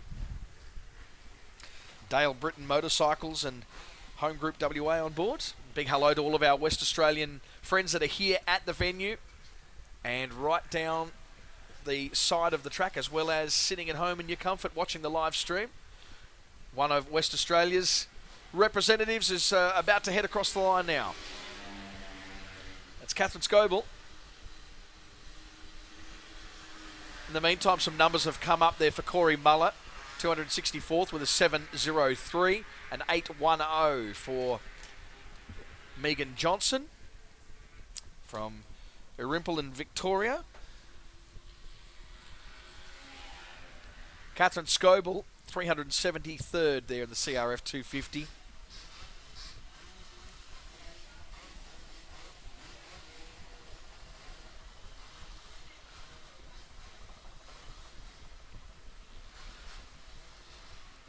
Shah Manning, Lee Kane and Matthew Travinsky have just headed off.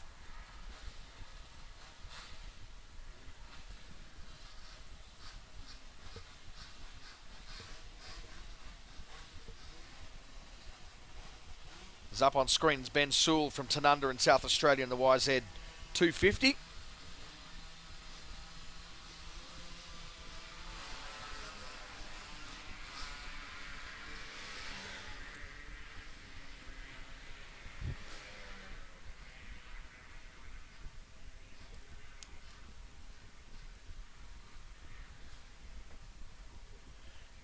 No rear view mirrors on these things. And you see some of the lane changes from guys who you think, man, that was a bit aggressive, but they weren't within striking distance and just wasn't there to feel the vibration, because that's all you've got, essentially, is the sense of, I can feel something else out there, the vibration coming up through the handlebars. There, you saw it just then, where the peripheral vision and the feeling of vibration just gave him the heads up that someone was going to round him up. Hayden Moyer, in the meantime, has just crossed the line with the CRF 250 in 390th spot. Did we get the time of Bianca Connor come up yet? We haven't, have we? I don't think we did, actually. Tim Maddox, local boy, on the way through.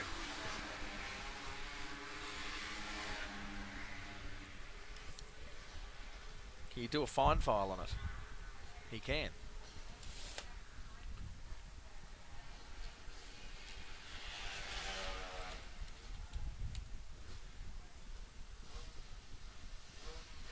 So efficient on that thing, mate.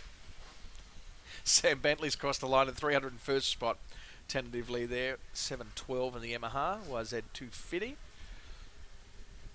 Fred Hawkins, a Honda CRF 250R at 7:59. Just keeping inside that 400 barrier. That camera view of the finish line almost makes it look like concrete. It looks that smooth. How good's this start line? Hewib Versless on the Kawasaki KX250F, timing in at 7 minutes 33 to be in 355th. There's a couple of local boys there, Tim Nelson and Dean Nelson. And actually Sam might have been in that list as well, was he? All three brothers are racing together, I think. And three different makes. How good's that argument? Yamaha, Suzuki and Honda, all running the 250s, of course. And all dragging sponsorship out of the same people too, which is not a bad effort. Sprinklers are on full force there just to pad down the dust a little bit. It's a full-time job running the sprinklers here on Prologue and race day, isn't it? You're not wrong. It's there's a bit of strategy behind it too, because you don't want to overcook it. Have a look at this bike next up. Craig Roundtree on the line on the Yamaha DT 200. Oh, DTs. Gosh, a DT, that's cool. Yeah, that is so good. 195 cc's. Whoa. Oh, I love it. Yes. Oh, that makes me feel at home. He is winding it up. Winding it up. That is great. As we wait for the first of the Class 3 bikes to come in. Craig Roundtree, Daniel Franklin and Tom Gilbertson just left in that last trio.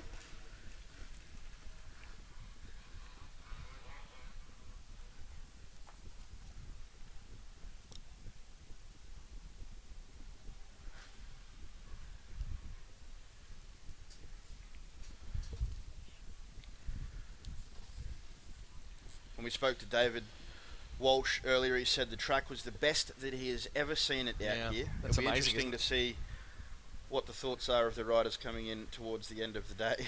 Yeah, that's right. Yeah, it might be a little bit different situation. Kyle Simpson from Watsonia in Victoria up on screen. The Husky.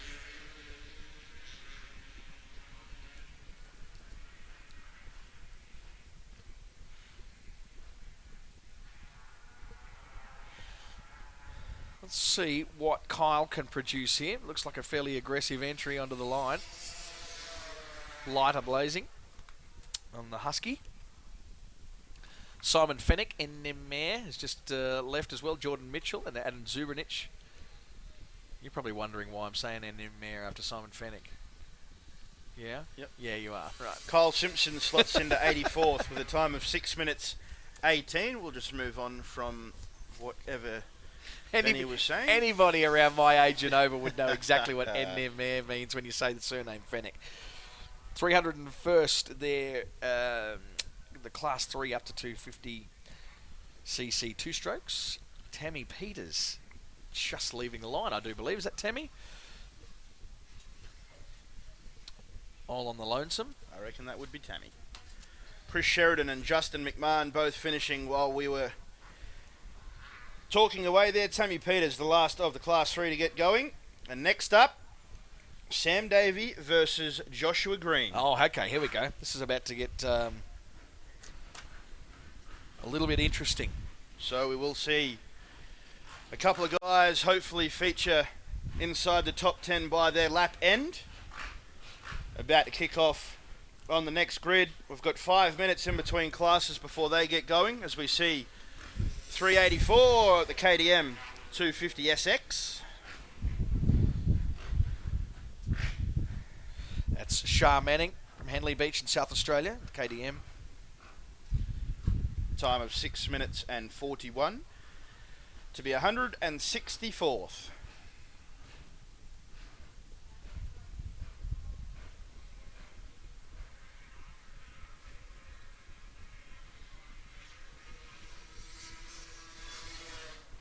That was the 385. 385 of Lee Kane, Ballon and Victoria.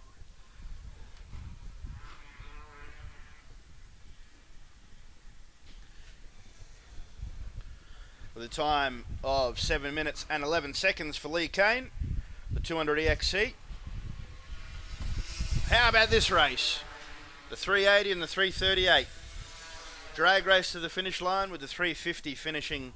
Also the 380 Matthew Trewinski finishing in 7 minutes and 34 seconds. Lockie Keynes on the YZ250, 6 minutes and 35. And Josh Gleason on the Honda CR250, 6 minutes and 38 seconds. Down in 154th position. So we're seeing the mid 6 minute range go back and back and back all afternoon.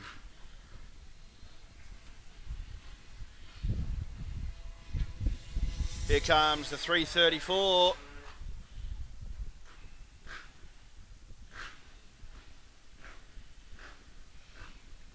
Luke Gleason on the Husqvarna, 6 minutes and 12 to go to 66. So there you go, Benny. 6 minutes 12 gets you 66. 6 minutes 38 gets you 155th. Yeah, wow, about 90 spots there. We're ready to go, almost down for the start of the Class 2. The yellow lights are on. Sam Davey, a top 10 finisher previously, and Josh Green on the podium twice. About to get their prologue lap underway. This is going to be a hell of a battle off the start line. Who's going to get the jump out of the two? The ruts are pretty bad. Sam Davey got a great jump at Josh Green. Holds it nice and straight and gets the jump on Sam Davey. So Sam Davey has a lot of work to do in the dust. And the third rider on the grid realising what he was up against and deciding to hold off.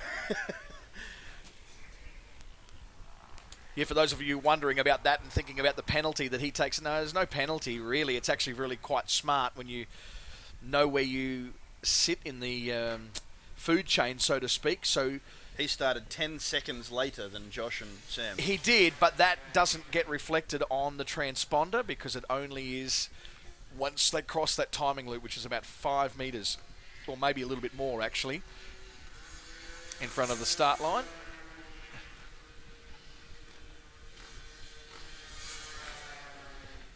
So a wise deal to hold back. So we're going to be keeping our eyes on Sam Davey and Josh Green to see where they sit. Because there's going to be quite a few people in the order. They're potentially going to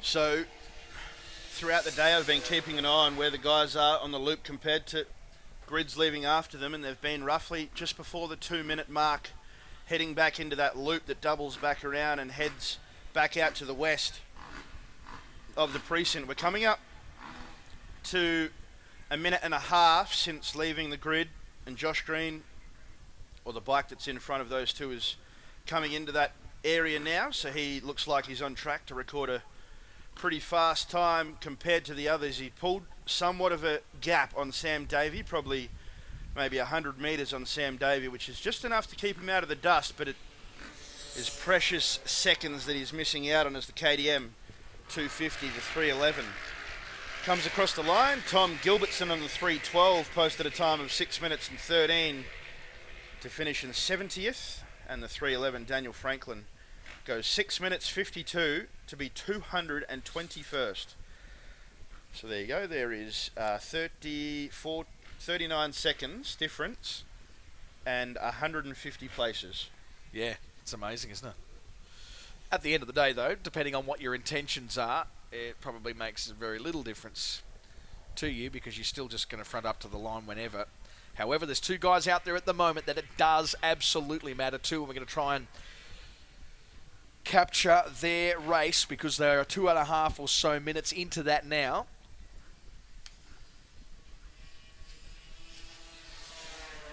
So Adam Zubrinich just crosses the line there from Port Augusta in South Australia in the LTZ Racing KTM 250SX. Jordan Mitchell from Echuca in Victoria on his way in as well. We had Lachlan Summers take off as well on the 295. He's a previous top 10 rider here at the Tatts Finke Desert Race from a couple of years ago, 2015 in fact.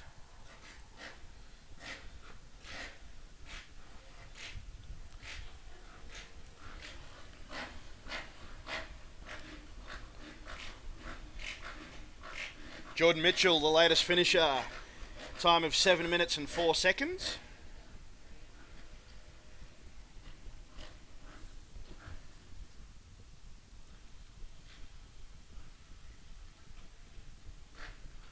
"17 seconds is 90 spots. Yeah, wow. That's amazing. 310, there it is, the DT 200. Craig Roundtree from Dowlingsville in South Australia. Looking out for the 297 and the 298. That's Josh Green from Strata, New South Wales, and the Yamaha WR 500F, and the Husqvarna FE 501 of Sam Davey from Echuca in Victoria. They're coming in to, yeah, there they are there, the two sweeping left-hand corners for Josh Green. He's pulled a sizable lead on Sam Davey. I was looking at Sam Davey come out of the whoops as you pointed him out on the monitor. So back into this right-hand corner and over the ski jump, and then there'll be 3 corners to go. So Josh Green on track to post what would look like a top 10 time. And, Sam Davey must be looking at that and just going, what the heck, where am I? So the Yamaha has got something up. Here comes Sam Davey now into that high bank left-hand corner. Oh, as Josh Green exits the second last corner. He's got 1 corner to play out. He'll hug the inside nice and tight and come across the line. Hopefully we get a time for you quick. Waiting for the time to come through now. The 2:97 of Josh Green. 5 minutes and 9 seconds. That is 6th quick for Josh Green on the Yamaha WF 500. 6 quicks. And Sam Davey, well, he couldn't do anything. All he could do was... 12, 13 seconds behind him. So a 5:09. Sam Davies' number 5:26. So that was a... P13. 17 seconds and 13th place. So still in that top 20 for Sam Davey after a brand change from last year. 11th last year in Prologue. Yep. 13th this year. It's consistent. Regardless of the brand. We'll wait for a few more of these riders because there are some quick riders coming through. This might be that of Lachlan Summers.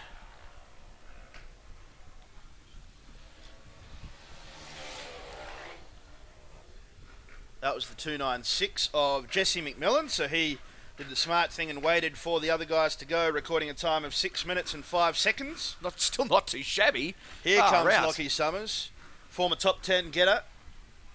Lockie Summers, man, aggressive.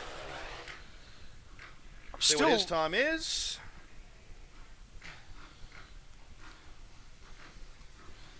Just really still impressed with Jesse McMillan Moore's effort there. That's 6:06. That's 6:05. It's nothing to be sneezed at. 57th spot. So at the front of the field, 1 minute almost exactly will cost you 50 spots.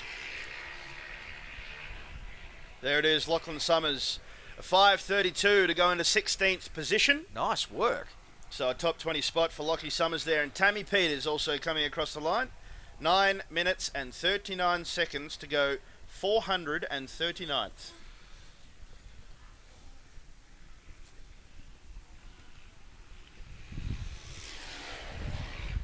That looked like the 294.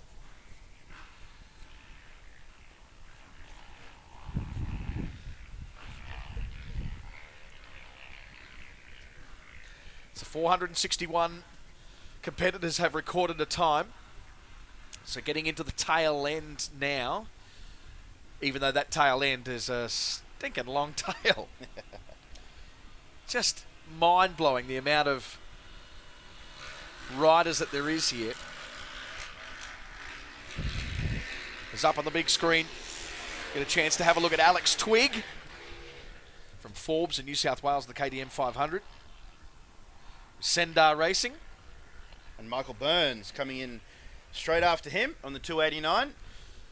Brendan Lester, in the meantime, takes the Husky to 118th spot.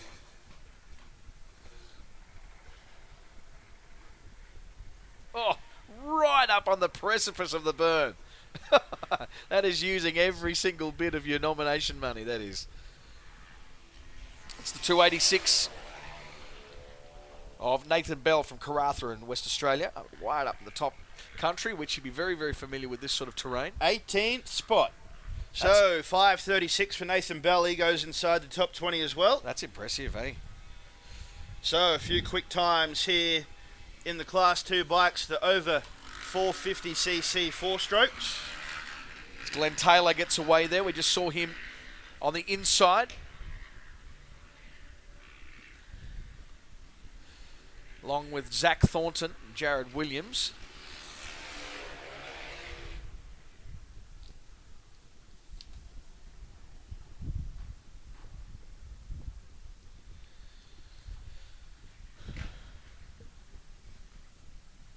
Ben Barrett from Kalgoorlie in West Australia. Quite a few West Australians in this category. Philip Pridden on the 292, recording a time of 7 minutes and 11 seconds. He's about to be passed by the Husqvarna of Jordan Stewart. Oh, albeit very closely.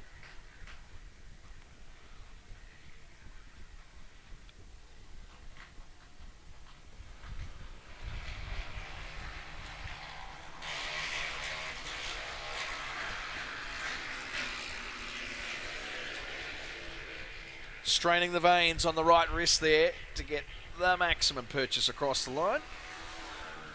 As Andrew Young, Grant Donaldson and Ricky Lane have disappeared into the distance. Jordan Stewart in the top 50. Ricky Lane is another guy to look out for. He prologued 13th last year.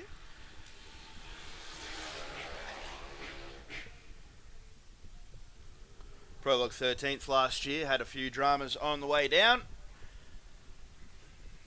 Jordan Stewart, as you said, inside the top 50. Oh, Josh Tilbrook, 5 minutes 22 into 10th position. Wow.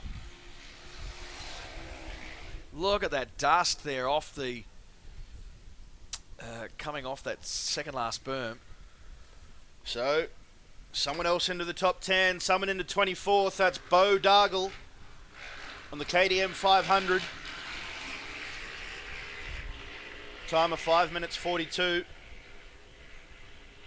You really are doing well to go inside the 5 minute barrier. Yeah, absolutely you are.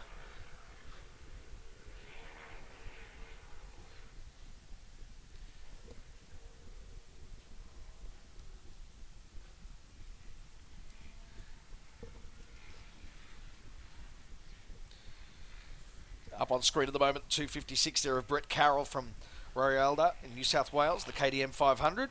Carroll racing Inverell Motorcycles up in northern New South Wales. Oh, man.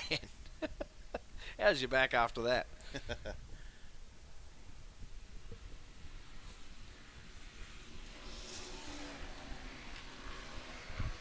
Be interesting to see those numbers, actually. Bo Dargle, 24th spot. Matteo Maggi, 185th on the Husqvarna. It's interested to see how Brett Carroll went there. The last little bit of his campaign looks very, very aggressive.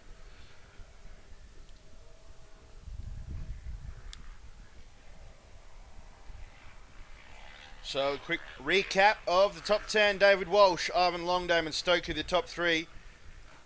Jacob Smith and then Luke Hayes, Josh Green, Todd Smith, Kent Collins, Nathan Trigg, and Josh Tilbrook has just put himself inside the top 10 on the Husqvarna.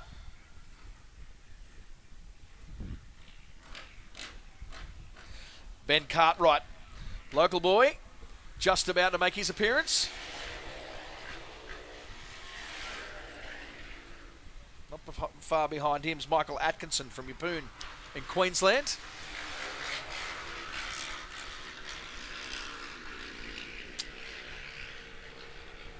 Brett Carroll, yeah, I thought that looked pretty stout. 5:52 is 38th spot.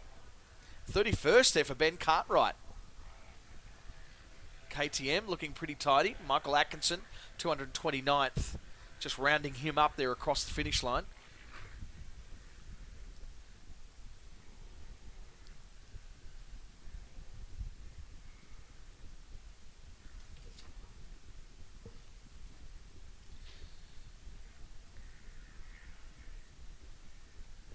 Lloyd Woolman, is it? 246 from Echuca.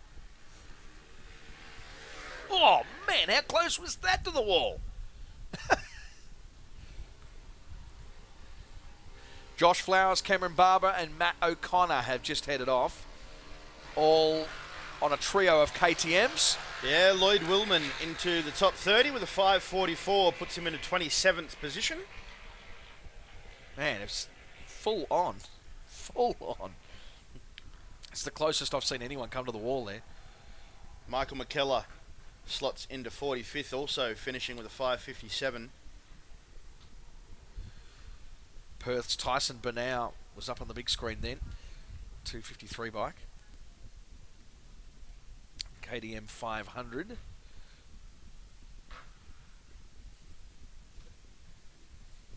Zach Thornton from Parks in New South Wales on the Husky, up on the big screen right now. And for those of you watching the live stream, wherever you are around the world, we sort of get into that default of saying live at home, but who knows? You can watch the live stream at the beach for a weekend. You can be watching a live stream and be here. Absolutely.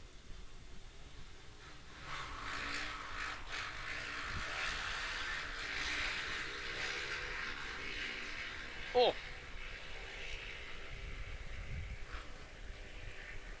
So Zach Thornton lining it up. And across the line. Tyson Banau gets 409th spot there in the KTM 500. Caleb Drake, Justin Hewitt, Jake Davison have made a start. Zach Thornton 74th. Sean Laurie 365th there in the KTM 500.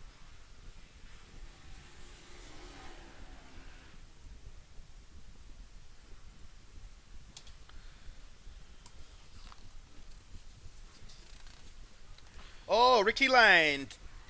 5 minutes 25 goes into P14. On the Husserberg 500, we've got him listed as riding a KTM. From Pakenham and Victoria, Jared Williams has just crossed the line. Glenn Taylor also registered his time of 6:37. James Perry, Matt Letty, Sean Brennan away.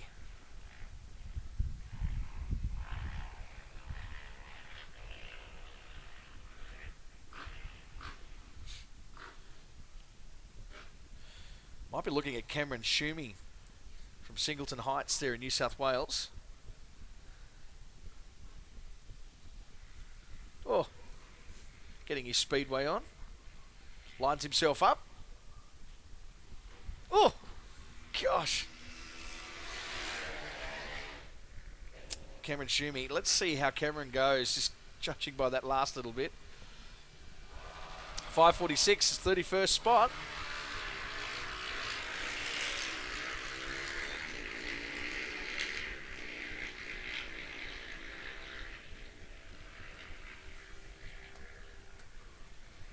Brad McKelson, Matthew McDonough, and Brad Lewin. Those three off the line.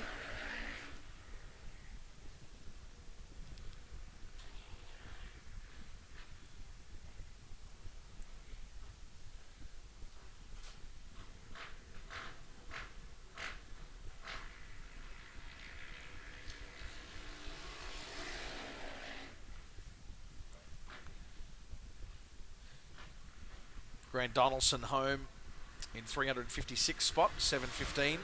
And Husserberg.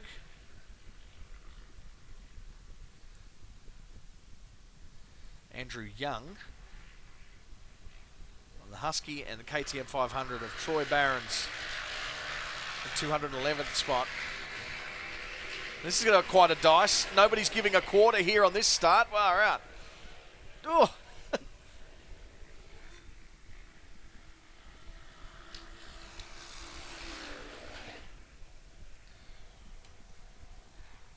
.232 of Doug.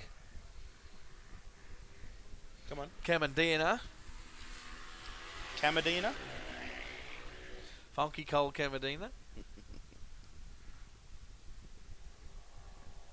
From Mount Johns in the Northern Territory. Funky Camadina. I think that'd be a fair nickname, wouldn't it? Absolutely. Thanks for your backing. I see you switched right onto that. Jason Martin also registers 128th there in the Husky.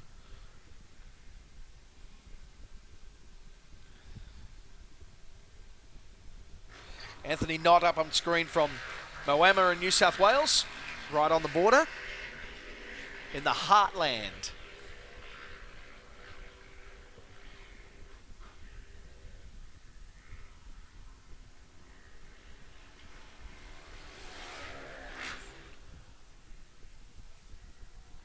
Cameron Barber with a 6 minutes and 12 second run to put himself into 88th position. We're getting to the point in the day where these positions aren't going to change too much. No. Anthony Knott.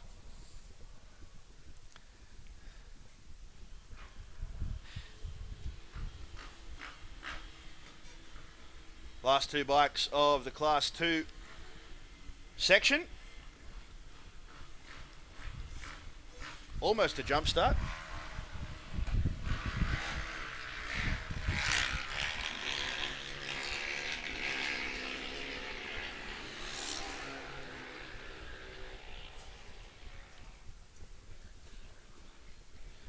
So 496 competitors have registered a time so far. We've only had the 2 DNFs. What a fantastic afternoon.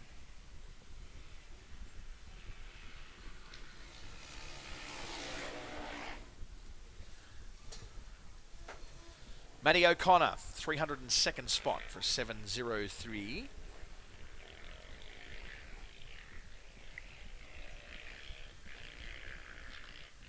Justin Hewitt,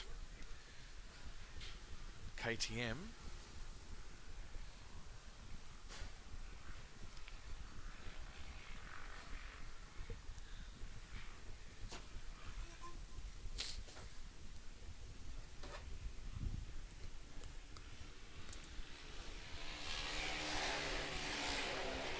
The 225 and the 221. Darcy Gordon and Caleb Drake. Next across the line is the 227.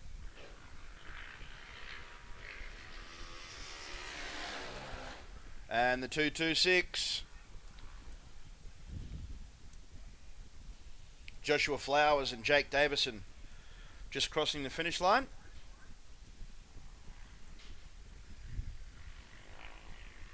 Next up, the big bore two-strokes, the last class of the day. To finish off, prologue for the Tatts Finke Desert Race, the 220.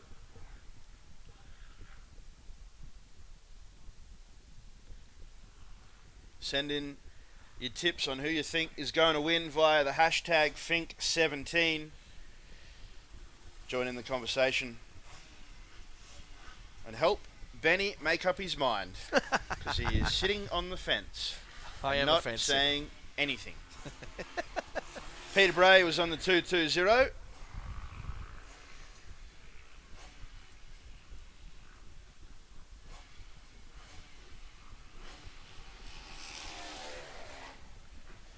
The 217 and the 219 both finishing. Matt Leddy on the 219 posting a 6:13 to be in 94th.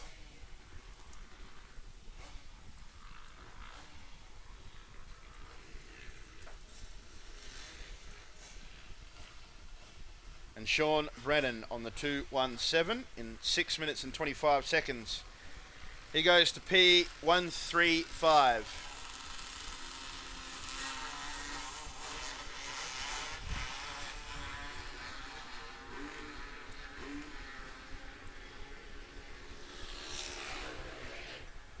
.214 finishing his lap. First away in the Class 1s was Ashley Barella, Darcy Regan and Kyle Robson. Brad Mickelson, 6:05 to put himself 71st. A wheelie for 2:18. And the WR450, he is out there enjoying himself.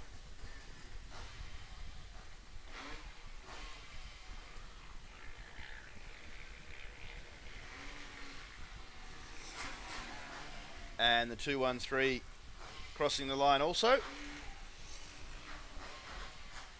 The 223.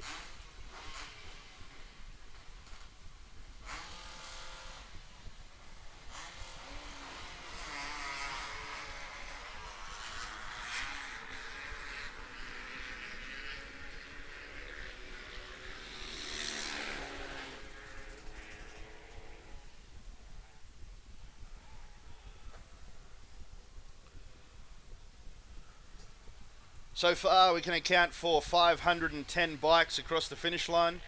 Some of those not starting, 2 of those not finishing.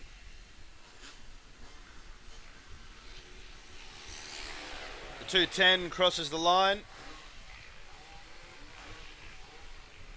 Brad Lewin crossed the line earlier on the 2:15 to go with a time of 7 minutes and 4 seconds.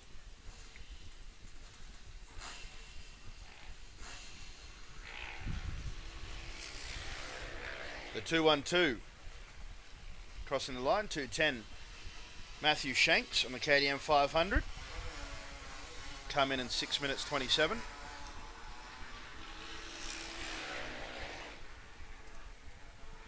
Next bike, 2:09, WR. Sorry, it was a Husserberg. FE 500.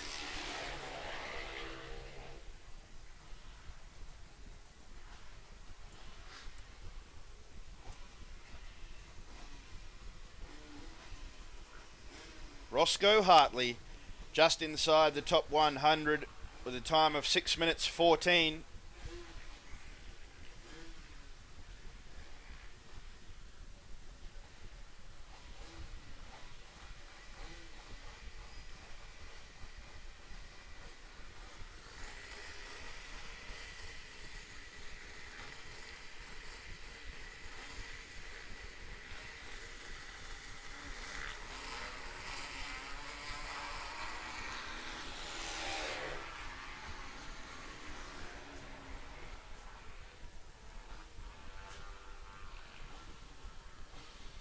There goes the 163 that I was talking about earlier, the Yamaha YZ465 that I spoke about earlier this morning.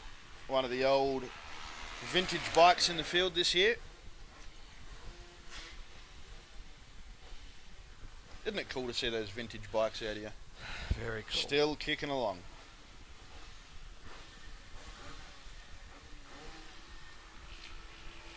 Rain Aitchison and Ryan Palmer both finishing the 2:06 and the 2:07, both on KTM 500 EXCs.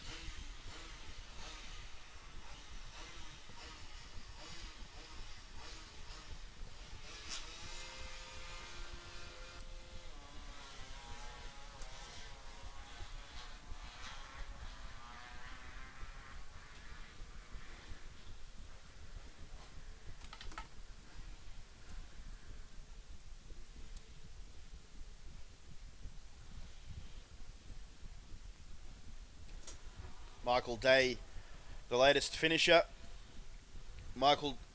Sam Handley, Ben Fielding and David Hill, the latest starters.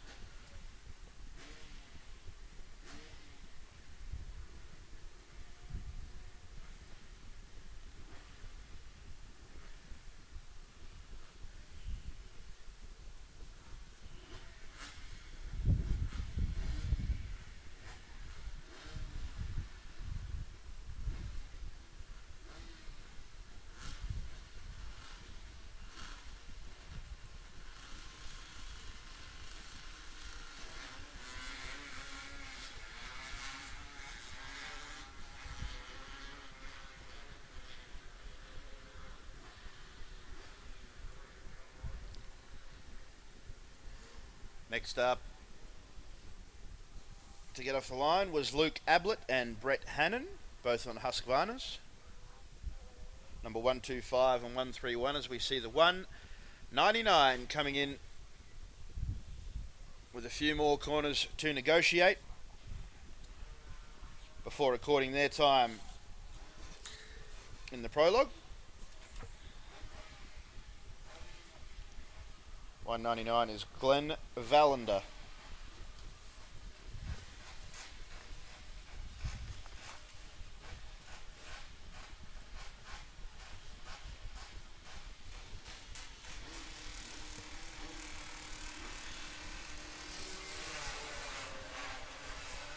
Man, they are struggling to get off that line, aren't they? You can see that actually where they're starting is just going back a little bit, which gives them a good run up at the line, actually. A good time there by Ashley Barella on the KTM, a 5:55 to go inside the top 50. Decent time. KTM's representing over 240 of the motorcycle entries this weekend. Not quite half the field, but... Were you just counting them? Yeah, am I allowed? Absolutely. What do you reckon is the If you next... can come up with stats like that, then you're allowed to count the bikes. What do you reckon is the next highest? Honda. How many do you reckon? How many did you say there was of KTM? 240. I reckon 179. 106. Oh. What do you reckon's the next most popular? This is riveting stuff over the commentary. What are you saying? Kyle Robson across the line in 7 minutes flat. I reckon it will be Yamaha. Would you believe? Husqvarna. That is Yamaha. 75. But a little bit of a gap. Only 10 less of those are Huskies. 65 of those. 24 Suzukis, 13 Hussabergs, 13 Quackers. What about Sherkos? How many do you reckon? 3. 9. Oh. 4 Gases, 4 Betas, 2 Polarises, 5 Can-Ams, 1 Beamer. We know all about the BMW. Absolutely. Did we end up getting a chat with Damon Stokey while I was out? No. What happened to Damon Stokey? I think he left us. I'm not surprised. I think he said it was you. I'd heard it was because he knew I was out getting a pie, so he didn't want to talk. That's to the other guy. Very good. Mark Gooder of 301st spot there with a 7.00. Man, you'd have to think it was higher up the order for a 7 flat, wouldn't you? Darcy Regan, Michael Kelly and Ryan Ellis also finishing in that group of bikes. There you go, 15 seconds. The difference between 6.43 and 7 flat is worth 77 spots. It's just mind-blowing. Nathan Ondras, KTM 300, finishing in a time of 6 minutes 21.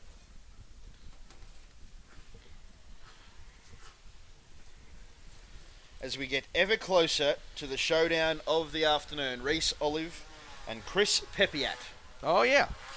Misterton, Queensland's Rob Ogilvy's out there up on the big screen at the moment. The Honda CR500. There is one of the 4 betas that you spoke about. Taking off from the start. As we see Rob Ogilvy finish his lap. Ogilvy? It said Ogilvy when I looked the last time. Okay. Somebody changed it, did they? Yes. Nice.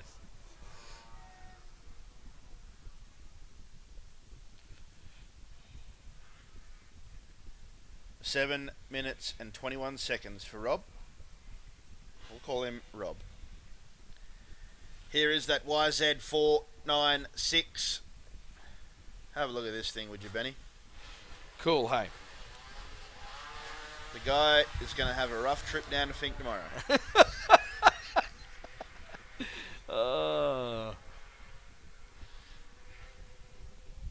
It's enough to give you a hernia on a hernia, I think.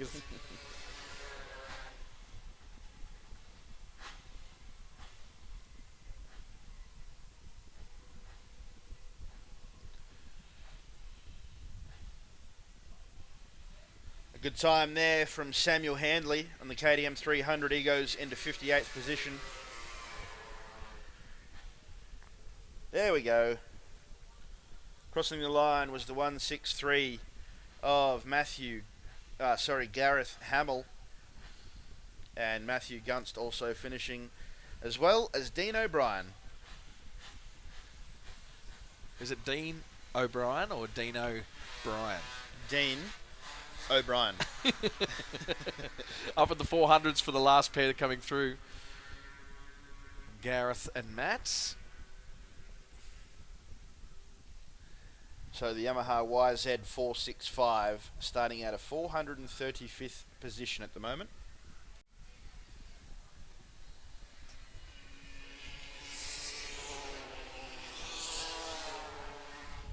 And we just seen the last bikes take off. There it is, official.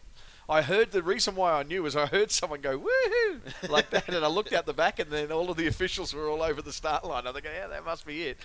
Wow, it's been a long effort. I guess as the event grows, that's what we have come to expect. So not a bad effort getting through all of those entries, and so out there at the moment, I would say we'd have how many bikes out there at the moment? What would be your guess? 30? Yeah, that'd be about right, wouldn't it? 10 groups you would think would be a fair call. So as they come through, we're 512 of them have registered a time at the moment. We're going to make it 513, make it 514 in fact. In a few seconds we can make it 5:15. David Hill, Luke Ablett have come through. Luke Ablett not too shabby with his 622 there to get 127th. Nick Baker, 88th is nice in the KDM for a 612, and then almost exactly a minute after that, Brett Hannon. See, there you go. 300 spots. 300 spots in a minute. In 1 minute there, between 6:12 and 7:13. Still, that cloud of dust has not gone away. 505th position for Ben Fielding. Yeah, wow, that's cool. That is cool. I don't think this is his first go either, Ben Fielding, is it?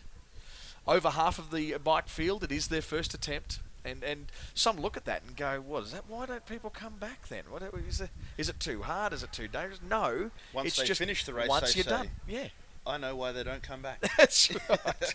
But it is mostly, I was trying to give the positive angle, you clown. It is more about it being that tick the bucket list thing. So the tables and chairs are getting packed up on the start line. So we'll bring the rest of these guys home, and then we will say, see you tomorrow.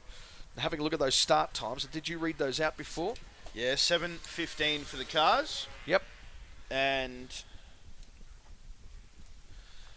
so I'll get here, what, at 14 past 7? Like you did today? Oh, that's not true. You know it's not true. I was actually here before you. Oh, here we go. that would be a big bet. What time were you here? 5:30. Were you really? Yes. You were the said... I was the chauffeur. Chauffeur. One Claire Ryan. Yes. The secretary. Bikes leave here tomorrow at 11:30, so if you're here for the bikes, they start at 11:30. If you're here for the cars, they start at 7:15, as we see Wayne Sheehan come across the line. Slots into 350 first. Oh, it was looked... gee, that's a nice tight shot, isn't it? Whoa! 6:22. Tail out. For Benjamin Russell. Here's just a tip for you. Thank you. Being somebody with the full name Benjamin, usually if it says Benjamin, they've put that down because it says full name, not because they like the name.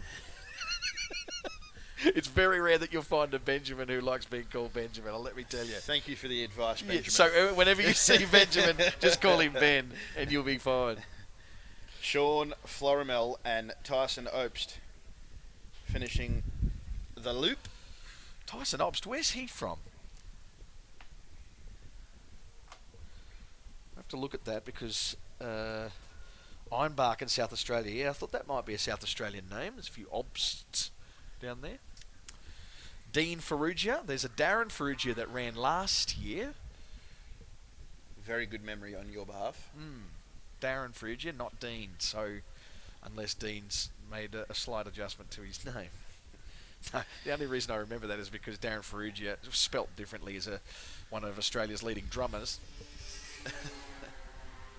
The Beta. Yeah. Had a little bit of a different note to it, didn't it? There he is, Damien Clark. 6 minutes 39.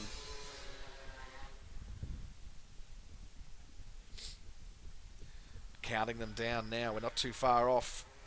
Hanging up the headphones for the day. People out there are thinking, thank God that is over. And that's just the commentary.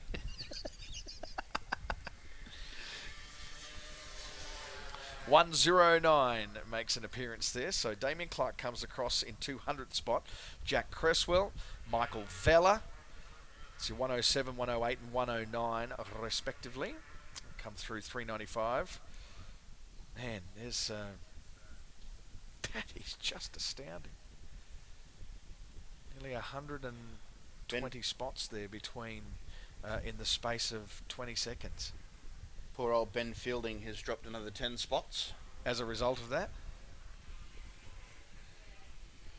And did he come up on the screen as a Benjamin? No, it's Ben. It's just straight Ben. Yeah, he's learned. Looking pretty rough on the inside of that last turn down here. Right at the end of the day.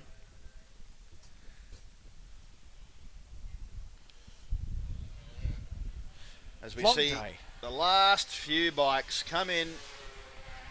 Well done to all the people out here that have hung around right till the very end. They might have got out here late also. Ross. You're so philosophical at this time of the day, mate, aren't you? McGinley.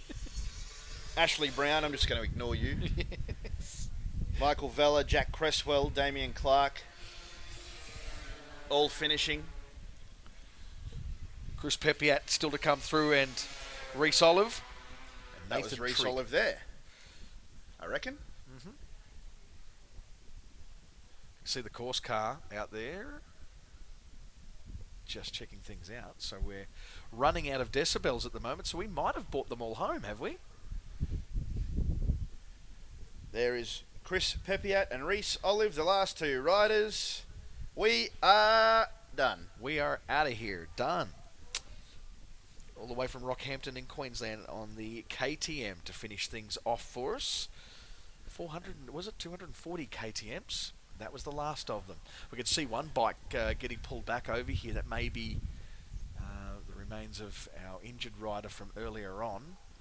So I think that is the same four-wheel drive that was dispatched for that earlier. So looking a little bit worse for their wear. Okay, so highlights. Let's just go through that top 10 before we wind things up here. David Walsh grabbed that first spot there convincingly today.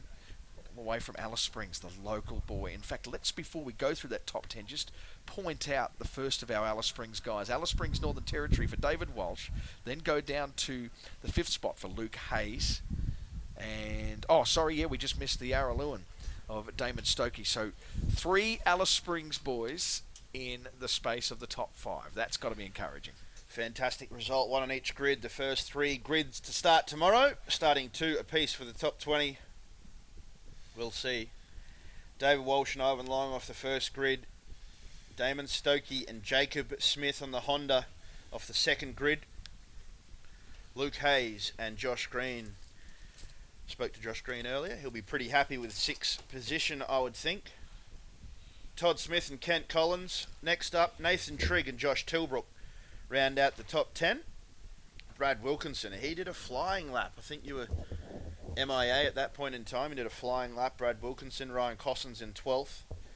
Then 13th and 14th, Caleb Orict and Ricky Lane. Then Sam Davey and Mark Grove. And then Andrew Gillum and Lachlan Summers. Rounding out the top 20, Toby Hedricks and Nathan Bell. So they are your grids that start 2 by 2 for tomorrow morning. Benny Bish, it's been a fantastic day of racing. Yeah, it has actually. It's been a ripper on all fronts. Great crowd, great weather. I was about to say great commentary, but unfortunately can't round that one off. But it's still been a ripper of a day and some really good surprises, both in the cars and the bikes. So tomorrow morning, 7:15 is when that green flag drops. Figuratively, it's actually a green light, and that will be the first of the cars to get away on their way down through the 240 or so kilometres down to Finke. It's been a pleasure on behalf of Matt Henderson and the whole team here of volunteers and workers and the committee at the 2017 Tatts Finke Desert Race. We look forward to seeing you tomorrow morning when we get into the day 1 of the 2017 Tatts Finke Desert Race.